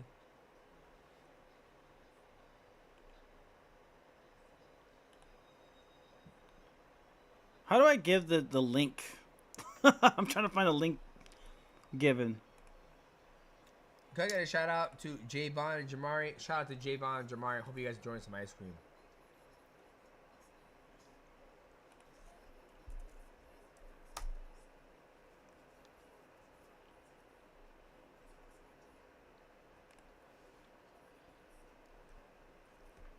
How do I share a link?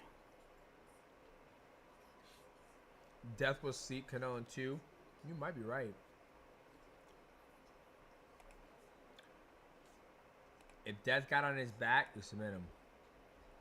The fact that Jake Paul versus Tank Davis is fucking crazy. There you go. Found it.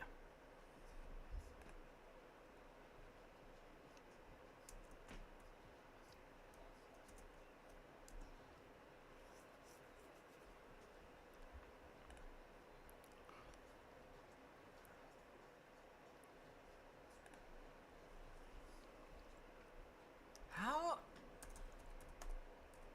Hey, shout out to Jake Paul for getting all this fucking money.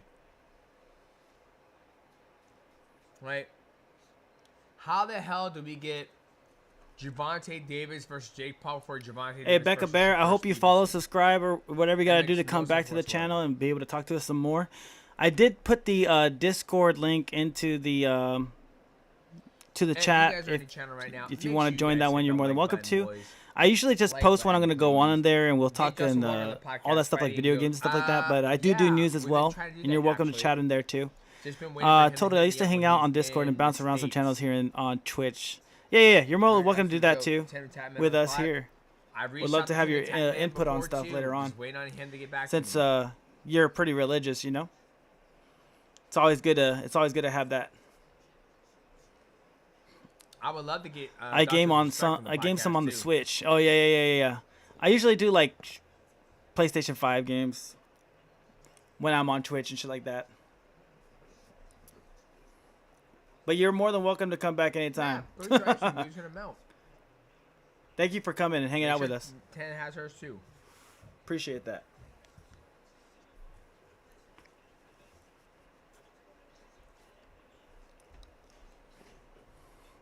I'm gonna go to Gordy because he's kind of boring. I thought he's gonna be more lively. Let's see. Go to history. Go to my. Where are they? Oh, there he is. If you're an illegal alien, this runway is your future because you're headed home. I'm Christy Nome, the United. I'm nervous. So we got two in favour of Canelo, 3 in favour of Crawford. Can I just say, I've just been told that the YouTube audience, shout out to you lot, hit the like button. I haven't been at the game so much. I've been fighting the Canadian government based. Been playing MK1. Just got it one yesterday, which turns out it's very easy again. It isn't very easy against a communist state. Nice. Because he's got a much bigger fan base. Big shout out, before we get on, big shout out to Surfshark if you want to be able to watch content around the world. Surfshark.com/paingame. You can get 4 months for free extra when you use our link in the description below. Big love to Surfshark. You have to say this as well. One thing I didn't know is the Pain Game have love out here. Out in the USA. I thought we was kind of homegrown-ish. I'm not going to lie. Man, we're worldwide. Bro, We're it's worldwide, worldwide. motherfucker. Yeah, absolutely. the Pain Game? honestly, I've been took back by the amount of people that have come over and they've been like, they normally go, they spot Brian and then they start piecing everyone together. They're like, it's the whole cast. It's like, yeah, we're here. Love it, man. I fucking love it. Man. I can't believe. Guys, I'm rattled. Yeah, that's the only experience I can tell. Like, you see the feeling I had when we went to the gun range? I feel that, but with more. Like, we're about to witness a historical moment. You see, bro, even AJ, oh shit, fuck it, it's over. It's happening, it's happening, it's happening, it's happening. Here we go, guys. Here we go. Wow. Okay. Bro, I remember watching fights at York Hall. Dillian White against Chisora too. I'm thinking like, God, I'll remember this for the rest of my life, being here. Can we just say? Now I can't even fucking remember it. I'm like, You know what's mental? Can I just give us another pat on the back as if we are? Joey's the best at this, but I'll give it a try. Go on. We're independent. We're not Sky. We're not, the biggest companies that have billions of investment. We're just fucking 5 mates, right? Yeah. And I've just sent our cameraman to ringside for True Geordie and Pain Game and all of that. Let's go. For the company to film Canelo versus Bud Crawford in Las Vegas. And this all started with me saying a message to Niall Ranger here. I can't fucking believe what we're doing right now. There's a band playing. We got, I think Terence Crawford will be coming out first. Yeah. I imagine so, yeah. This is classic Riyadh season, man. They go. Let's fucking they do go. I'm gonna get some things more water. like we've never seen before in boxing. Unbelievable. Listen, we have to, I always like to do it, but giving credit to Ted Sheikh, you have to do it. Regardless of, this guy's coming to the game, yeah? And there was all the talk. There was like, oh, what's it gonna do? We're talking about Saudi, this, that, and the other. But it's been refreshing because we've had undisputed fight after undisputed fight. We've had fighters exposed. We have had fighters really showing their level as well. Yeah. And that's the beauty of it. And he's given opportunities to fighters who never ever would have had. Exactly. Donovan Padley, bro. Do you know what I think the difference is? He's come at it from a real fan's point of view. Yes. A lot of the guys, it's always been just about the business aspect. But he does it from an absolute fan point of view. Right. And I think that's the real difference. Because it gives us the fights we want. Look, I mean, just look at this. Look at what we're looking at right now. Bro, I can't He fucking ticks believe this every shit. box of what the fans bro. want. Oh, bro. Mate, I can't fucking believe this shit. But I need to record this. And this vision, everything, this goes back further than we're even remembering half the time, right? We think of it as, you know, His Excellency coming into boxing. Yeah. Remember the World Boxing Super Series, bro? Yes. Remember what made Alexander Usyk a great at cruiserweight. Yes. Remember what Callum Smith knocking out George Groves. This has been a thing that's been building, and I feel like we're at the pinnacle of this now. It's real, They bro. got the, it's mariachi settings right now. Wait, Canelo can't be, he ain't gonna come out first. No, they're just setting the scene. Okay. They're setting the table, bro. Okay. I'm getting nervous, guys. I ain't gonna lie to you, bro. This I feel like my family members about to go in there and fight, bro. Right. Whatever happens, yeah, if Bud does knock him down or anything like that, no one cheer. there are a lot of Mexicans around Bro, here. do you know what this is like? Do you know if you manage to get tickets to like a football match and you're in the home end, but you're actually like secretly, and you're just like, Mate, listen, we're like Galatasaray fans, yeah? But in the Fenerbahce section. And I'm telling you right now, I'm looking to my left, I'm looking to my right, Mexican flags. Yeah. I know. All over the place. I know. Wow. I like South American people, I've got to say. They've got a bit of fire about them. I like it. Yeah. I like that. Clean up. I tell you what, Some clean up. it's not all they've got. You know what? One thing I want to do right now, Travis, Yo. you're a bit reckless. You're my guy. Undefeated in that. You don't kill us today, bro. I know Crawford's going to have a moment. Look over your shoulder. They're there, bro. You know I'm not gonna be able to control myself, bro. If Crawford knocks Canelo out today, I might jump into the fans, bro. What? Bro. I was walking past groups of Mexican people yesterday going, but it's at 6. I'm a wild guy, bro. Mate, He likes to play with his own life. It's fucking prick, honestly. What a guy. But nobody does this. I slipped off for 2 seconds a minute ago. Go for the toilet, and I was thinking, I hope everyone just thinks I'm a Canelo fan in here, because I'm bare intimidated right now. Yeah. Do you know what though? I walked into the toilet and I went, Omaha, Nebraska.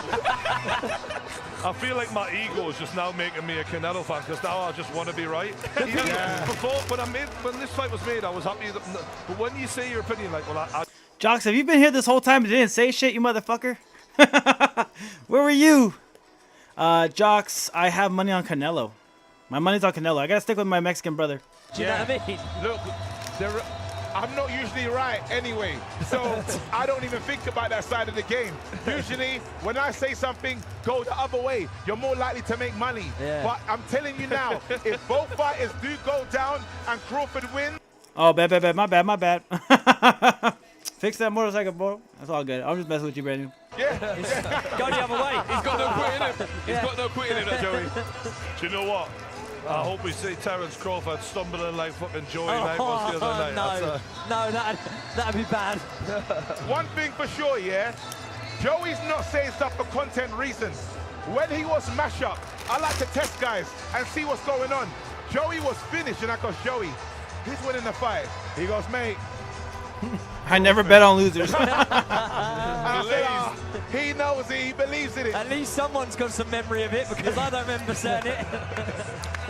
In fact, I never bet, period, because it's haram. No, I was kidding. The Mexican Beyonce. We don't know this guy performing it. Wow, Crawford's coming out now. Holy shit. Let's go, Crawford. What's that? Is he got a guitar with him? What's that? Is he gonna play mariachi music? Do you remember last time? Piss off. Do you remember? And this guy's not confident, no? Remember last time how we came out with the fishing net? He's Terence holding. Crawford, He's wait. holding something else. That film, Once Upon a Time. On his way. Once Upon a Time in Mexico. Oh, snap. Once Upon a Time in Mexico. The Once Upon a Time in Mexico with the gun in the suitcase. That's gotta be the reference. He looks really confident, by the way. Terence Crawford looks very Wait, confident. is he coming up? Is this his music? This is his music. This is his music. He's got Floyd Terence Mayweather. Crawford. He's done a Floyd Mayweather. That's my The black dude's coming out to some mariachi shit is gang. Remember when Floyd came out dressed in the full Mexican attire? He's done the same idea. Mate, to come out with the suitcase, because the tune was like, I don't know, but as soon as I saw the suitcase, I said, he can't be doing that. This is smoke. That's very disrespectful. What did I say the other day? What did I say? I said the other day, yeah? We was in the... This motherfucker's really coming out with the fucking Desperado. Yo, I might have to choose Crawford. Just for the subtle disrespect. I love it. I love it. To the ring and cements his name as one of the greats. Let's go. Terence Crawford is on the ring. Do you know what? And he's ready to make history. Come on, wait, hold on. Let me say this right now. That is total mind games. That is the total mind. Look at that. Bro, that's he's not confident at all. Look at that. Relax. Bro, let me tell you this. Genuinely, I think I'm ready to change my pick now. That's I'm ready to change my pick too, bro. Hey, we're going for Crawford, bro. No, but you know what? It's a mind fuck. That was really confident. It's clever. Yes. No, but like, you know what I was thinking? First mega state fight, hated fighter, 160, Canelo. I thought he may be a little more reserved. Like, remember when we thought Daniel Dubois came out against AJ and he had an aura about him? Yeah. He's just come out like he's going to walk this fight. Anarchy, bro. No, he looks like he's going to walk. Traitor.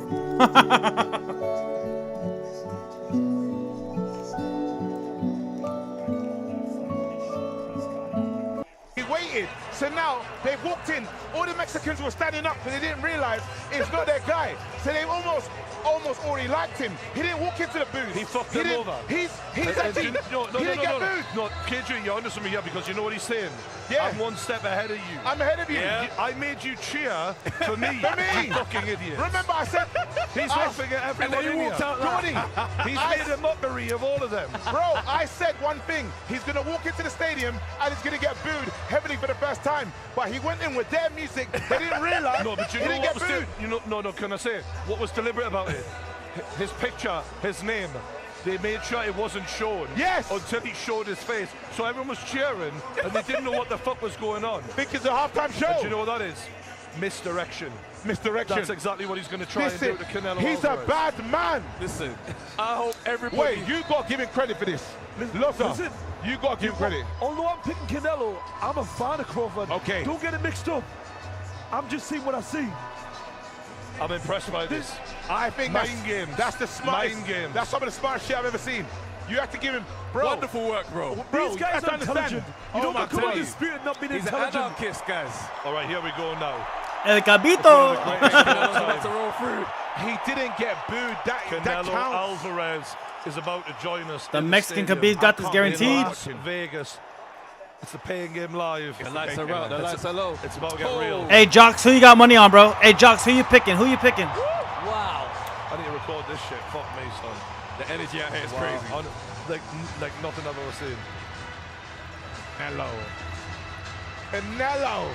I broke my phone on my I broke my camera on my phone the first night. It's not that I'm not appreciating the moment. Yes. Give us a combination. Yes, sir. What? Hey, this is how you know we're independent media. That's how you know we're independent. We're supposed to be being professional, but we're not we professional. can do this. You know what I mean? So we can do this. Fuck it. Unfiltered, this is what we're doing. Literally, we don't give a fuck. We can't believe the fuck. We cannot believe that we're here even That's still. fair. That's fair. I can't fucking believe this. That's a decent pick, dude. After he came out like that, bro. Yeah. I get you. Yeah, he is. The king of Mexico. Canelo. This is badass, lads. I can't lie. This is insane.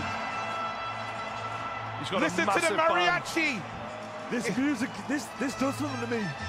This is the real stuff. Do you know what this is? It feels like some Wild West type vibe, you know what I mean? Look at the colors. It's all Mexican. Amazing. Yeah. Oh my I God. told you he's at home and it's not his country. Jeez. Oh boy. Wow. This is crazy. I can't believe what I'm experiencing. I love this. I like this, you know. This vibe is cold. Maybe I'm gonna be the Mexican in me. I got a bit of Mexican in me. I'd like a bit Mexican in me. So you're watching him come into this. Do you think there's a single back step in Canelo walking into this? Absolutely not. Money on both sides. There's a man in the ring waiting for him, bro. You don't deserve You can't lose a bet if you bet on both. Oh my goodness. Fucking serious now. Oh. I feel like I want to get a bit of salsa thing going. 2 4-weight world champions, lads. Going head to head. Unreal. For the king of the last decade. The But what is post-Mayweather this era. though? What is this though? What is this experience though? It's the fifth. What is The experience is the 5th undisputed fight that we have covered on the Pain Game. Yes. In the space of a year. In the space of a year. I'm glad to say, as a Mexican, and I don't even listen to mariachi music and cumbia norte that much, but I'm so happy that people around the world right now are listening to my culture's music. That's how fucking crazy we've came up. Shout out to Mexicans, dude. Does that look like a man that's struggling with confidence? Absolutely not. Let's see how he is when he enters the arena. The We're seeing him in the fireworks. tunnel. Losing both bets is crazy work. Present the undisputed titles, including the Ring Magazine belt, which is seen now as the main belt now. The pyrotechnics. Canelo is here. Wow. Hey, Drake. Mexicans do got that fighting spirit in them, though. They love boxing. They love standing up for what they believe in. Like, shit, Mexicans get down. You know what I'm saying? Terence Crawford looked quite light-hearted about. He looked like he was smiling. There's no games. Canelo's strictly business by the looks of it. I know there's no logic to this, but when a fighter walks out in black trunks, they mean business. Yeah, always pick a Mike Tyson. Canelo's walking out right now. Last, what, 4, 5, 6 fights, so saying? This ain't skull. You're not getting the skull performance. Right? You're talking about a regular Mexican. We're talking about a super Mexican. I can't even hear you, lot, you know. A super beaner. He can't lose. Oh, I thought He simply can't lose. I've got a question. I've got a question, lads. What? Why? The vibes from these two fighters in this ring walk are Ooh. completely opposite. Yeah. Oh, big time. And I'm not saying it's AJ Dubois opposite, because you could see AJ was visibly not in the right frame of mind. But what I am seeing is Terence Crawford, he appeared to be light-hearted and loose. That's right. And I got you, yeah. Whereas Canelo, He looks tight. he looks dead serious. He looks serious. Now, that can be, I'm going to terminate you, seek and destroy you, I'm going to fuck you up. Or it could be feeling the pressure of this moment. Yeah. Or could he be offended? Because he's almost done. He's almost hitting with a your mum joke. He's come out to my country music. Do you know how offensive that is? You came out to. I remember when Mayweather wore the sombrero. When he wore the sombrero. They couldn't believe it. This is what I'm saying, right? And this is what I said about Terence Crawford. Fighters that are a little bit tapped, they've got that. They've got the good sort of devil in them, yeah. And Crawford's got that. So when Crawford came out for his ring walk, he's smiling. He knows he's on the wind up here. He knows he's doing his thing. Do you know what I mean? Whereas Canelo's looks very, very different. But I've seen multiple fights when I've watched a ring walk and gone, seems a bit weird, and I've been wrong. So let's see how this one goes. But I can tell you one thing, Crawford's confident. Question for you, Sue, though. You've made the walk, right? What do you prefer to be like on your ring walk? Light-hearted or dead serious? What do you prefer? Always light-hearted. Dun, dun, dun, dun, dun, dun, dun, dun, dun, dun, dun, dun, dun, dun, dun. The best of me, but that's me personally. Can I just clarify? That White Park trailer trash music. In his favor here. Yeah. And yet, Terence Crawford was smiling. Canelo is not even behaving like someone. Like, it's like the crowd aren't even here. He's blocked them out, and it's tunnel vision. Even the salute to the crowd was a bit like. But I don't think it's too different from what he normally is like when he's ring walk. Canelo was not emotional there. I personally prefer to feel a positive vibe Oh yeah. on a ring walk. W in the chat for white trailer trash music. By Donna Summers. Do you know what I mean? That says it all. Listen, the guy called me a pretty boy. I said, I'm looking out to hot stuff then. So my opinion means absolutely nothing in this situation. You know, it's just interesting because I've seen Canelo before not look as serious as that on the way out. And for me, when that many people are cheering for you, even when he acknowledged the crowd, he goes, yeah, it's not. And this might be like, I'm going to fucking rip his head off. He's here. going to, no, he wants him. He might be feeling some pressure. I Right, don't know. I'm telling you now, yeah, he's offended. He was offended, but what I liked about what I just saw from him just now is he relaxed. Now he's in the ring right now. He looks calm. He's been here before. We're talking about when he started his career. This guy's CV is extensive. It's great. He's done it. He's done this before. But he was just pissed off. Remember, this is the same guy that slapped Caleb Plant as well. And he heard something that he never really heard. He told himself that Caleb Plant disrespected his mum. There we go. There you go. So there we go. Wow. They're announcing Terence Crawford. I love this. And you can hear the crowd aren't impressed. I love it. Because he tricked them, he mind gamed them. It was beautiful. It was brilliant work. Do you know what? It was beautiful. You know how we look back at the Daniel Dubois 12 rounds of walkout? boxing, let's go. If he wins in style, we're going to look at that walkout and go, from the minute go, he was one step ahead. Always. People are going to say that. Always. I like the fact that he's not coming in any type of way respectful. Do you know what I'm saying? It sets the tone quite nicely. It's like, bro, yeah, cool. I want you to know this is not your occasion. Yeah, I'm walking in here as the man. Do we just get to watch the comments? Yes. How many people On have fought YouTube, Canelo and just been on happy to be stream, in a we ring can with only him? watch the commentators. Literally said to him, this is But- some high-level shit, man. The link I gave you, you could watch it on your phone, like or on some other device if you want to stick around and watch it at the same I time. respect your skill. That's crazy, And Canelo bro. went, all of the niceties. like that. But that was the Do we limit. just That get was to the watch limit. the 'Cause Canelo's commentators? obviously a Send good it over. Yeah, I person. got you, bro. You know what I mean? Like, I'll send it over right he now. wants to be a good person, but at the same time, we're fighting, bro. You know what happened after that? Thank you. Canelo fucking I'll send it right now. Yeah. That's what I mean. Do you know what's so crazy, yeah? I remember seeing these guys. Oh, shit. Oh, this is a moment. Do you know what's cool? We've heard that a lot now. So many times. I don't We've record been it no doing more. that. I don't record it no more. That's crazy. Yeah. I remember the first time you were gutted, you didn't record Yeah, I that. missed It's it. so funny. I missed it. There we go. Right, Terence There we go. Crawford, There we 41 go. and 0. There we go. That's right. 5'9". That's right. 167.5 pounds from Omaha, Nebraska. Comfortable, loose, ready to destroy, bro. You know what though?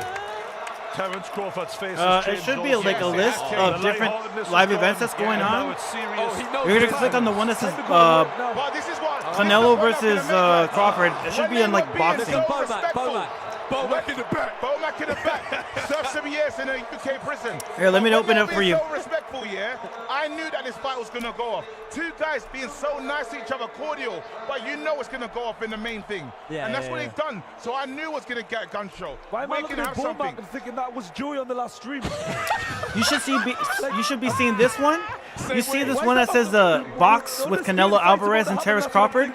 You click on that, and then don't let it take you to another site. Make sure you're staying on the same page. See how I try to take you to another page? Just click on it again. It should just stick to the main page right here. And then you click down here, and it's gonna try to sidetrack you to another page. Just X that out until it starts like that. To the head, I'm clapping him. I'm clapping him, bro. I don't care. I'm surrounded by Mexicans. It's gonna try to take you to another page. Just exit out that. This is a real atmosphere. This atmosphere Bro, is crazy. This atmosphere is mad. Have you seen this light? We've been through a lot, lads. This is right up there, isn't it? This is right right up there. This is the one. Absolutely. I'm not gonna lie to you. This is the one. No problem, no problem, bro. Well, look what's Canelo just Jesus. Wow. What's he just dropped? Woo! What happened? I don't know what's going on here. What are you saying? Canelo's dropped something. What do you mean? Let's go. This should be. Hey, I'm rooting for both people. I'm rooting for a good fight. That's what I'm rooting for. I'm rooting for a good fight. Was he in Vegas last night? Was he on the strip? The jaw's going mad. That jaw was going crazy. Do you know what? All of a sudden, I'm even more confident Canelo wins this. He's got some energy in him tonight. Let me tell you, lads. I'm just worried he's going to get popped after the There you go. There you go. This is the biggest fight ever. You got this. You got this, bro. This is unreal. A Groiber can do anything. Oh, boy. The biggest fight ever. Right, lads. We're going to find out who the fuck the king of the last decade is. This is what I love about sports, man. High-level sports. You find out who's the best in a We should moment. get Nick and Destiny in the ring. There we go. Look those at middle those of the two ring. would not go at it. They would not fight, bro. In terms of size Those are the two biggest bitches. Now Canelo's looking bigger. Now Canelo's had a bigger Canelo's man. looking a lot bigger. Canelo's They had a probably bigger they man probably right shoot now. each other before they even throw a Let's see when punch, the bro. angle changes, because that was quite close up. When we get the further out angle, Shit, you'll get a better score. idea. I've got a score. Why is this coach still rubbing his back so much? Leave him alone, man. Get on with it. Southpaw. Southpaw, absolutely. Turns out they both brought a quick draw. Exactly. Hit the They like both button, know what's retweet. up. If you're watching us now, round one. They both were in on the Canelo gimmick. Alvarez versus Terence Bud Crawford for the undisputed title. I feel like I'm about to go. Woo! I feel good right now, bro. I feel good. Wow. Let's go. He's out southpaw from the start, as predicted. Pokes the jab out straight Crawford away. on the front foot. Yeah, pushed him back. Remember, he's got to let him know early. We was talking about that Bivol thing where you got to set a marker. That's The crowd are absolutely electrifying in here. Is that southpaw stance putting Canelo off? I'm surprised that Crawford took the center already. I'm really surprised. He had to. We knew that. So I'm gonna pause it so mine lines up with the timing. They're at 2:30 into the round. I'm gonna wait for mine to be 2:30. I'm gonna press play on them so that I don't get spoiled on what's happening with the commentators. Round 1, 2:31. Let's go.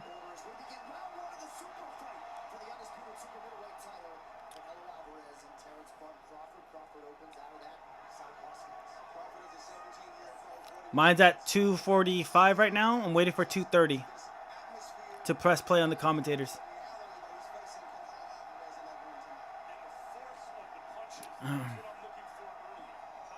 All right, mine's about to line up right now.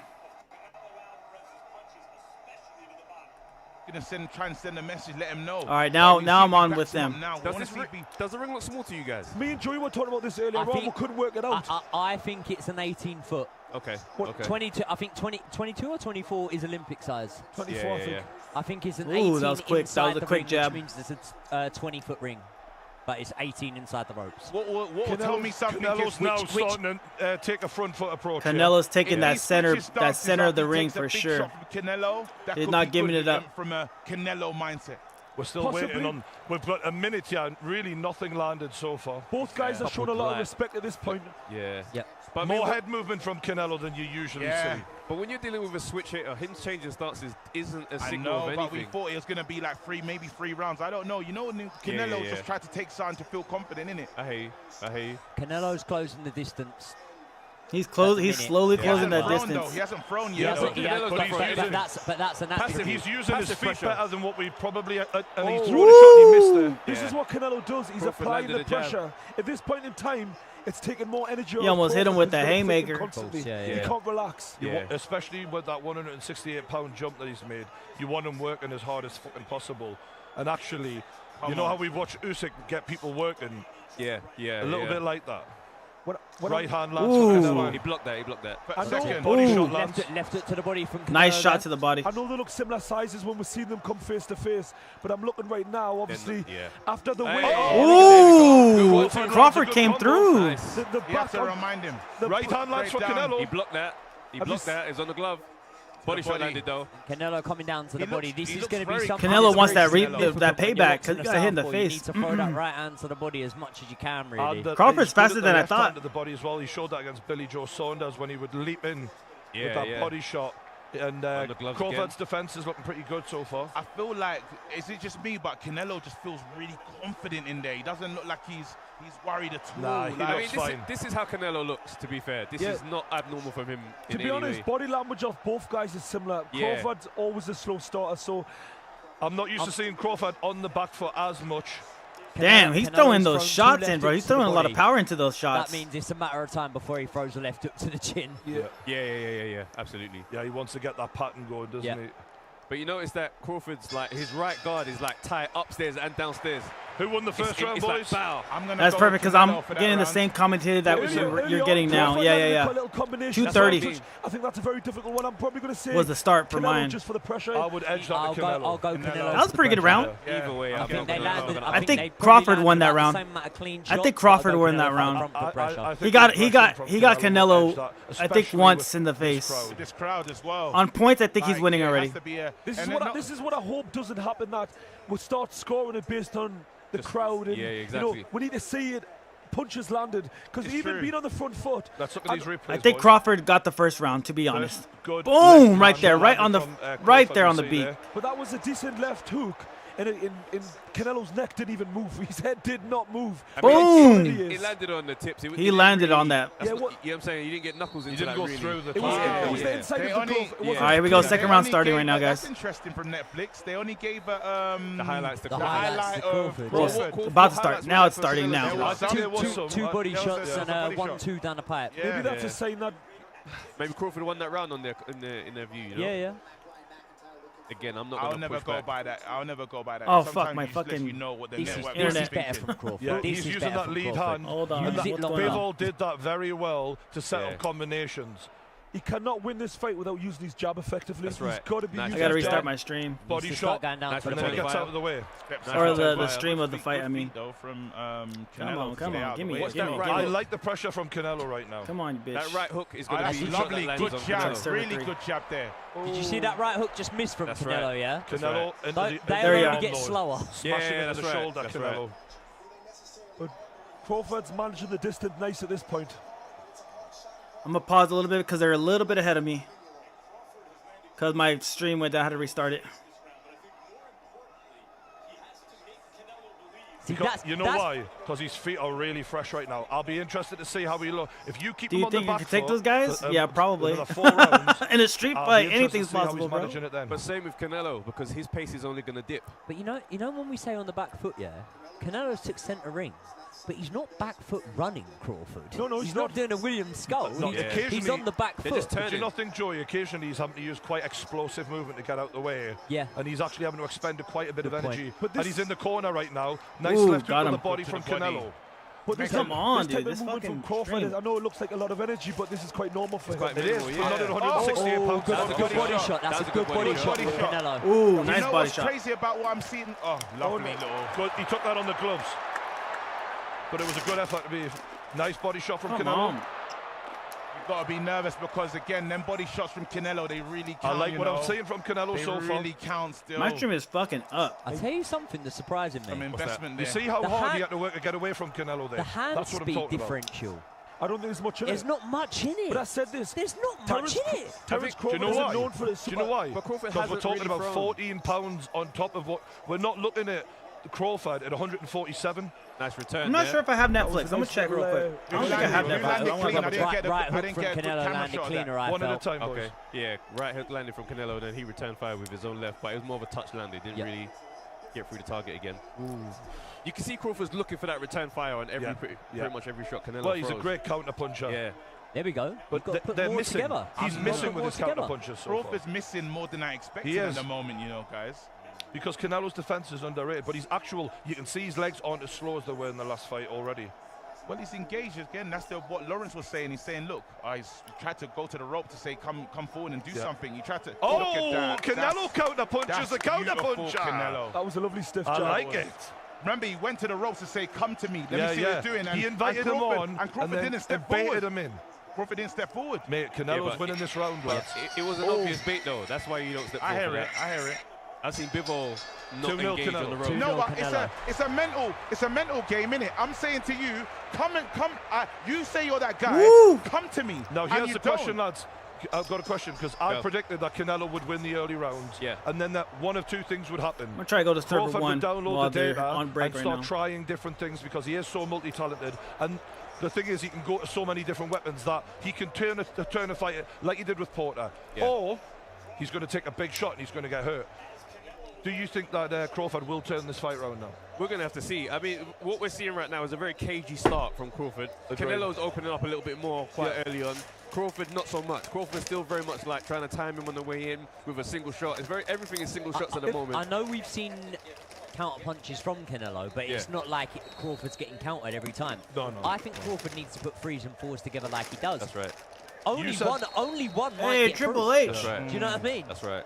But before the fight, you said that was a risky strategy, remember? Triple H is here. If I was to say whoever's tactics before the fight, All right, whose third tactics round. are coming off right now, I'd say Canelo's tactics are working. This is how he expects the fight to go. This fight. Crawford is on the front foot now, so he's obviously realizing, all right, I need to make a mark here and get some respect. What was nice is when he was doubling up the jabs. It was really good. Come round the side from the southpaw stance with hooks from each side, but he needs to just be on it, and he needs to do it a little bit more. Body shot from Crawford in there. I'm at 230 right now with the third round. You've got to throw combinations against Canelo. That's more like it. He can defend easily ones and twos. Now Canelo again starts marching. Ooh, he's piecing him up on this I don't know one. if he's getting the respect here, Crawford. Yeah, Crawford's getting the respect. I need to see Crawford start to. You know bit of spite. We've just seen a bit of spite from Canelo. He's Woo! gaining the confidence. He's starting to believe. Damn, Canelo's too Canelo's slow. starting to believe in his power. He's walking him down. He's not getting the respect. Canelo's here, too Crawford. slow, He's not bro. backing him What the up. hell? And I said before the fight, the distance between Crawford's the two way will too tell you fast. how the fight is going. Canelo is marching forward early on here. Not stepping off him at all. Crawford is winning, dude. That's crazy. Escaping quite nicely on Woo! combinations Good there. shot there. Nice look from Right, look Crawford. where he's standing though. Look where Canelo is. Crawford's outlanded him so Regardless, far. Loz. Crawford's outlanded him so far this Wow, round. wow, dude. He's schooling Canelo right now. That's crazy. The exits, I think, is quite significant. What the hell? Sometimes when you Did not watch expect some this. of these exits Crawford's making, he might normally make a 25%, whatever. He's doing a 90-degree Fucking angle on goddamn some of these server, exits. They are going to... He's having to be really explosive to get out of these danger spots. And fair enough, he's doing it. It is going to drain the gas tank. I'm not gonna lie, Canelo's having his way as it stands, you know. I'd like to see He's more not winning this round, though. No, I'm saying the fight is going in his direction. Do you think he's happened here is he's allowed it because he's changed his style. He's saying, I'm just gonna walk forward. I'm not forget your power. Look at this. But that's where we know. This is Why is he not putting combinations Crawford- together? He's just going for the single shots. I'm like, that's not going to work. Because he just made Canelo miss, and usually he'd let two shots go. Build a website you love with Wix. For your words, He didn't quite break the guard. So since them early punches, are you lot still saying that? I just don't think he's won this round though. Even still, I can hear what you're saying. because the pressure is not. It's not point scoring, is it? Yeah. Look at this. lovely. Good That's return a fire. But Damn. yeah, there's a left hook to the body, and then there's what? At least one scoring shot coming back, maybe two. I'd have to see it on the replay. I'm still having Crawford in this round. Crawford is having to learn a lot about himself at super middleweight, by the way. So the first two rounds, he's not going to come in doing anything major. He's coming to see what. Oh, that was a nice shot. That was a nice shot. That's his first real scoring shot of the round. That was a nice I shot think to he's the definitely stomach. hit more body shots than just that, though. To be honest, I'm liking what I'm seeing this round from Crawford. Same here. Yeah. I'm liking what I'm seeing. Yeah, he's a bit more slick here, isn't he? That's right. And he's I'm gonna give that starting to Wow. learn clean. Yeah, that's a All right, that was a round. nice He's shot. starting to learn Slowed him clean. down. Now, I'm curious to see what the power looks like when he sits down on a shot and digs Canelo. Because I don't know if he's just going to eat that and keep coming forward, or if he's going to go, okay. I think that was a really good. So Canelo came with a body shot and he returned with a lovely one too, Crawford there. And I think that was the best shot I've seen so far from him in the fight. Yeah, for sure. Yeah, He looked the most relaxed, definitely, in that round. that's right. That's right. Again, it's new territory for him. Is it? So I think him starting fast would be weird. Yeah. This is the first time I'm at 168 with the king of the 168 division. I'm going to feel my way through this one. I think what I'm The saying? reason why I'll say I feel a little bit different, guys.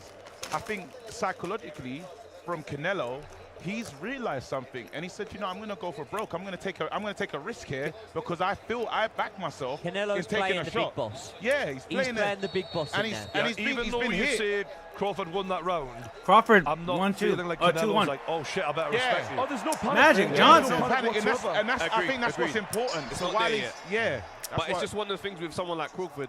You can't really allow him to start. Fourth rolling round into started the right fight. now. Yeah, you need something more authoritative here from Crawford Good jab. to back him up a little bit more and keep that distance. That helps him land those counter Jab. punches. Oh, There you go. That's Woo! more what we're expecting. There we go. That's There more we go. Ooh, There we go. combinations There we on go. them. Let's Brilliant start to get combination. Crawford's busy. throwing combinations like crazy.